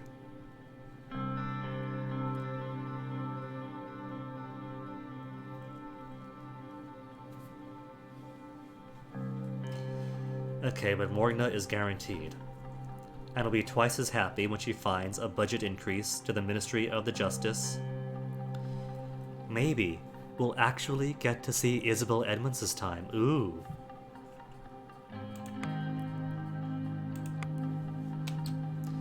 Need at least 6 of the 11 judges, blah blah blah.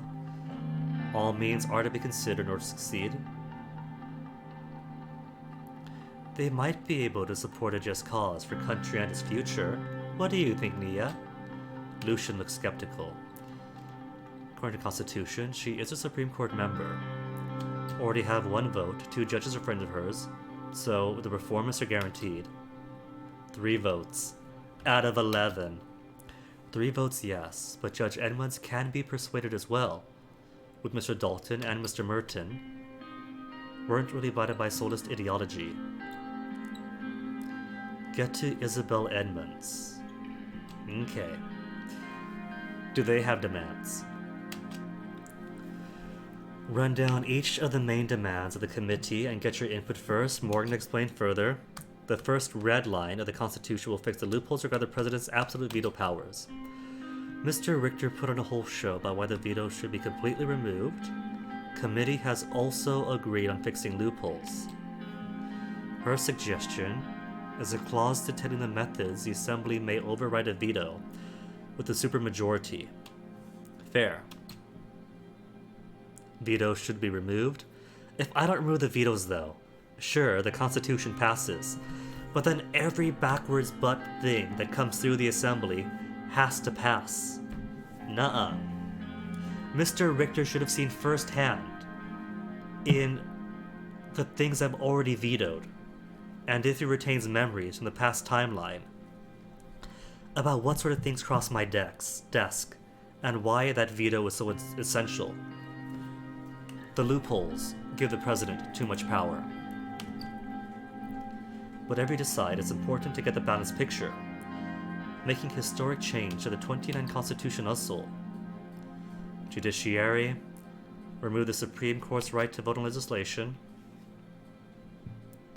unanimously agreed upon by all parties, and yet they'll still complain. Accomplished with a reform like this, particularly because we will keep the 2/3 vote system to be able to propose a change. Fair.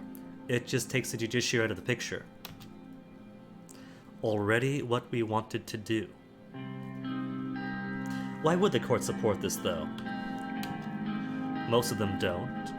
We talked about her vote and the impossible agreement with Isabel. Want to reform the appointment procedure of the ministers. Assembly should have a say in the formation of the Council of Ministers. The majority in our party also supports it. Mr. Richter also talked about abolishing the member of honor rights of Tarkin Sol. I might just have to give that to the USP. Let Tarkin Sol have his nice estate retirement. Immunity of justices, impeachment of president, limiting the power of the presidential decrees.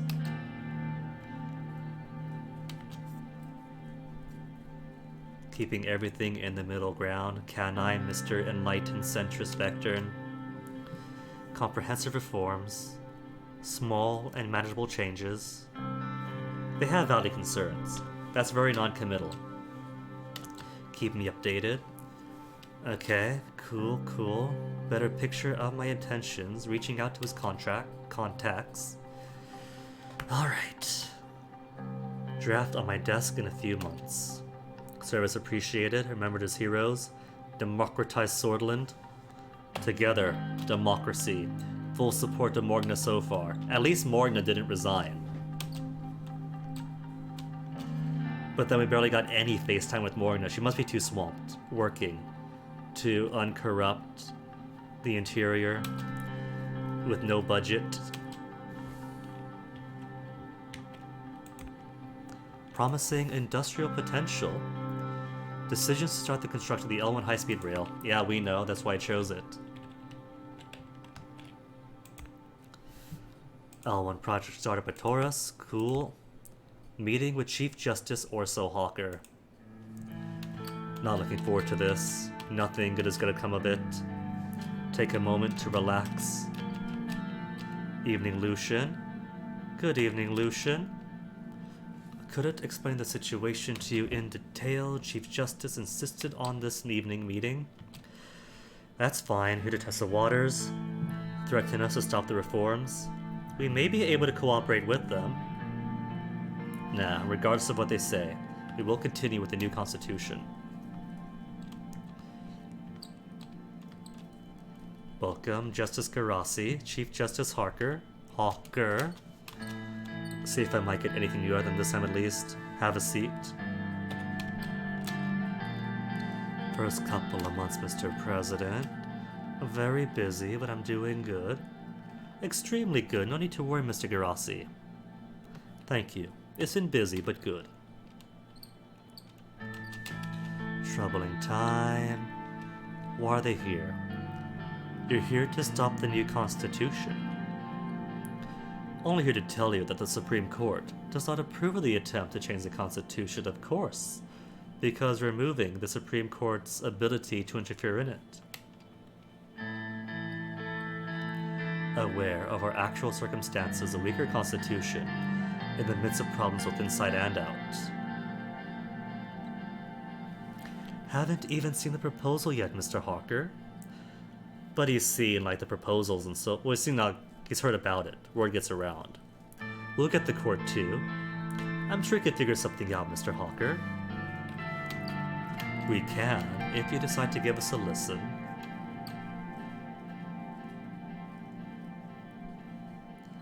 The reasons of their stance. Sure, let's hear it.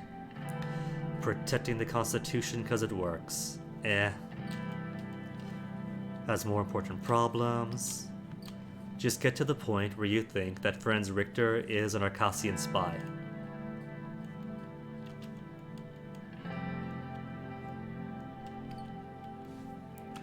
Communists are rising with the support of Inara Cantana. But what about the young swords? They say nothing about the young sword violence. Of course they wouldn't. They're all for the youth nationalists. Court has no jurisdiction in these matters.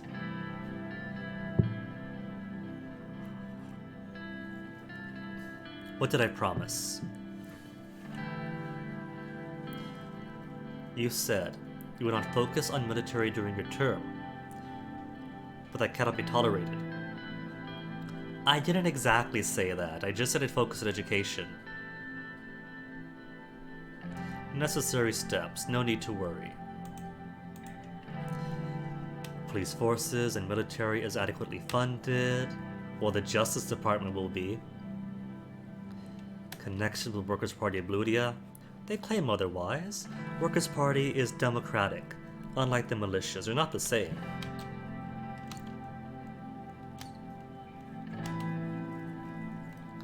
Electoral threshold. Electoral threshold is going to be a point of contention for Gloria Tory. If I keep it at 8% instead of 10%, 3% would be ideal, but she's not going to buy it. I think if I go for the 8% threshold but keep the Member of Honor, like Gloria could accept it.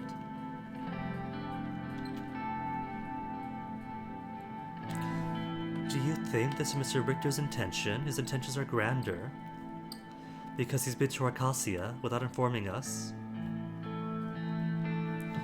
Hold on. He thinks the reformists, who for the most part are liberal capitalists, want to breathe the communist and United Cantana in. They generally dislike communism. You're saying the reformists are working for the foreign powers.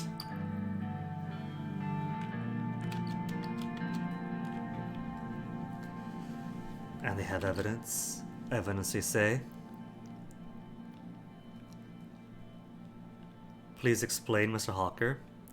Let the Chief Justice talk, Lucian. Of course, sir. Question is Franz Richter himself, the leader of the reformists. Ties with Arcasia, aggressive Arcasia, and their influence around the world. All the pieces fit. Know that he's been to Arcasia many times. It's been documented. Hidden flights to the country.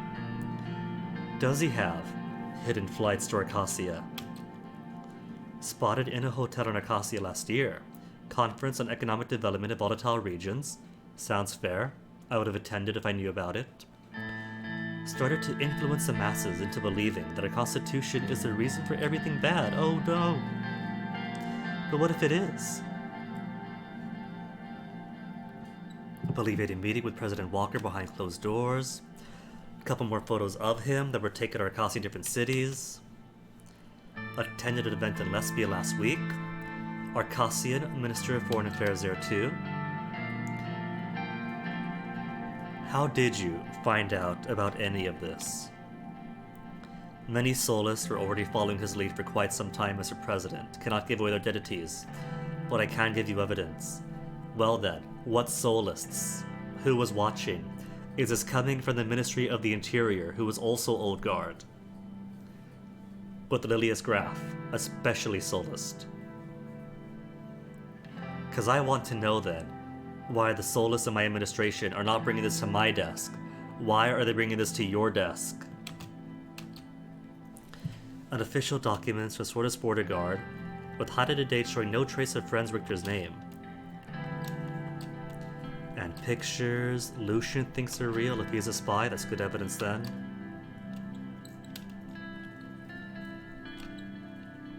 Bet Rumberg is part of their plan too. Or so Hawker just wants me to see enemies outside and within everywhere. Not much to think or check. Clearly an emergency. So I should use my constitutional powers to call an emergency. You want me to declare an emergency and then what? For a fast and effective solution, need to suspend parts of the Constitution to give more authority to our security forces to deal with these issues. and officially investigate Mr. Richter as well. If I could use that power of the emergency to get things done, just carte blanche, if that's even the right phrase for it, just call the emergency, do what I want done, sure. But he's speaking about his own goals too. There's things he wants to do in that time of emergency that I don't want to happen. A strong security decree, if based on the Articles 57 and 58, to deal with national security threats, bypass the Assembly in such a situation, just need the Supreme Court to allow the emergency to be declared. Devise a plan together. Without Mr. Gallade? No. No.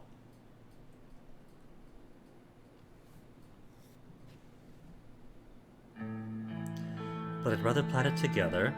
Won't be cooperating. Nah, reforms are going to proceed. Making a big mistake, Mr. President. We will not allow you to succeed. Enough. A long silence in the room.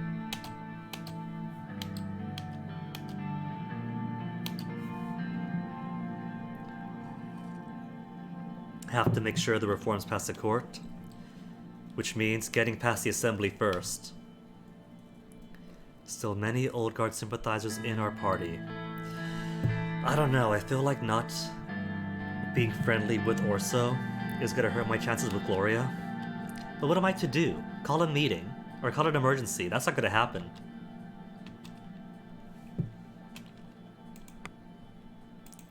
Lockhaven Times, Hawker in Maroon Palace.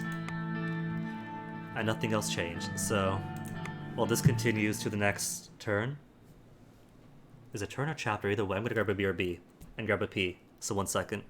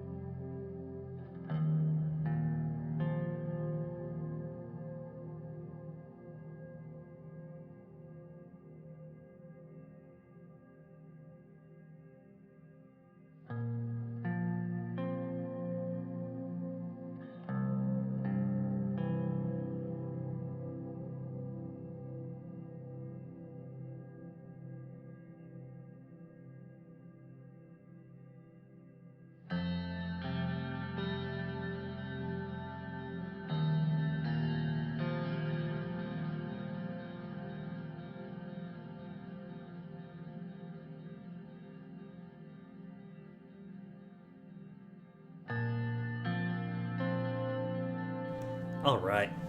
Where are we? What reports do we have? Young swords and NFP flags burned. Good. Never liked either of them. Communist books burned. Oh, that's too bad. Bloodish resistance in sanctuaries. But we take care of our bloods, so that's not going to be an issue. Narble reports lack of hospitals. Alright, what's in the news? Swordland today, school poisoning in Ribel. Time for women to stand up. Questioning soulless education. Upcoming government budget changes. And Van Horten blames Vogwa's Lind for the missing fishing vessel. Lockhaven, recession hits farmers again. It's alright though. This time there's gonna be money for the farmers. Barbecue with Frank? Alright. Come spend some quality time with the road man Frank at the barbecue. Haven't been around very often lately, but happy to see you, son. At least Frank understands it's the most stressful job in the country. We chuckle, we bond, I like Frank. As if he was expecting praise. Good job. 1 right answer, and 3 awful, terrible answers. Praise your son. He's socializing, he's trying to be a part of things. Frank, get us a couple of beers. Manly bonding moment. We're family. Could ask anything, and then he wants to know about my past. Tell him everything. Is there going to be a civil war in Swordland? If I mess this up as badly as last time, it could only be yes. No, I will never let that happen. But what was it like? Not a kid anymore, you can tell me. Dark times. Give him the full picture. A grown man, let's talk about it. Tell Frank about the coup of 1927. That we went over. We just skimmed over in the intro. Ran for your life like a coward. But carry shame about it. Humanize yourself before your son. Then the Civil War. Right after meeting mom. Direct correlation. Organize a protest. Tell him about the girl. It was horrible.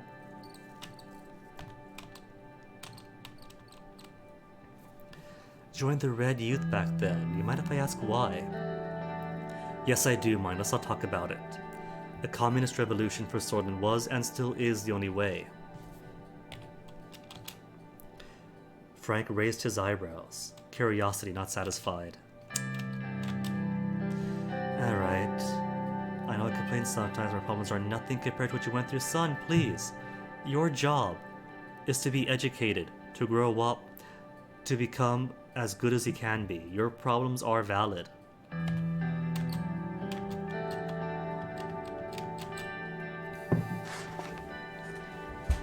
Overview updated. Did it? I don't see anything new. There's no new dots in here.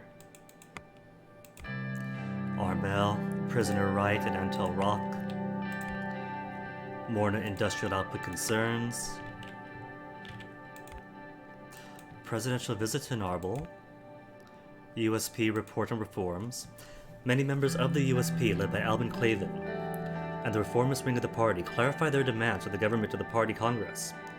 For the upcoming constitutional reform, Alvin Clavin stated that without ministry reforms, they won't be able to stand behind the new reform package. Attacker from foreign protesters.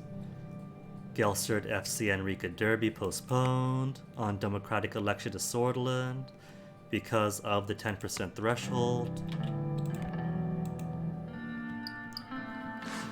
I don't recall this one being of much consequence. This is mostly for Ciara and I to talk about the rural decay, isn't it? How was life, Serg? Recently gave birth to a son, Serg. This time, Serg, I'm going to keep you alive to enjoy your son's life. Happy for Serg. Erica outsmarts Serg all the time. That is why Erica's gonna have the best of schools.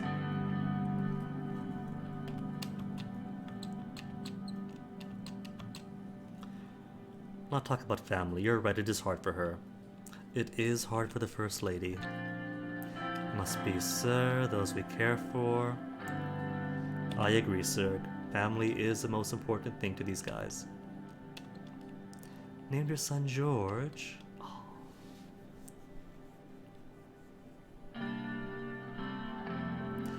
Hopefully, the hospitals do have a good service. Normally we'd be in the suburban hospitals, but thanks to the special coverage of the prejudicial staff, transferred to Emerald State Hospital.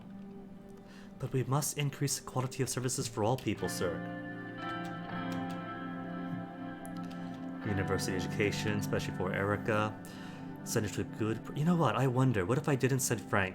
What if I didn't force Frank to come with me during the inaugural ball? Because that's been haunting him for a while.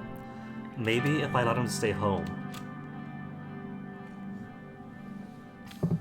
Maybe if I allowed him to stay home, he wouldn't be as shook, wouldn't escape so much into Western music and cigarettes and booze. I would actually be able to focus on his studies. The attack would be a lot more distance for him, maybe.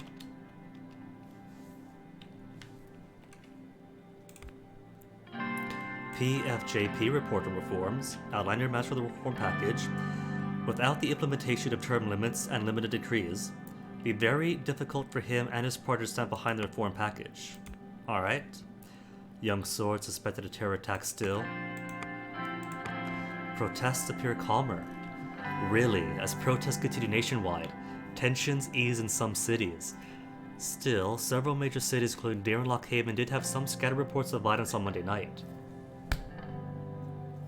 Maybe that's it. Maybe all you have to do is show up in person in the affected cities instead of hiding behind the cathode ray television.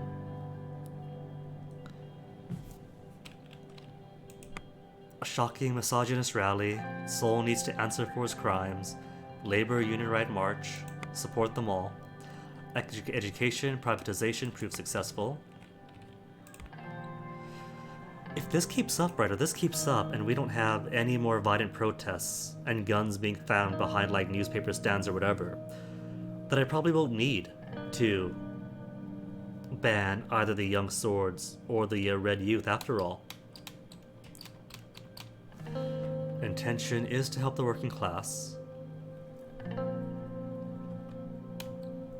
Glad we agree because Ciara is amazing. Pascal hopefully won't want to privatize if I get the money directly.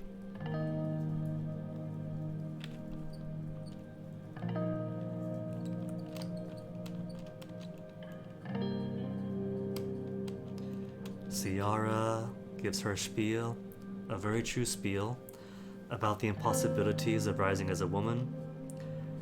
The compromise must be made. She is wrong though about Lilius, because she cites the Lilius having to support conservative views and platforms as a compromise of trying to survive in this man's world. It turns out she's completely wrong there. Lilius is just a horrible harpy that believes in soulism in her heart. That's not survival, that's just her. Does Mr. Gallade have a wife? I've been thinking about that actually. Does that go anywhere? No, it doesn't go anywhere. Mr. Gallade not having a wife doesn't actually go anywhere.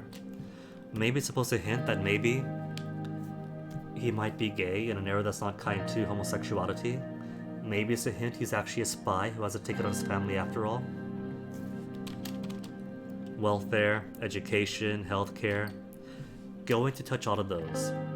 Lilius Graff will take care of crime. She's an expert on the subject, no. If she was, then why do we have gang infiltration of the police? Why do we have the police giving arms to the Young Swords? Engage holistically in these things.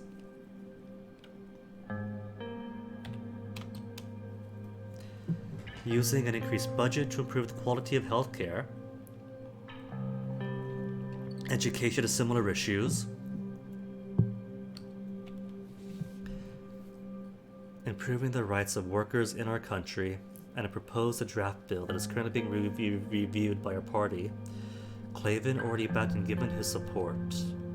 Maybe if I push this, then Clavin will go ahead and give us full party support from the reformists in the party.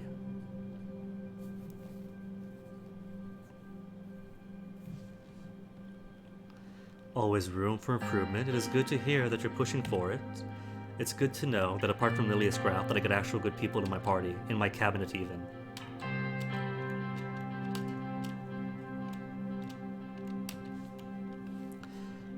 Would be very interested in supporting the bill once it's finished. Evaluate the contents in detail. I'd be very interested in supporting. I think I will this time. Keep on supporting the workers' rights bill.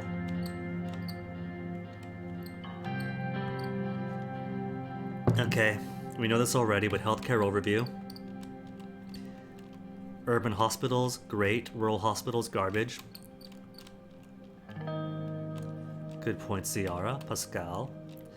10,000 people in urban areas, or 11 doctors. In rural, only 3. Hospital beds per tens of thousands, more numbers. A lower number in countries like Agnoli and Velin, so we're doing better than Agnoli and Velin, but worse than Lesbia and Vogelsland. Life expectancy, see, at least here, I had victories in the previous administration. Life expectancy 65 years, infant mortality rate 85 per 1,000 births, maternal mortality rate 90 per 1,000. We got to drop that a little bit. I forget the exact numbers, but still. Numbers saddening indeed.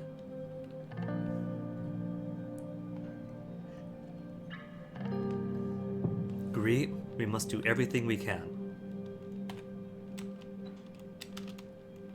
Thank you, Pascal. And education, it's backwards, it's out of date, it's sexist. There's no teachers of the countryside. Literacy rate is cool, but worse in urban areas. Difference in urban and rural. Great in urban, terrible in rural. Thank you, Ciara, and that should be everything.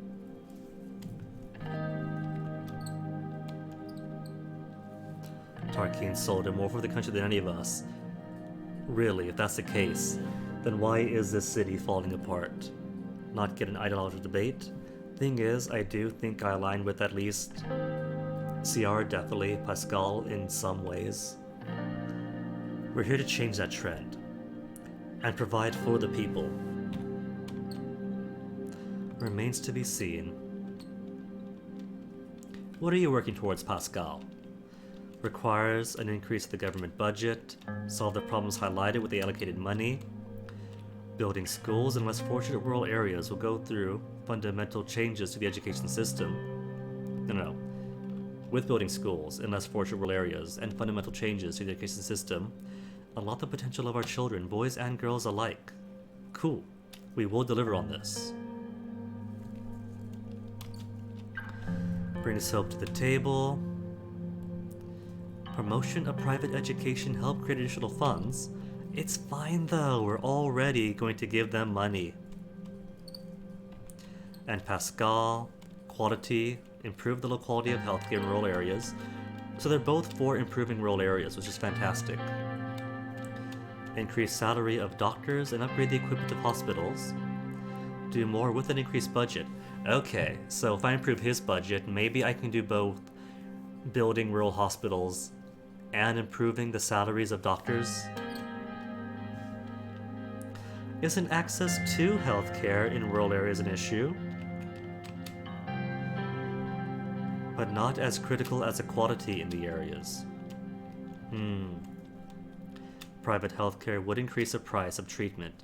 And in the end, did we not get 5 million who were kicked off their insurance plans? Decided to promote a more planned economy. So yeah, just gotta spend money to make money. Elected representatives of our people and will prioritize their needs. Reassuring to hear. CR should be happy though. All governments make the same promises, but in this case they actually do carry through with them.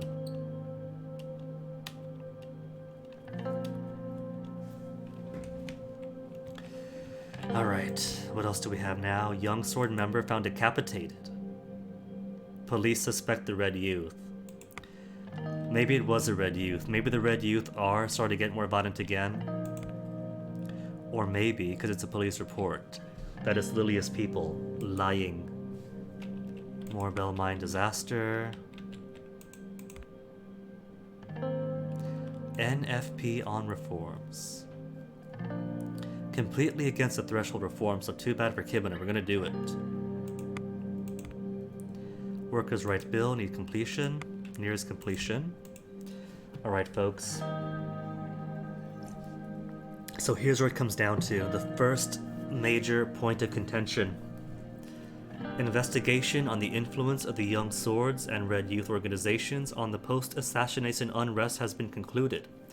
Both organizations haven't officially organized or called for illegal actions, but several low to mid-level leaders from both have links to insightful actions that led to death, injuries, and instability.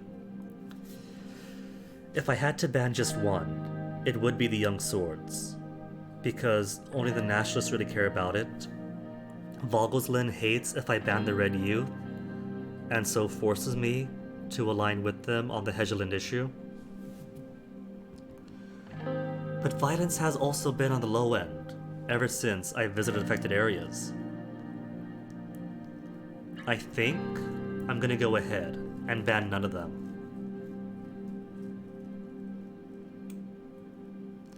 And hopefully that's the right call to make.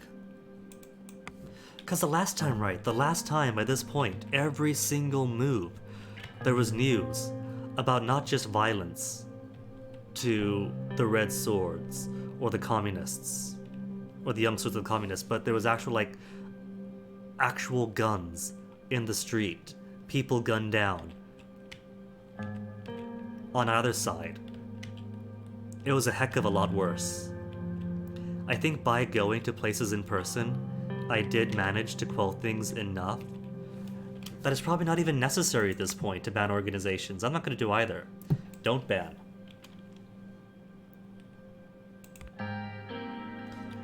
Finalization of the drafts of the constitutional changes. What do we have? Livia. Good morning, Mr. President. Good morning, Livia. How are you today? Fine, thank you. How are you, sir? Perfectly fine. Feeling better now that I've seen you, Livia. Ugh. Although I wonder if I flirt with her instead, maybe that'll keep her away from Peter, and Peter will keep his Peter away from her. But either way, that means sexual harassment is going to happen, and I am not going to promote it. Perfectly fine, Livia. Good to hear. A hint about your reform plans? If you ask me, taking away the judge's immunity is long overdue, but might anger a lot of people in these halls. I didn't notice the first time. I thought she was just being conversational, or trying to be like, getting a taste of politics, but she is asking for information even now. None of your business, Livia. Maybe that counts as a warning and gets her to not push Peter, but she's probably going to push Peter anyway. Nothing has been decided yet. Hope you'll keep me informed. The spy, already sinking her tendrils in, if she is a spy. We didn't get to hear the results of the trial after all, just that she goes missing eventually. Peter, Lucian, and Nia arrived. Good morning, everybody. Okay, so what are we looking at here? Can we go over each points that are in discussion for the draft? Apart from the first two sections, decreasing the Supreme Court's authority, limiting the presidential vetoes, nothing else has been agreed upon unanimously. So they're telling me then that unanimously we do have support for decreasing the Supreme Court's authorities and the vetoes. Talk about Section 3, impeachment process of the President. In case of high treason and break of the Constitution, Supreme Court may impeach and try the President. Reformists want the impeachment to be initiated by the Assembly. Agreed. Correct to chastise the President this much. Assembly should have oversight over the President. This law is particularly dangerous for you in this case, and will go against the old guard. And, if successful in the Assembly, they'll look for anything to declare unconstitutional to tackle me.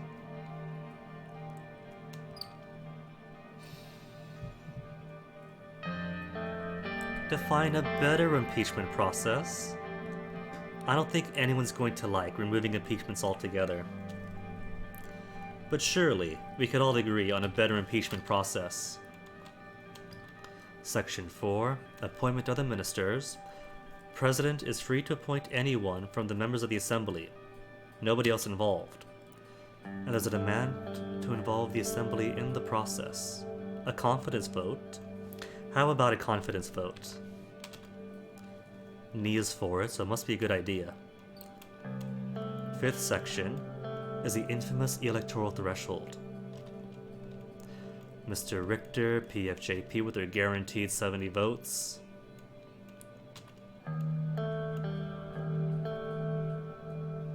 But not even Albin wants to change the threshold of the party. USP is the worst.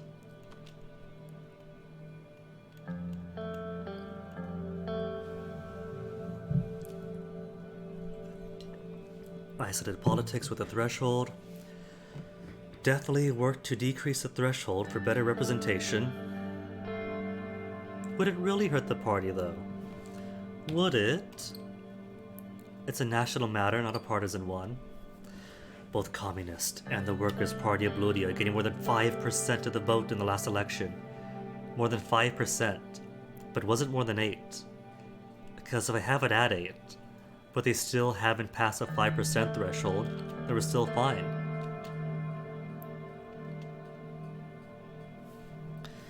With these reforms, we will be even more popular. Hope it works out. Section 6. But the presidential decrees. Reformers demand more limitation to the president's executive powers. Mr. Richter has demanded to be completely removed. Okay. So we talked about the veto. Maybe I could strengthen these. Strengthen these here. Can I negotiate it though? Let me see, because... Limitation to decrees, but regarding their applicability, while we keep them, should try to make sure they will only be used in emergency situations. Also make it dependent on an enabling act from the assembly.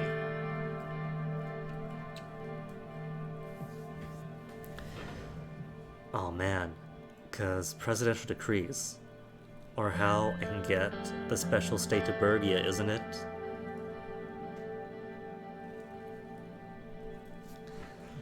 I'm already giving them the Supreme Court, the vetoes, and the 8% threshold. I think we could compromise on this. And keep the decrees. Because the decrees are the only reason I got the desolinization through the first time about. Some workers' protections. Section 7, term limits. Uh-oh. Term limits? What are those?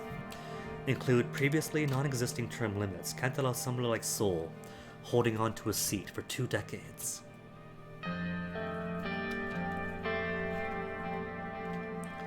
Even Seoul knew we had to leave, but it took a long time.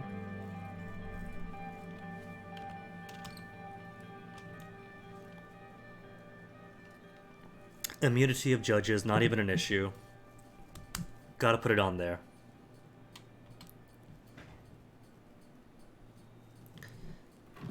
Do not support taking away their power for yourself. Judiciary must be independent and long-lasting. Alright.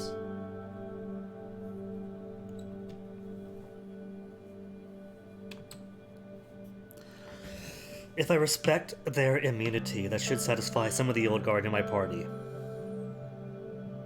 Why did I get impeachment but not them? We should crush the old guards, but I think this is fine for now.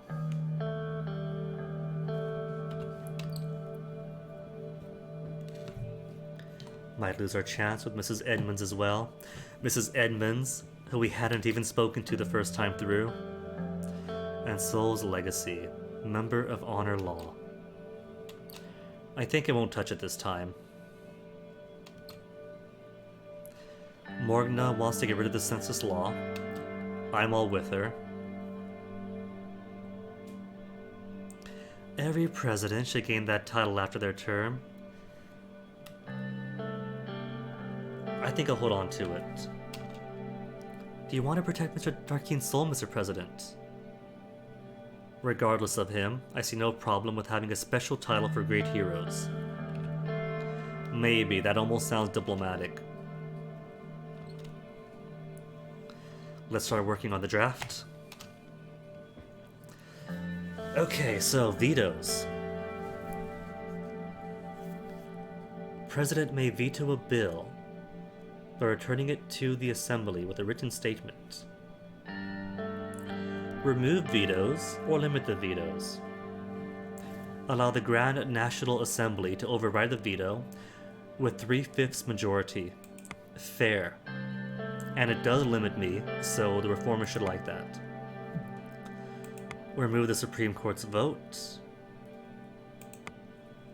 Impeachment process. Assembly and the Supreme Court may impeach by a 2/3 majority in both the Grand National Assembly and the Supreme Court. Impeached just by the Assembly, or may not be impeached. Supreme Court and the Assembly, I think, currently is what? By the Supreme Court in the joint session with absolute majority of its members. Impeachment process only includes the Supreme Court and gives them power over the executive.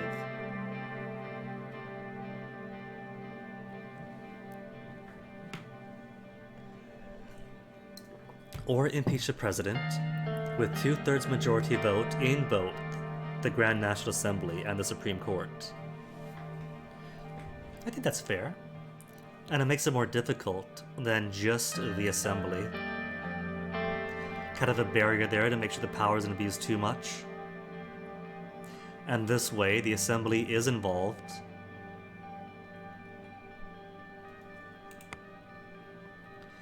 Appointment of ministers.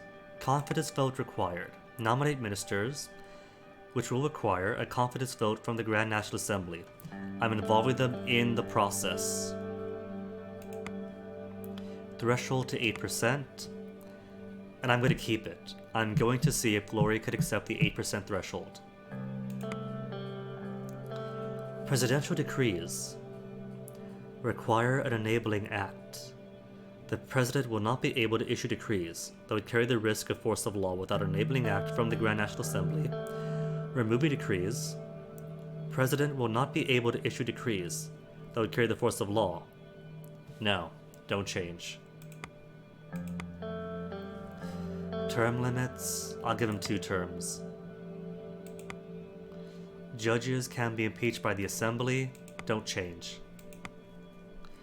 Honorary membership of Tarkeen Sol.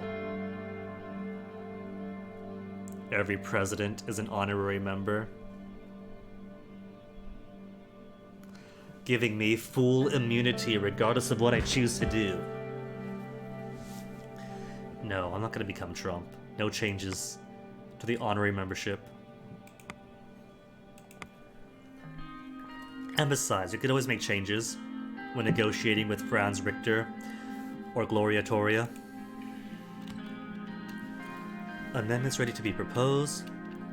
But this is to what? What's the news say? I missed that. Preparations underway for annual Benfi Festival. The new electoral threshold will be really difficult for the party to accept. That's fine, we'll work on it.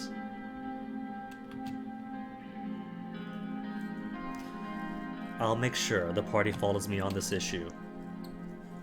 Any other comments? No other problems? Me neither. Excellent. Alright. Gotta speak to Clavin and Miss Tori. And the advice for the speech. And the advice. Pretty well versed in speeches, you know the party. Just make sure you get them hyped up about the reforms. And don't show any weakness.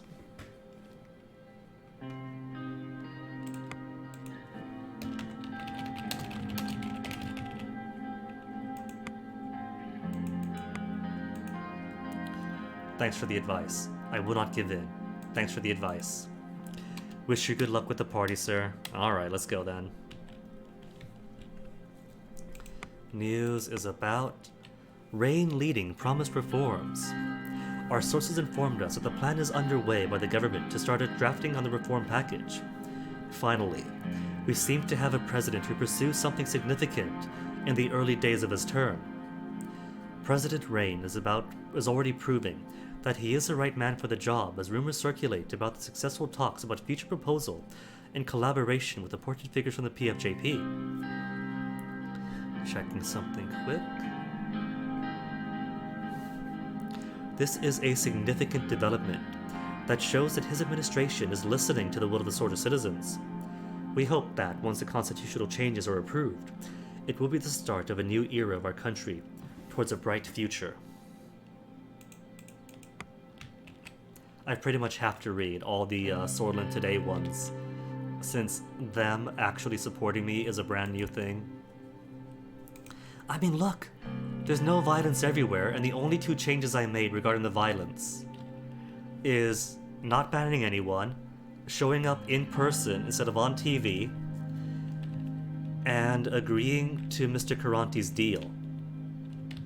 So really the only two significant changes is being there on site in person and having the news support me. Mr. Murdoch was straight up supporting greater violence and disunity. Reform Committee begins preparations. What's going on in Lock Haven? Dinner with the Business Council members. Alright. Walter Tusk, Edith Thagnock, Mikhail Levin, Simon Hall. Tusk recommends the salmon.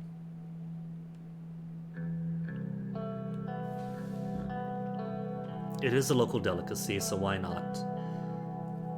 Lock Haven salmon and the salad. Had the rice last time. Mr. President, didn't have the possibility to thank you for coming today. Presence means a great deal. I can't remember if there's anything important here. It is great to be here with members of the Business Council. Thanks, Simon. What do we have? An expensive-looking red wine bottle. A nod to it. Took a sip, bitter like any other wine. A sour and delicate vegetal character. Is it Arcacia I'm tasting? What? No! Maybe tasting the oak from the barrels. Or maybe it's the gooseberries. It's definitely not Arcacia. I messed up already.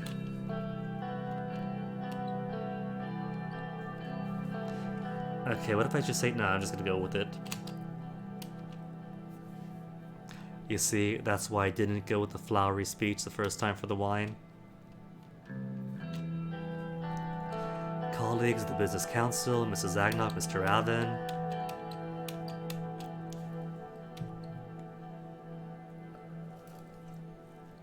Here, I could be fancy because food is food. The food's actually the important part. Pressure already high, not much has changed. How are things going at the Maroon Palace? Pressure must have increased. Future is looking good. Great to hear. Arcacia knows the right way of doing business. Sure they do, Tusk. It supports people like you by funneling money from the bottom into the top. Money does turn the world around. Travel is the least you can buy with it. But what about people who don't have the extra cash to spend? Whoops, that's not number 4. And I don't like that option at all. Not all countries. That's not very diplomatic. Come on, last checkpoint then. Gotta be good, President. I'm not going to talk smack about other countries. At least not in front of these nobodies from business. You know?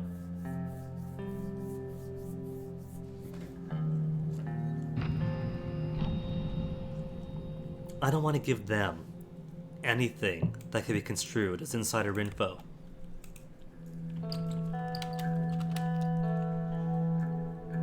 Order the salmon. Order the salad. Great to be here. Nod, maybe just on it's fine. Just on it's fine. This wine doesn't even need testing. It gets a what from Tusk either way. It's okay, I'll drink it.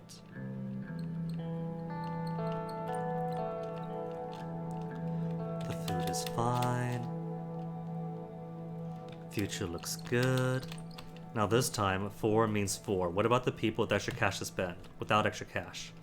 And what about disease and death? Well, Tusk, if you weren't hoarding the national wealth, then we'd have more of a budget to handle disease and death. Only an egotistical, truly an egotistical way to look at the world. It's just facts. Life is short, and there's only so much we can do, like stripping you of your national wealth. Construction company of the railway started. Concerns about the company, Mikhail, but we know from history in the alternate timeline that Taurus Holdings does well.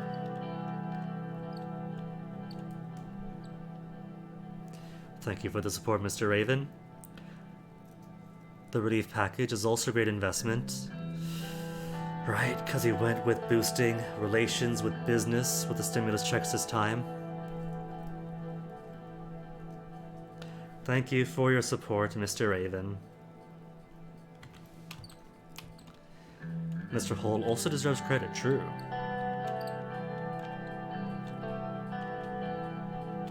Avila. But isn't Avila a bit much in this economy when people are suffering? So what? My car collection is nearing 40 marks. They're all old-timer models. Maybe it shows overcompensation somewhat. Everyone is free to do what they want.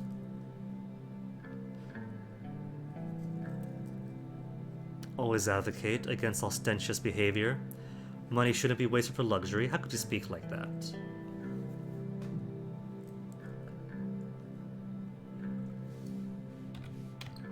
I'm just saying that he's free to do what he pleases with his hard-earned money. Edith was sitting to my left. Gently put her hand over my arm for a few seconds. No finance or politics for now. Alright. But I don't know. Simon is my money man. He knows what's going in money-wise. I just smell the possibility of conflict of interest.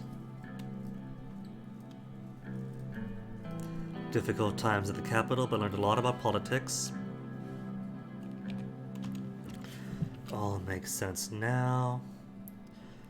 How's I doing? How's my family? Don't talk much since I became president. Tusk says family is everything. Tusk, what if, man? Imagine if you weren't the head of the oligarchs. If you're in, say, Latimer, tilling beans for 1 rand a day. What then about your family? Do you still agree then that the oligarchs should take everything from you? Try my best to be a good father, someone introverted. Yeah.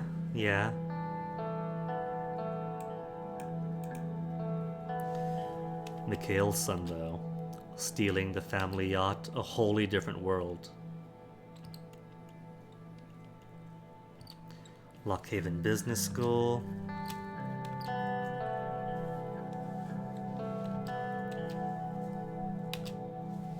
See, even here it acknowledged that I did not go to the business school. Went to, Dare. And at the closing summary still said that my alma mater was LBS. Maybe it's just like a, what do you call it? A superficial thing, just the summary was wrong. Studying doesn't get you to the finishing line. An inspiration for all reformists, in this mess because of Alfonso. Alfonso was an inspiration to all reformists. Transformed the country to a modern nation, but a very difficult term got destroyed, just like me. It wasn't the policies that destroyed him, it was the old guard, just like me. What do you mean, Tusk, and how on earth could you possibly shield me from the old guard? Threaten their economic power base over the country through a vast privatization plan. So the old guard should support my allergy to privatization.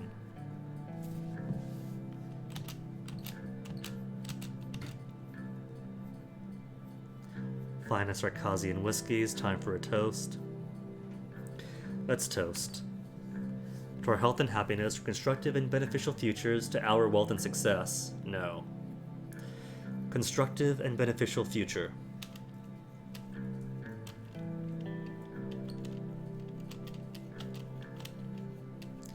Thank you, Mr. President, for joining us. I'm putting together. Thank you all for being here. And then Tusk pulls me aside, doesn't he? Yep. Alright, Tusk, what's up? What do you want? Usually, Lotharberg's spokesman doesn't directly comment on the administration. But you want to say a few things. Maybe he'll be like Mikhail and be kind of on my side for giving money to the businesses. Won't be easy to pass a constitution through the Assembly and the Supreme Court. What do you propose? Maybe what I can do is give empty promises to him for now to help me bribe the Assembly and the Court, and in exchange, once everything's all said and done, strip him of everything he holds dear and nationalize Bergia's steel until Tusk is on the streets. Could help get it through if, in return, I help with a few economic requests. Disappointed by the inefficient planned economy, that's fine. But I made promises in the election that have to be upheld.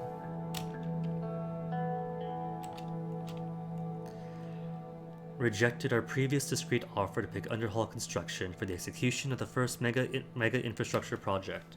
So what then? I'm not doing your preferred version of the economy. I didn't pick Underhall. So what all do we have to talk about now? Disappointment in the group. Aware of the upcoming tax meeting. Could be a step in the right direction if private corporations get a tax cut that I simply cannot afford.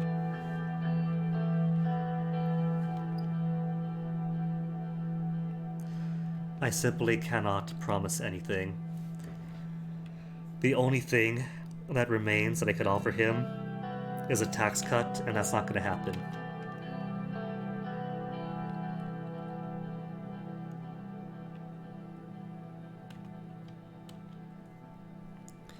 A private corporation tax cut and privatization in healthcare and education.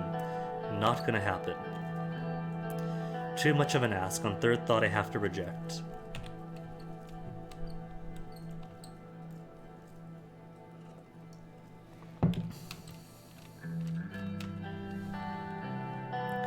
And then the Radical still gives news. No news in the Radical about meetings behind closed doors? Or is that sorted today? 112 dead in the Marble Mine disaster. Bill on the rights of workers being drafted. President meets with Business Council. I think it was sorted today. There was nothing but vitriol about the meeting. Our sources have reported that yesterday, President Rain had a meeting with the Business Council behind closed doors in Lock Haven, which later continued with a dinner in a 5-star Asteria restaurant with leading figures in the council. The agenda of the meeting was not disclosed, and the contents of the meeting remain a secret. But it can be expected that President Rain has discussed the future economic plans of his administration, as well as listening to the concerns with the leading industry figures. The outcome of the meeting will hopefully arrive quickly with positive developments and more transparency compared to today. Alright, so they do tease about my lack of transparency, which is fine. Whatever his name is with the HOS is opposed to the oligarchs represented here, but the last time they were brutal. Car bomb attack in Arvery. But nothing about who did what. Maybe the violence is done now. School poisoning connected to Bloodish woman. Budget allocation for the government of Swordland. Here we go. Here is where things really pick up then. An opportunity for a statement.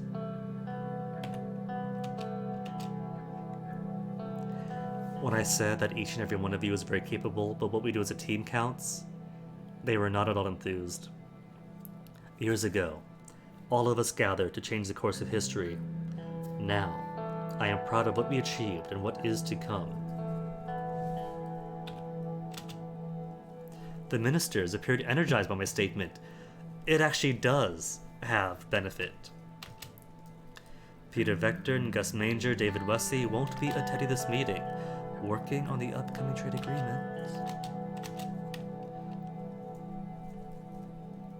Ciara rolling her eyes at Graf, and Graf going all young lady on her. You're in hot water already, Lilius Graf. I still have memories of the last jump.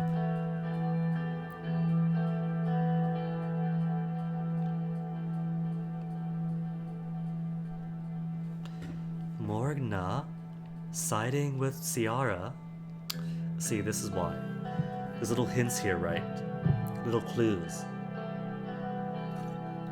Depending on who you are, Ciara might be I could see Ciara seeming too off the deep end for some people. But even somebody as middle groundy as Morgna siding with her is just a hint of how far off the deep end Lilius Graf really is. According to Sorden's law regarding the separation of church and state. Okay. Please leave your religion at the Maroon Palace gates, Mrs. Graf. I'm not going to comment, because Lilius is already not going to be my best friend. And Ciara and Morgna already have reason to be my strongest supporters. Thanks to Simon's expertise, we'll achieve a lot of great things today. Big day today. Priorities are spending wisely to achieve the goals we set as a government, while maintaining enough political support. Increase, maintain, or decrease funding. Okay. Problem isn't the amount of money spent. It's how efficiently we spend it. Policies could be far better implemented. Welfare system full of issues need to be addressed. Have to be careful as to what we fund so we have the resources remaining for another investment project. Prioritize the most critical branches. Must keep true to the election promises. Now let's prioritize the most critical branches. One more thing he must have voiced his opinion on. Go into debt, which is fine, we can do debt.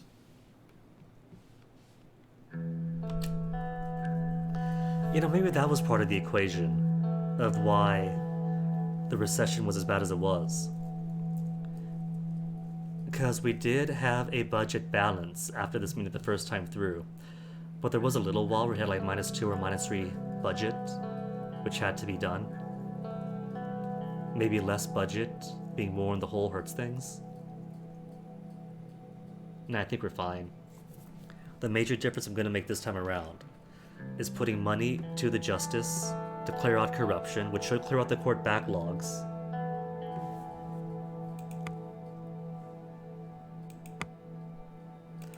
Clear out corruption, clear out the organized crime, make it easier to quell the national revolt.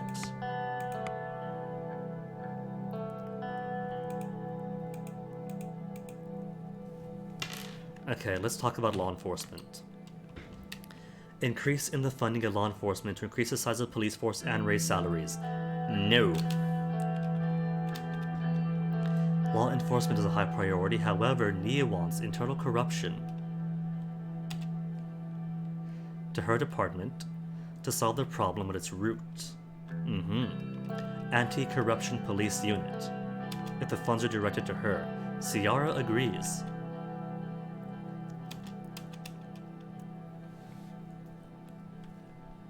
Real solutions for real problems like corruption.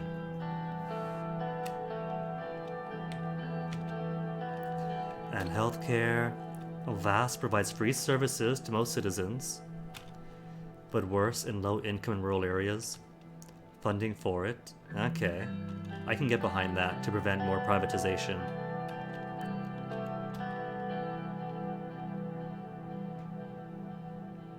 Need to improve our healthcare. What else are we here for if we can't keep our people alive? Military. Yosef already voiced his opinions. Rumberg is coming. Responsibility to protect us from Rumberg.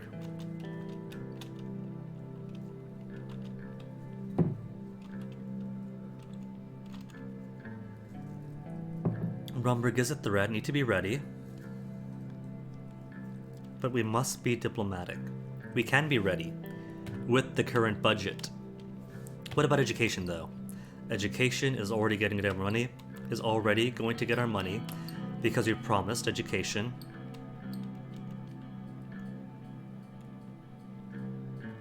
High time we invest in education and the NAC reforms.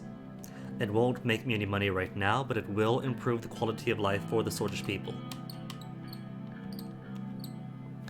And I am going to go into debt to do this. Health is going to get an increase. Education, an increase. Law and enforcement, an increase. And military is going to maintain. Maybe I can take money away from it. Yosef is going to hate that. If I take money away from the military, they might be too small to coup, but then I definitely will have to join the CSP. There won't be any evading that.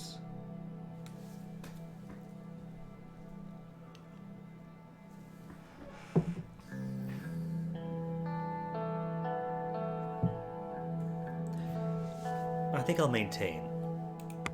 Maintain should be fine.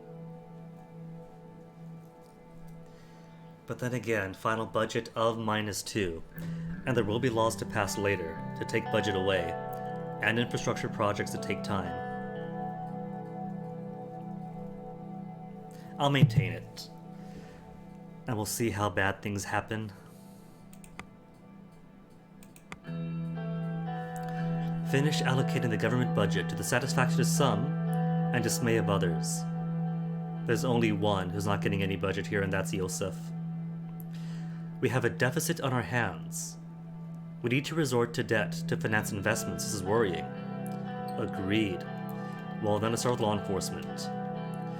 Thank you for this decision, Mr. President. I knew you would see reason on this, considering our internal security threats are at an all-time high. I still disagree with Ms. Graff on how the money ought to be spent, but the increased funding is certainly a step in the right direction. Law enforcement is a key branch that needs a greater budget due to increased threats and the need for security. I just think that there's too much being siphoned away with the corruption. Trust you to push the Ministry of the Interior and Justice forward. Tackle corruption and the backlog of cases head on. Education is happy.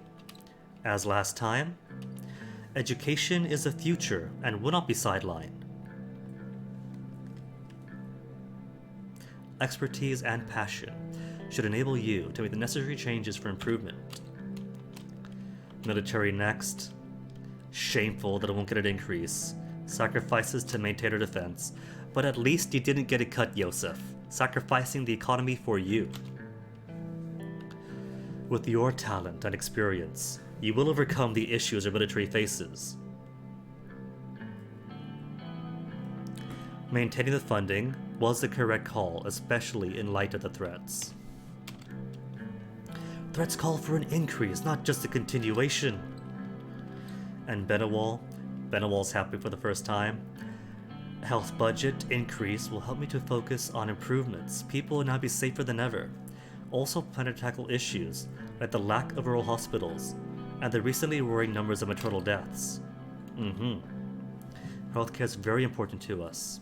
That directly means healthier, happier, more productive workers.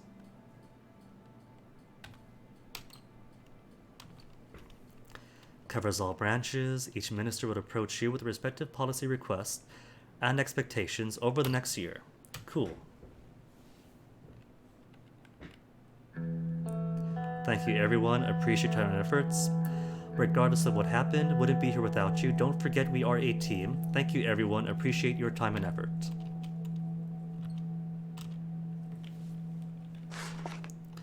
Budget time. Reform Committee status report. Able to get in total 87 signatures. About the same stable progress as last time. Overview. Welfare. Relieved welfare system. Some successful improvements have relieved the strain the welfare system from the worst. But not all those issues are solved. You see, we take care of our people. We take care of us. And because of that, that's less money spent on treating things that pop up. It's preventative care. Increased health funding, increased educational funding. Good and good. 1954 Sorters government budget. Spending around 40 billion SR the next year. Almost 29 billion more SR than this year. First measures for more internal security being introduced.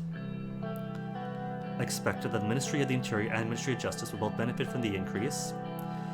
Minister of the Interior, Mrs. Graff, has expressed her gratitude for the increase of the law enforcement budget, saying that this increase will help us bringing and maintaining peace that we've all been waiting for. Education and health, two smaller ministries in Swordland, will see their budget grow more than expected. Walda and Benewald expressed their gratitude for the increase of welfare of the budget, saying this increase will help everyone in Swordland. Well, that better make up for giving my stimulus checks to the businesses and not the people. Economy, I'm staring at you.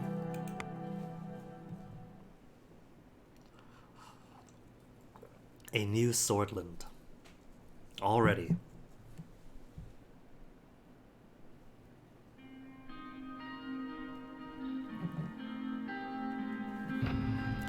Ba-dum. Reports. Agnolia offshore drilling near Hedgie Island increases tension. Massive network of BFF priests discovered. That's fine. Education in rural regions require improvement. Gonna be done. Military equipment outdated. We'll work on that. Band fee. Regional airport overcrowded. Depending on how the economy goes, if I can start making it turn around, then maybe I'll put in money to the airport in Benfey. If not, then I gotta improve my trade production, especially. Anything different on the economy? Tax evasion's a problem, unemployment crisis, weaker transportation links, decreased trade volume still, we'll work on that one. Bergia economy plummeting, Lauren Rust Belt, Anglin lacks investment, and you can't do all of these sadly. Stagnated production is a thing though. Mismanagement and lack of direction of economic policies. Just gotta go full in. Full in for the planned economy. That way it's no mismanagement. Lockhaven Times, League of Women March. Lagoslandian Navy forces Agnolian drill ships to retreat. Arcasia fires the M4 ICBM. Workers' Right Act. It is -1 budget. The communists aren't going to like me if I say no. But it's -1 budget now. And then -1 budget again. When Taurus Holdings says, hey, by the way, it's suddenly become more expensive.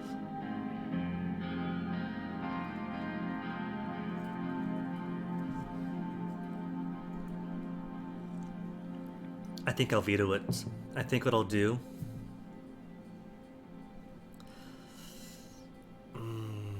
But then I'll get to budget -3 and -4. I can live with that. I'm going to sign it. Sign it, and then pay more money to get the rail done on time.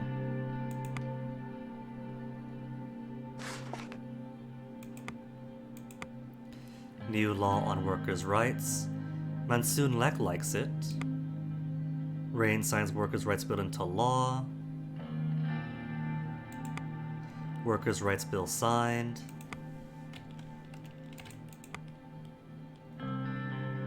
Increased employment costs is an issue. I don't know. I might just have to sacrifice the employee costs.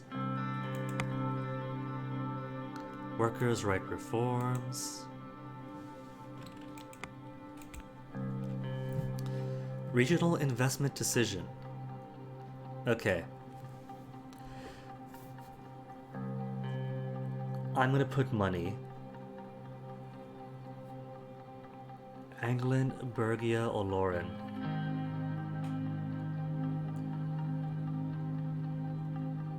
Morbol does have a Rust Belt going on. Tell me more about the Rust Belt.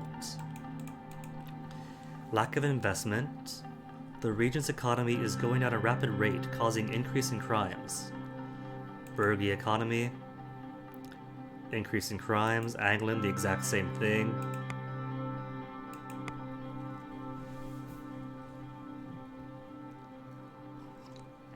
I'm just wasting all my money right now.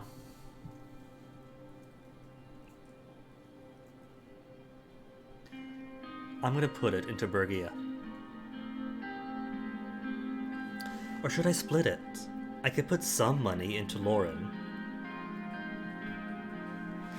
And that might help pull them out of the Rust Belt.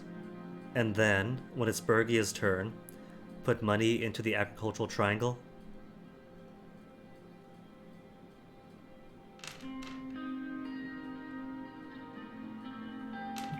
Alright, Lauren first it is.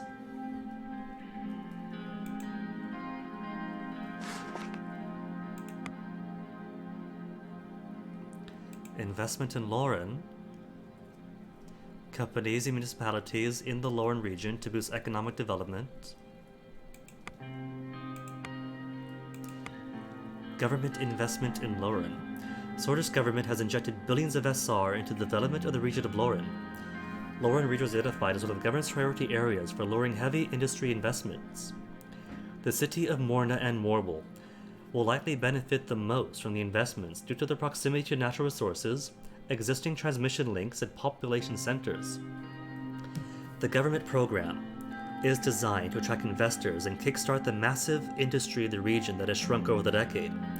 The funding will also be used to develop the regional infrastructure, and a small portion will be used as subsidies for the forestry industry, government officials said.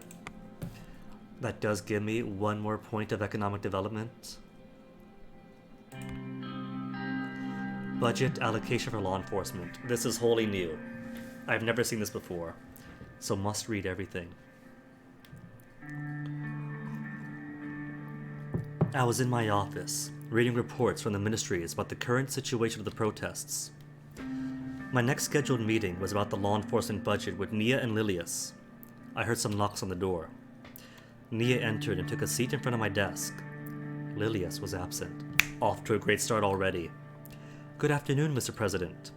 Lilius will be late. Apparently, there's an urgent matter at the Ministry of the Interior she had to attend to. Shouldn't take long. Oh wait, we did read this. But last time was with no budget this time. A couple minutes less of Lilius. Great. Let's wait. I returned to my reports, and Nia smoothed back an errant strand of her hair. There was an awkward silence. While we wait, why don't we have a little chat? This might come off as a little strange, but I am proud of you. Despite everything, you are actually trying to reform the country. Just the beginning. There is so much work to do. It is we, Nia, not me, Nia. Couldn't do this by myself, so no, I am proud of you. Well, thank you. You certainly have a way with words, don't you? Words are just words, but actions are what's important. And you seem to be doing well at both so far. Pros are canceling out the cons for sure, we say, with -4 budget. She leaned forward. How are you really holding up, Anton? Being the president, I mean. Hardest thing I've ever done with my life, but also the best thing. Feels like the whole weight of the country crushes me down every single day. everyone wants to be president until they are one, I guess. I want to assist you in the country as best I can. And to do that, I have an idea.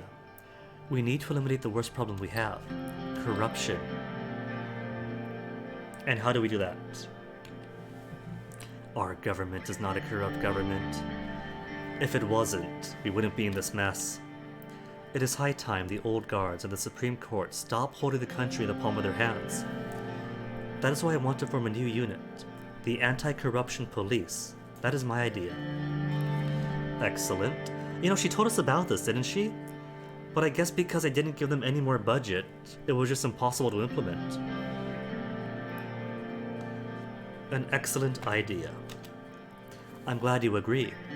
I'm still figuring out the details myself right now, but think about the possibilities. Also, one more thing. About Lilias. Yes? I wouldn't trust her if I didn't get this warning. If only I gave some money to the Ministry of the Interior and the Justice, I would have known. She barely finished the sentence before we heard a knock on the door. Nia almost jumped in her chair. Lilias Graff entered the room. Mr. President, Nia. I hope I'm not interrupting your conversation. Not at all. We're just discussing a few things. Nia smiled at Lilias. I am sorry for being late. There was an important matter at the ministry. Just a small dispute over who should get the supplies, nothing major. Lilias took the seat next to Nia as she continued talking. Well then, let's go straight in. We will provide a brief update on the situation of the law enforcement. Go ahead. Nia, the Ministry of Justice and the Supreme Court is working in close collaboration with the Ministry of the Interior to address the protests of the country. I must add that thanks to the hard work of our judiciary, the law enforcement forces assigned to my ministry are doing their jobs efficiently. I wouldn't call it a success for a force on the ground, not due to the judicial branch of our government. Lilia shot Nia a brief, withering glance. As expected, the budget increase has boosted the morale of the employees in the law enforcement agencies. In these dire times, my people and Nia's people are especially delighted. This came as a pleasant surprise to many in the Ministry of the Interior, since it was not even one of our campaign promises. And for that, all I will say is bravo. This was an excellent decision. Agreed. At the Ministry of Justice, we are very happy with the decision as well. The backlog of court cases are dwindling, and we have started to fulfill the needs of the current situation. Certainly a step in the right direction. Glad you approved. Of course it's the right decision. I made it after all. Nia nodded. Of course. Well then, let's move on to what we are actually here for. Due to the budget increase, we can start doing much more as the main branch of security in Swordland. However, a decision has to be made about the budget balance between the Ministry of the Interior and the Ministry of Justice. Exactly. When deciding, you must look at the bigger picture. I believe you will make the right choice and pick the Ministry of the Interior. What if I just decide to balance the budget? Balancing the budget won't help as much. The current situation clearly demands that a decisive choice has to be made to benefit the nation. I agree. We need to focus on one ministry to achieve tangible results. Of course, what would make the most sense in the current situation would be to support the neglected Ministry of Justice that would improve the legal system in Swordland. Tell me, Nia, who brings the criminals before the justices? Let me answer. The police forces connected to the Ministry of the Interior. Graf, are you forgetting there's currently a backlog? So the police just keep bringing up suspected criminals, not even convicted, to just shove them into cells to see the justices? That's not sustainable. Again, Lilias, I said this last Tuesday-ish, triage. Triage, and only go for the crimes that need enforcing. Let the little things go by. If we don't have the funds to do things, we have a backlog to do, we got corruption to fight. All these things are a drain on the economy. Why should I pick the Minister of the Interior? The Ministry of the Interior is a much more significant and important government agency that is in need of the funds, especially during these times where there are many protests in the country. Good luck prosecuting criminals or going through local government laws without enough judges, Lilius. And the justice? Each day, the stack of legal cases are piling up for the judges. Cases for corruption and criminals are delayed due to a lack of funds. It seems to be that it is an organizational issue, but not a funding one. The Interior needs the money more for police and local governments. Alright, you've convinced me, Graf. The funds will go to the Ministry of the Justice to reduce the court backlog and improve the justice system. I made up my mind. Get out of here. Get Lilius out of here. Bad decision making. The right choice. It was time that the Ministry of Justice got the funds it needs. Hopefully this locks me in to what's-her-face, to Graf being my opposition. A brief moment of deliberation passed. Lilius got up from her seat. I must return to the ministry to implement necessary changes. Very well, see you soon. I need to have a few words with the president. Lilius left the room. Here's my proposal. Corruption has always been a major issue with any government. It is the root of all evil. That is why I'm proposing the formation of the Anti-Corruption Police. A sub-branch of the Ministry of Justice, the ACP would be given full authority by the presidency to investigate corrupt government officials and citizens. Could I abuse this? Investigate corrupt government officials? Yani, everyone who was not on my side?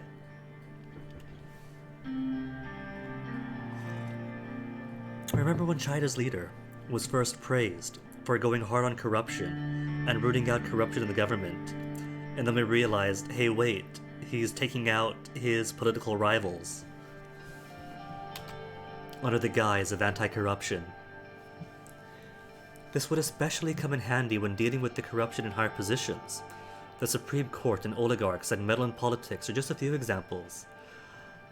A reason to remove old guard justices, and maybe legal reason to seize the assets of bloated capitalists. If you accept, this will give our administration ability to deal with corruption quickly and decisively. Very well. Form the Anti-Corruption Police. Excellent, I will start the prep work. You are making good decisions after good decisions today, Mr. President. I will be in touch. Nia got up and left the room. She is going to resign after it turns out that I'm going to be using the Anti-Corruption Police decisively. Still on 3 economy. That's decent. Order, Anti-Corruption Police, is a police force under the Ministry of Justice that combats government corruption. Increased justice funding, anti-corruption law. A new legal initiative under the Ministry of Justice that combats government corruption along with anti-corruption police. Anti-corruption campaign in the green. Efficient justice system.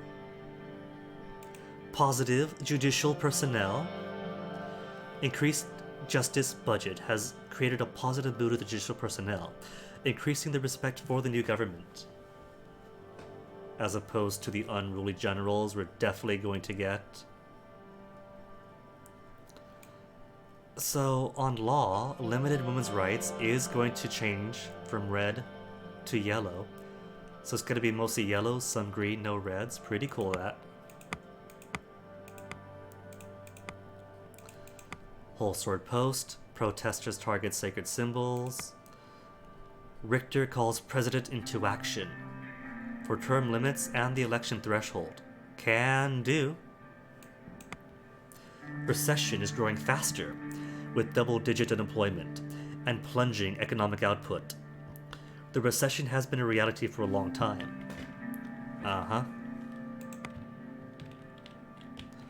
But we're boosting the industries, the industrial output in Lauren. Railway is halfway done. Evening walk with Monica, and here's where Monica first wants to... Who they're protesting. Two sides of the same coin, common thugs, those communists, those young swords. It must be the young swords, taking it too far. Old grudges die hard, I see. For a good reason. Okay, we'll still go to Capitol Park. And this is where she wants to really get things going with her women's rights campaign, right? How's my day? Paperwork, endless meetings, usual nightmare. But could be stimulating. How was yours? Cut up on reading with the children at school. Saw Jonas Krona, former Minister of Justice. That's the last time, isn't it? Evelyn came around for tea. And Peter's at the doghouse again, naturally.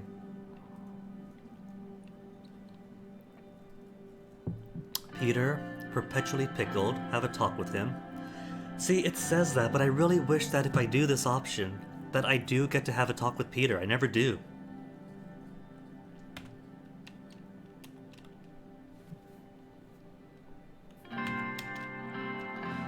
Didn't say anything. A sad day for journalism and free speech when Evelyn lost her job. And Janice... Who? Which Janice? From university? Sorters literature? I don't remember. Go on. Fired for getting pregnant.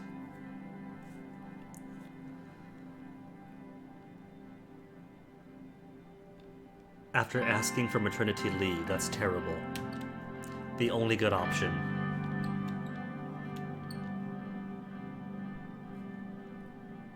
Utterly, utterly ridiculous.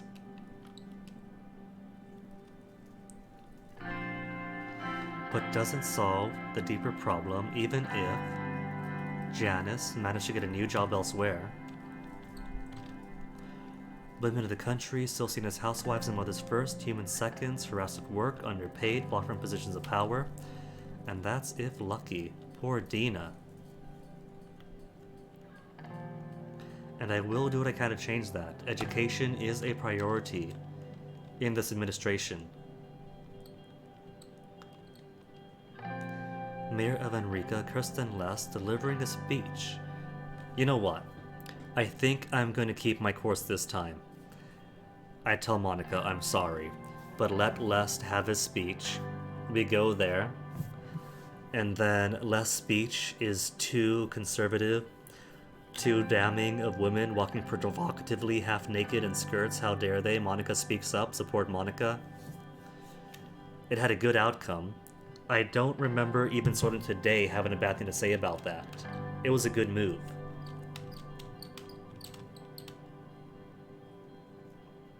Does it have to be at the festival? Why not make the speech some other time? Has to be then.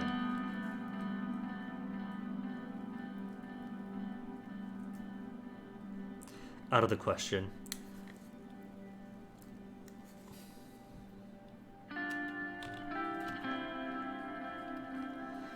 Can't make Curtin less angry. Too much political strife. Deal with women's rights later. No, that's not the issue. We can deal with women's rights right now if she wants to. Just not at this particular speech. Can't make Curtin less angry.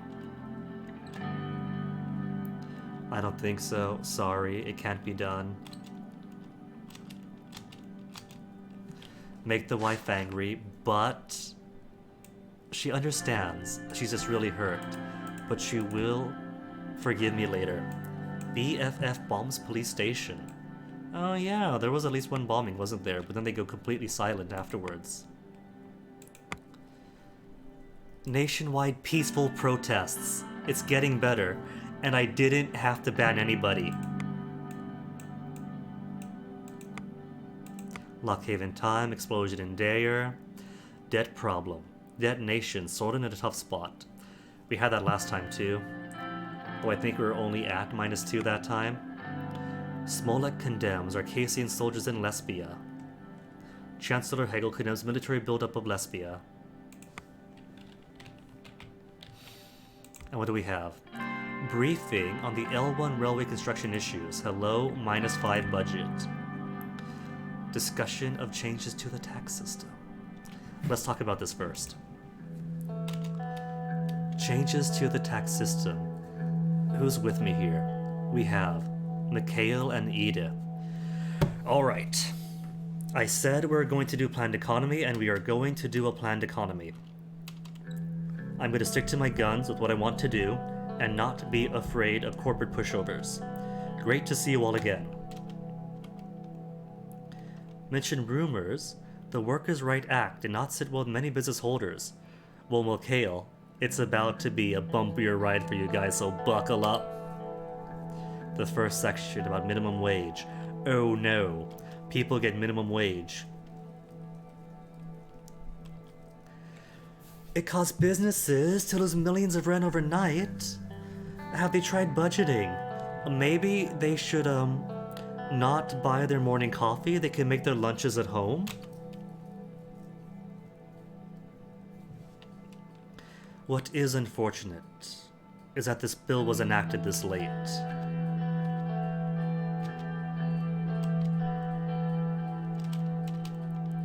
Ultimate goals to end the recession. Increase, maintain, or decrease the taxes for large corporations. Or increase, maintain, or decrease the taxes for small and medium businesses. What is the outcome if we increase the tax for large corporations? Not an option. Our economy is in shambles. Taking what's remaining from businesses will destroy the economy even further. We could balance it by decreasing the taxes of small businesses to put relief on them. I see. I'm not sure that's a good idea with the current state of our economy. I do believe there's one way to get out of the recession. Through trade and economic contribution of large corporations. Increasing their taxes will turn them on you. I'll go one step further. Increasing their taxes will have disastrous results and will make you the enemy of them. Trust me, Mr. President. Nobody wants to make an enemy of them. Goes both ways, Mr. Raven. Of course. I am ready to make a decision. Increase taxes for large corporations and balance it with a decrease for small businesses. I like how decreasing corporate taxes but balancing with increasing smaller business taxes loses you money overall. I'm sorry, but goodbye to the aristocracy. Off with their heads. You are making a mistake. Oh, Mikhail, we haven't even touched nationalization yet. This is going to have outrageous effects down the road. Enough. The president has made his choice, and poor Simon's backlog of work to untangle just became 50 miles longer. Well then, I have taken note of our action. I will put it into implementation as soon as possible. We will be giving people some relief by enacting tax breaks for small and medium businesses. And there will be an increase for large corporate taxes, which will help us sustain our balance. Simon organized a stack of papers he had in front, and placed them back in the briefcase. Well then, thank you everyone. That'll be all for today. Enjoy Lock Haven. Thank you, Simon.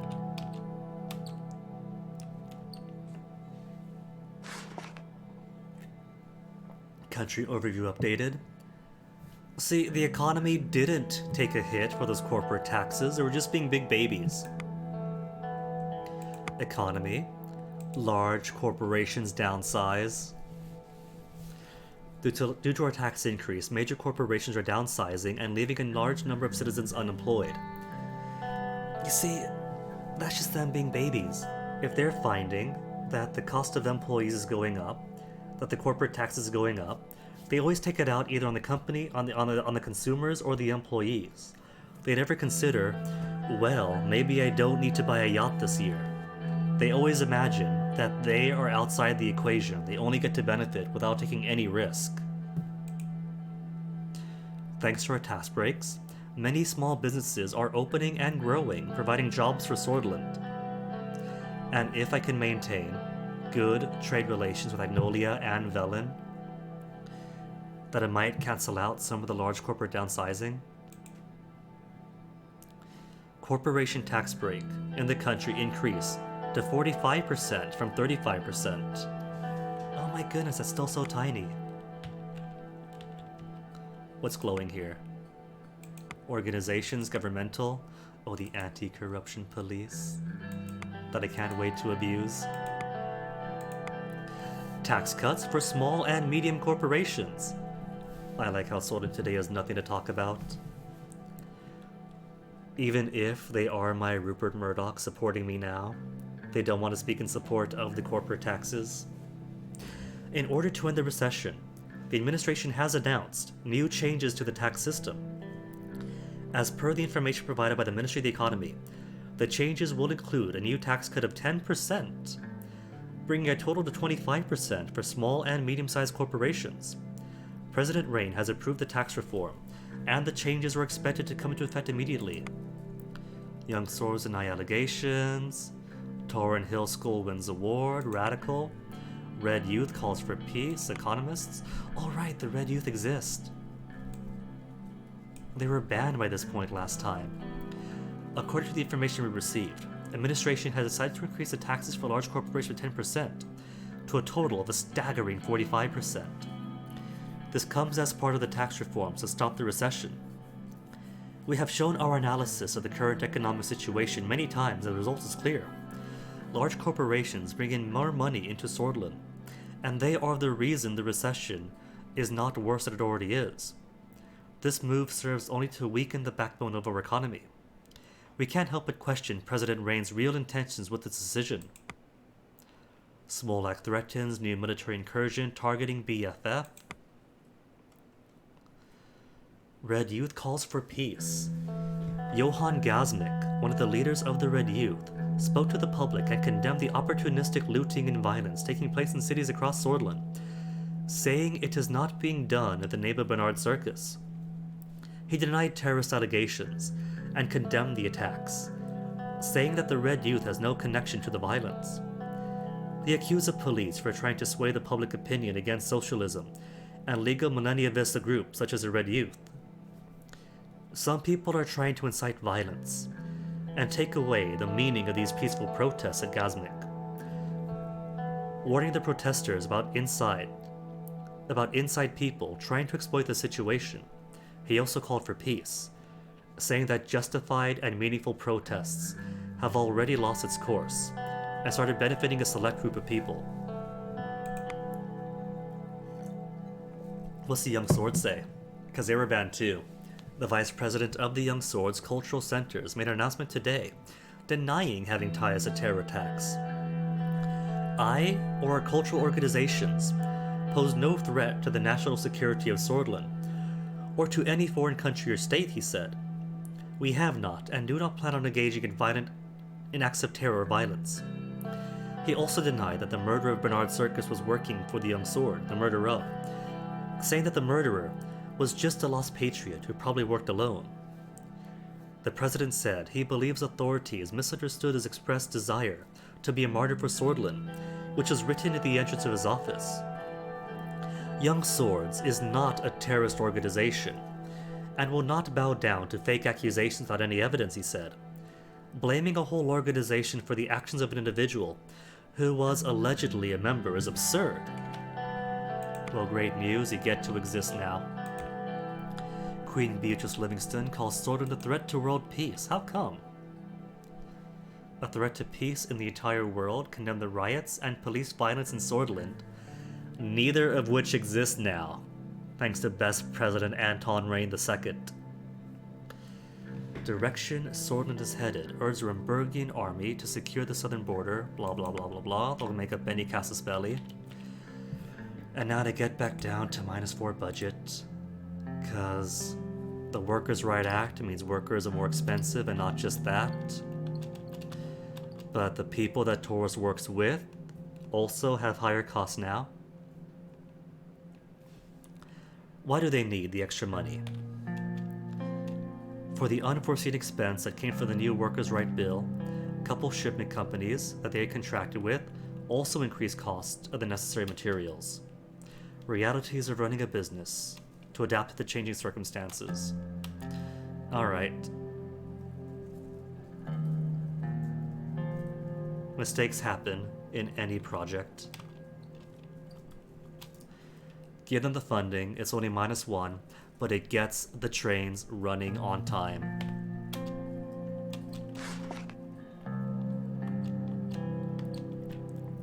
Enjoy the hospitality of our mayor. That I'm intending to. Will certainly join you. The railway's almost done now. Okay, what have we got now?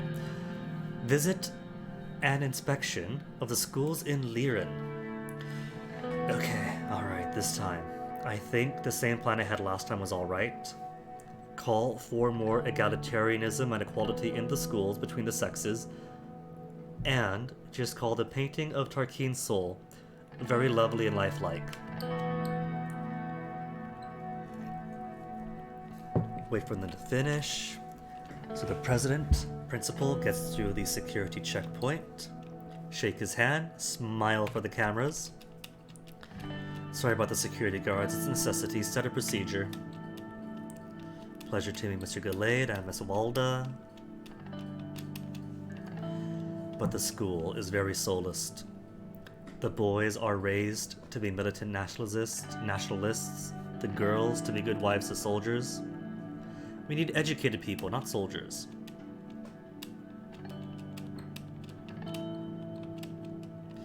Clap loudly, not at the kids. I'll clap, it's for the kids. Almost forgot the words. The oath is youthless. Youthless, no, the youth are saying it. At ease, sit down, please. The boy wants to be a general, sir. To sacrifice myself for my country and you, sir. Make a fine general in the future. At ease general, well if he wants to.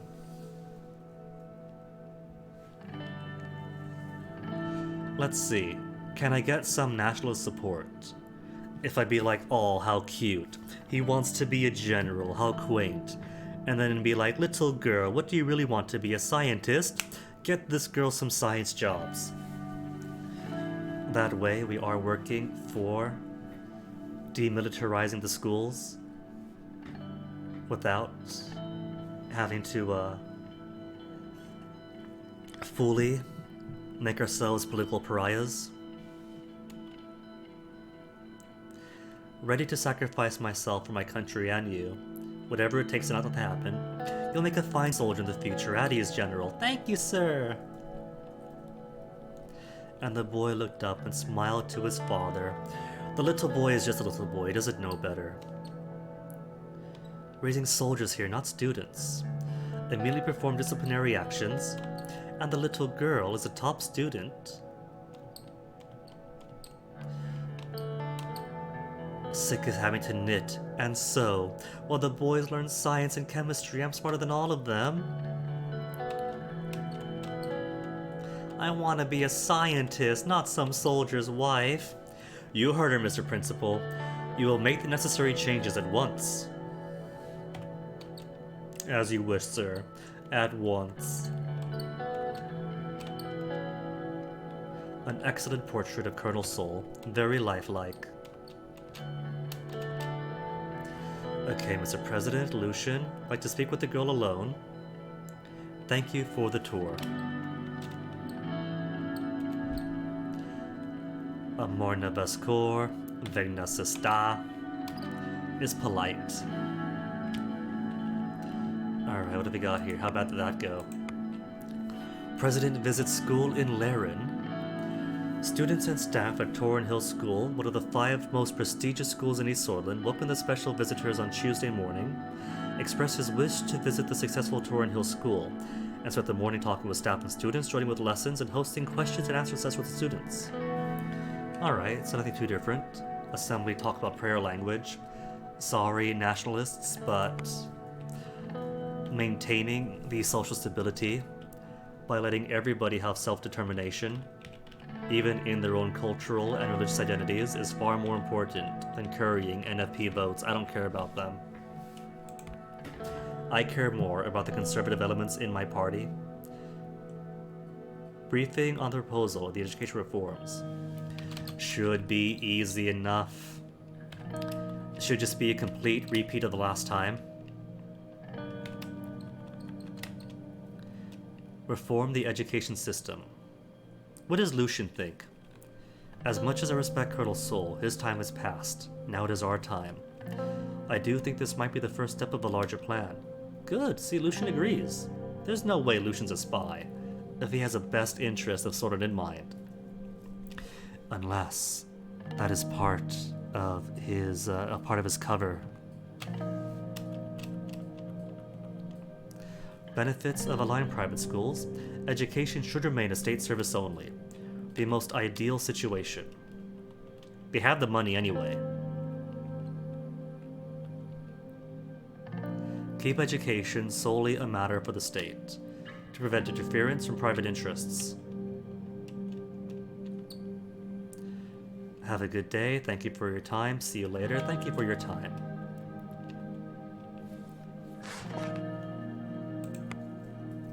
Overview. Black Tuesday crash happens anyway. It's probably because of my debt. Maybe. But that's definitely going to make things more difficult. Modernized education techniques. It could be a threshold thing, like if we're at a certain budget in the negatives, then Black Tuesday happens. So maybe sacrifices do have to be made, like not doing the Workers' Right Act, so that people do suffer and there is inequality between migrant workers and regular swords. But that's -2 budget saved, and it'll be at -2 and not -1 for the act and -1 again for Taurus Holdings needing a bit more funding. Kibbener, Rain is making a mistake. Really? What's he talking about? Criticize PFJP for supporting President Rain. Nonsensical collaboration. Demonstrators arrested. Tens of thousands of demonstrators driven out from the city centers by riot police this week. But there's no more violence. Young Swords and the Red Youth are calling to an end of violence and distancing themselves from it. There haven't been KA-74s found in newsstands anywhere in the country this entire term. That just doesn't exist in this timeline. United Cantana launches second satellite. Ministry of Education, work on education reform. Meeting with Gloria Tori on planned reforms. And it's already 4:26, so this might be the last thing for today. Meet the devil and see what she wants. Good morning, Mrs. Tori. Good to see you from here, Mr. Rain. Good to see you here, not from here. How are you doing, Mrs. Tori? Fine, Mr. Rain, how are you? Very happy to see you, Mrs. Tori. It's been a while. Indeed. How does a presidential chair compare to the ones in the assembly? The chair is fine, but the work that comes with it is insane, am I right, ladies? We both know why you are here, and you need my support. I reviewed your proposal in detail. It's a fine draft. Your changes aren't major enough to cause any difficulties, even with the 8%. No major difficulties, since I'm keeping Tarkeen Souls Member of Honor. I believe I can give you the help you require, even with the 8%. She repositions herself on her chair. Just don't forget, Mr. President, the Conservatives will be expecting a lot from you. I will be expecting a lot from the Conservatives as well. I can get you the signatures needed for the proposal. I'll talk to the other Conservatives. Dude, didn't have to negotiate anything, and I keep the 8% threshold, which means that Franz Richter will have nothing to complain about. I hope there won't be any surprises though, Mr. President. I assure you, there is nothing you should be concerned about. Everything that I want done is on paper. I don't want any changes. I'll hold you to that promise. I just hope you won't flirt with the Milanovists. Your promotion of Eastern values was troubling. Of course, I can't guarantee that all the conservatives of the party will vote for your constitutional changes. That will depend to some extent on your policies, but the signatures at least are good as gathered. Which policies make you concerned? I am concerned about the oligarchs and the state of our economy. I am worried that they may influence you for their own benefit. We expect you to succeed where Alfonso failed in resisting their siren call. If you start privatizing healthcare or state-owned corporations, I doubt he can help you. Okay, she straight up says right there, don't privatize healthcare or the state-owned corporations. State-owned corporations I didn't. Healthcare, I had to. I had to because there was polio. I didn't give any money to the Ministry of Health, so I had no choice but to allow some privatization and kept polio at bay. Maybe next time through, because I'm already thinking if Black Tuesday is happening again. Maybe I can go ahead and let the schools privatize. Let the schools privatize a little bit in order to afford reforms to the school system. I'm not Alfonso. Don't worry, that won't happen. Good. She stood up. I believe I made myself clear. Thank you for stopping by, Mr. President. I hope you'll hold your promises. Shook her hand, and she sits back down. Understood, leave you to it. Goodbye, Mrs. Torrey, thank you. Expecting your wing support, Mrs. Torrey. Goodbye, Mrs. Torrey, and thank you. She only responded with a nod as I left her office. The conservative side was handled, but I had to get the 150 signatures needed. Deal with Albin Clavin of the reformist wing. Well, could I speak to Franz Richter first, or do I have to go to the party first? I guess it's just friends then, or not friends with Albin Richter, or Albin Clavin. The reformists of my party and the reformists of the PFJP are merging together in my mind. Alright, Clavin. Clavin should be in and out, without any worry.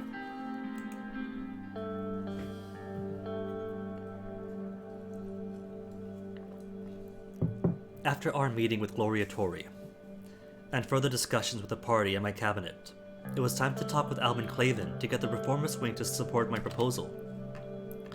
Okay, and should be all fine, right? How's everything going, Mr. Clavin? Been busy, party working very hard, Mr. President. And you see, right? I still have the 8% threshold on record, so we should like it. How's things going in the palace? It depends on our meeting here today. Oh, I see. Then I'll try my best not to make it any worse for you, Mr. President. Clavin, I am considering that a legally binding spoken agreement. Express my gratitude for passing the Workers' Right Act, the most comprehensive and successful political efforts. Excellent. So I've already supported his bill. And I got the 8%, so I don't see any reason why he should ask for anything more. The workers' revolution will begin with small steps. It was the right thing to do because our workers were suffering for decades. You and I see eye to eye on many subjects, including this one. Music to my ears. Wouldn't it be possible without Pascal Benable's support, labor unions, and several NGOs? Alright, so let's see. Thanks for coming here for my input, because there are some subjects where Gloria and I don't see eye to eye. I have to say that most progressives are already starting to warm up to you. Your attempt at changing the Constitution created quite a bit of excitement. One could dare say an excitement that hasn't been felt since the 1930s. Yet there are some issues with the current draft of the proposal. Come on, even Gloria was alright. So we may need to contain our excitement a little longer. I suspect that Mrs. Torrey had a lot of influence on this proposal, but I cannot support this in its current state. I thought you were a Democrat. This is a very good reformed constitution. I'm giving term limits. I'm putting a limit on the vetoes. The Supreme Court is getting a bit weakened to support the Assembly. What is the problem? He looked down at the proposal. There might still be a way for me to get behind this. This is not enough, Mr. President. We could take another look over the draft, or perhaps there is something else you could offer me. Alright, what kind of concessions does he want? You already know our concerns. Limit the presidential decrees, with the requirement for an enabling act. No, I can't stand by that. No, not that. I want menu and last checkpoint.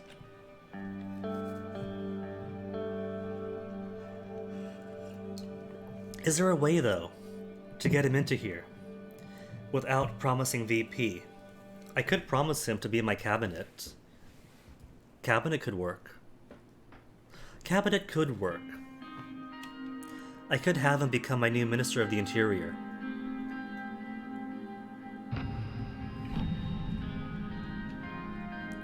This way, I wouldn't have to change anything. How's everything? Depends on our meeting today. You and I see eye to eye.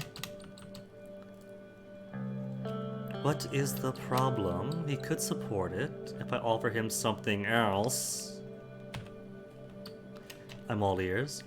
A position in my cabinet. I think we could achieve a lot if we lead together. Well, if you promise me the position of Vice President, I'm afraid I can't do that. How about Minister of the Interior? That's a shame. I'm sorry to say there is nothing I can do for you, Mr. President. Good luck with uniting the party under reforms, but I guess you'll be united the party. I guess you will be uniting the party against you like this, which is an achievement too, I guess. Anyway, I need to get back to work, Mr. President. I'll be expecting the reformers support Mr. Klavan. What if I call him a Democrat? That's not going to make a difference, is it? Because I'm already giving a lot here. I don't exactly want to make any more additional changes that might upset the conservative wing of my party. Because Gloria, being the old conservative soulless type, especially doesn't like any weakenings to the executive. They want a strong executive, a strong government, not things too much in the hands of the people. Depends on the meeting, seeing eye to eye on many issues. I thought you were a Democrat. I am, but Democrats have already established our demands, which were apparently ignored by you. You cannot claim that you're the Democrat here. Oh, sure, I'm only limiting the executive and the judicial and propping up the legislative. I can't let you sabotage this. Don't forget who you're speaking to. I can't let you sabotage this. You are sabotaging yourself if you're not willing to listen to the reformists in your own party. Don't forget who you are speaking to. He raised an eyebrow and then frowned at me. Well, yeah, you are right. So, do you want to hear our concerns, or are you only here to push your agenda? Let's hear your problems. This is not enough, Mr. President. You can take a look over the draft, or something else. This meeting is over. However you see fit, Mr. President. I hope I didn't offend you in some way. I'm sorry to say there's nothing I can do for you, Mr. President. Good luck with uniting the party under your reform. But you'll be uniting the party against you like this. I'll be expecting the reformers support Mr. Klavan. We'll see, Mr. President.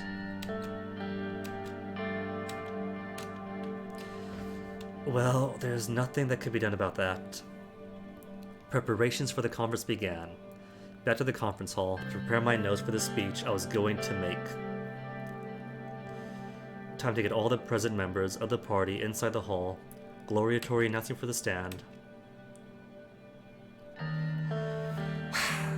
It's alright. The conservatives make up the vast majority of the United Swordland Party, and they also have pull with the moderates. The reformists in this regard are very much the minority. If I can get the conservatives and the moderates and the actual reformers who care enough about reforms for the PFJP, then I wouldn't need what's his face anyway. Brothers and sisters of United Swordland. Came here today to announce the agenda for the future of our country. With the reasons for the changes to the Constitution, the people of Swordland have spoken. Our systems and institutions have increasingly become undemocratic, while the Supreme Court is blocking the future of Swordland. There are plenty of old guard in my party too. The people of Swordland have spoken. They blame our institutions and our systems and want change. Can you blame the people? Haven't we had enough with the flaws of our Constitution? We must listen to their wishes and get their trust in Swordland back. I paused as he started clapping and continued. Talk about democracy. Talk about why the USP needs to survive the next elections. Make this an existential threat. The people won't vote for us if we're not going to give them what the people want. I brought attention to the people's protests and the slight decrease in the popularity of the USP. I explained how our proposal would only be beneficial for everybody. The moderates that sat at the center started applauding. Later, I explained the contents of the new Constitution and asked for their full support for the proposal. Ask for their votes. I asked each and every member's vote to make the change together. The conservatives on the right side of the hall where Gloria sat stood up and started clapping loudly after I saw Gloria making a gesture with her hands. We got the moderates. We got the conservatives. I saluted everybody in the room one last time and bid them farewell before leaving the stand. Walked outside the assembly and back to the palace. One new message. President meets USP. Details of the meeting not made public, nor what the draft contained. But I do have the conservatives, I do have the moderates. That's the vast majority of the party. A huge majority, I'm sad to say. It's a very conservative party. Balance of power in Eastern Mercopa. Get to go back to Velen and Agnolia tomorrow.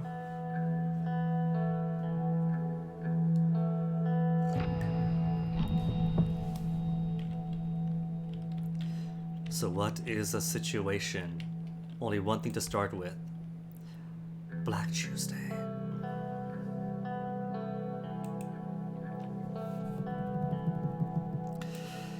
I guess Black Tuesday is going to happen regardless, but the good news is, if I don't antagonize Agnolia, Velen is pretty much in the bag. I can guarantee Velen just about for trade. That'll be double the trade input. Infrastructure project complete from Lockhaven to Holsword. The Rust Belt in Lauren being dealt with some minor investments. And if I go full on nationalization, that should help things out somewhat. Maybe, I hope. Because nationalization didn't hurt last time. What hurt was the complete lack of anything in actual production volume. What's the economy say? Increased employee costs, stagnated production is an issue, businesses bailed out, small businesses growing.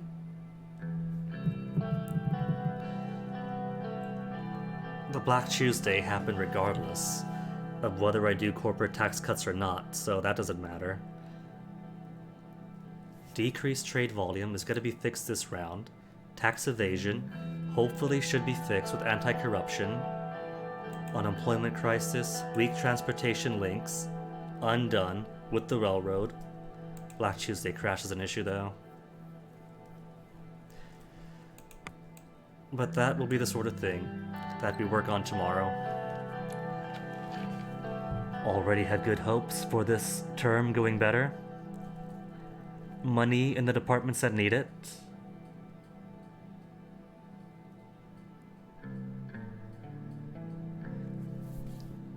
We have money in the departments that need it. We currently still have some political support. I think today I'm just gonna raid Din. Haven't raided Din in forever.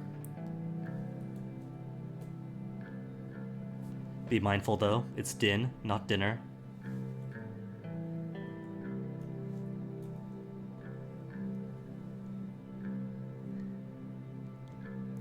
But yeah, thanks for hanging. We actually got one round of suzerain complete. Possibly the worst setting possible. But it's alright, we did good by the people. This time we're gonna do good by the people while seeing if we can fix the recession.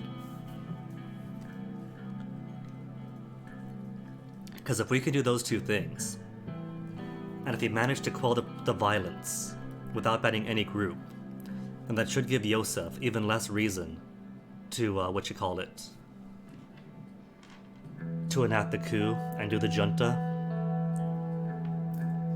And without having bribed anybody, there shouldn't be any reason to impeach. So fingers crossed for this time. We'll see how it goes tomorrow. Till then, thanks for being here. Go enjoy some Din Not Dinner and have a good night. Take care.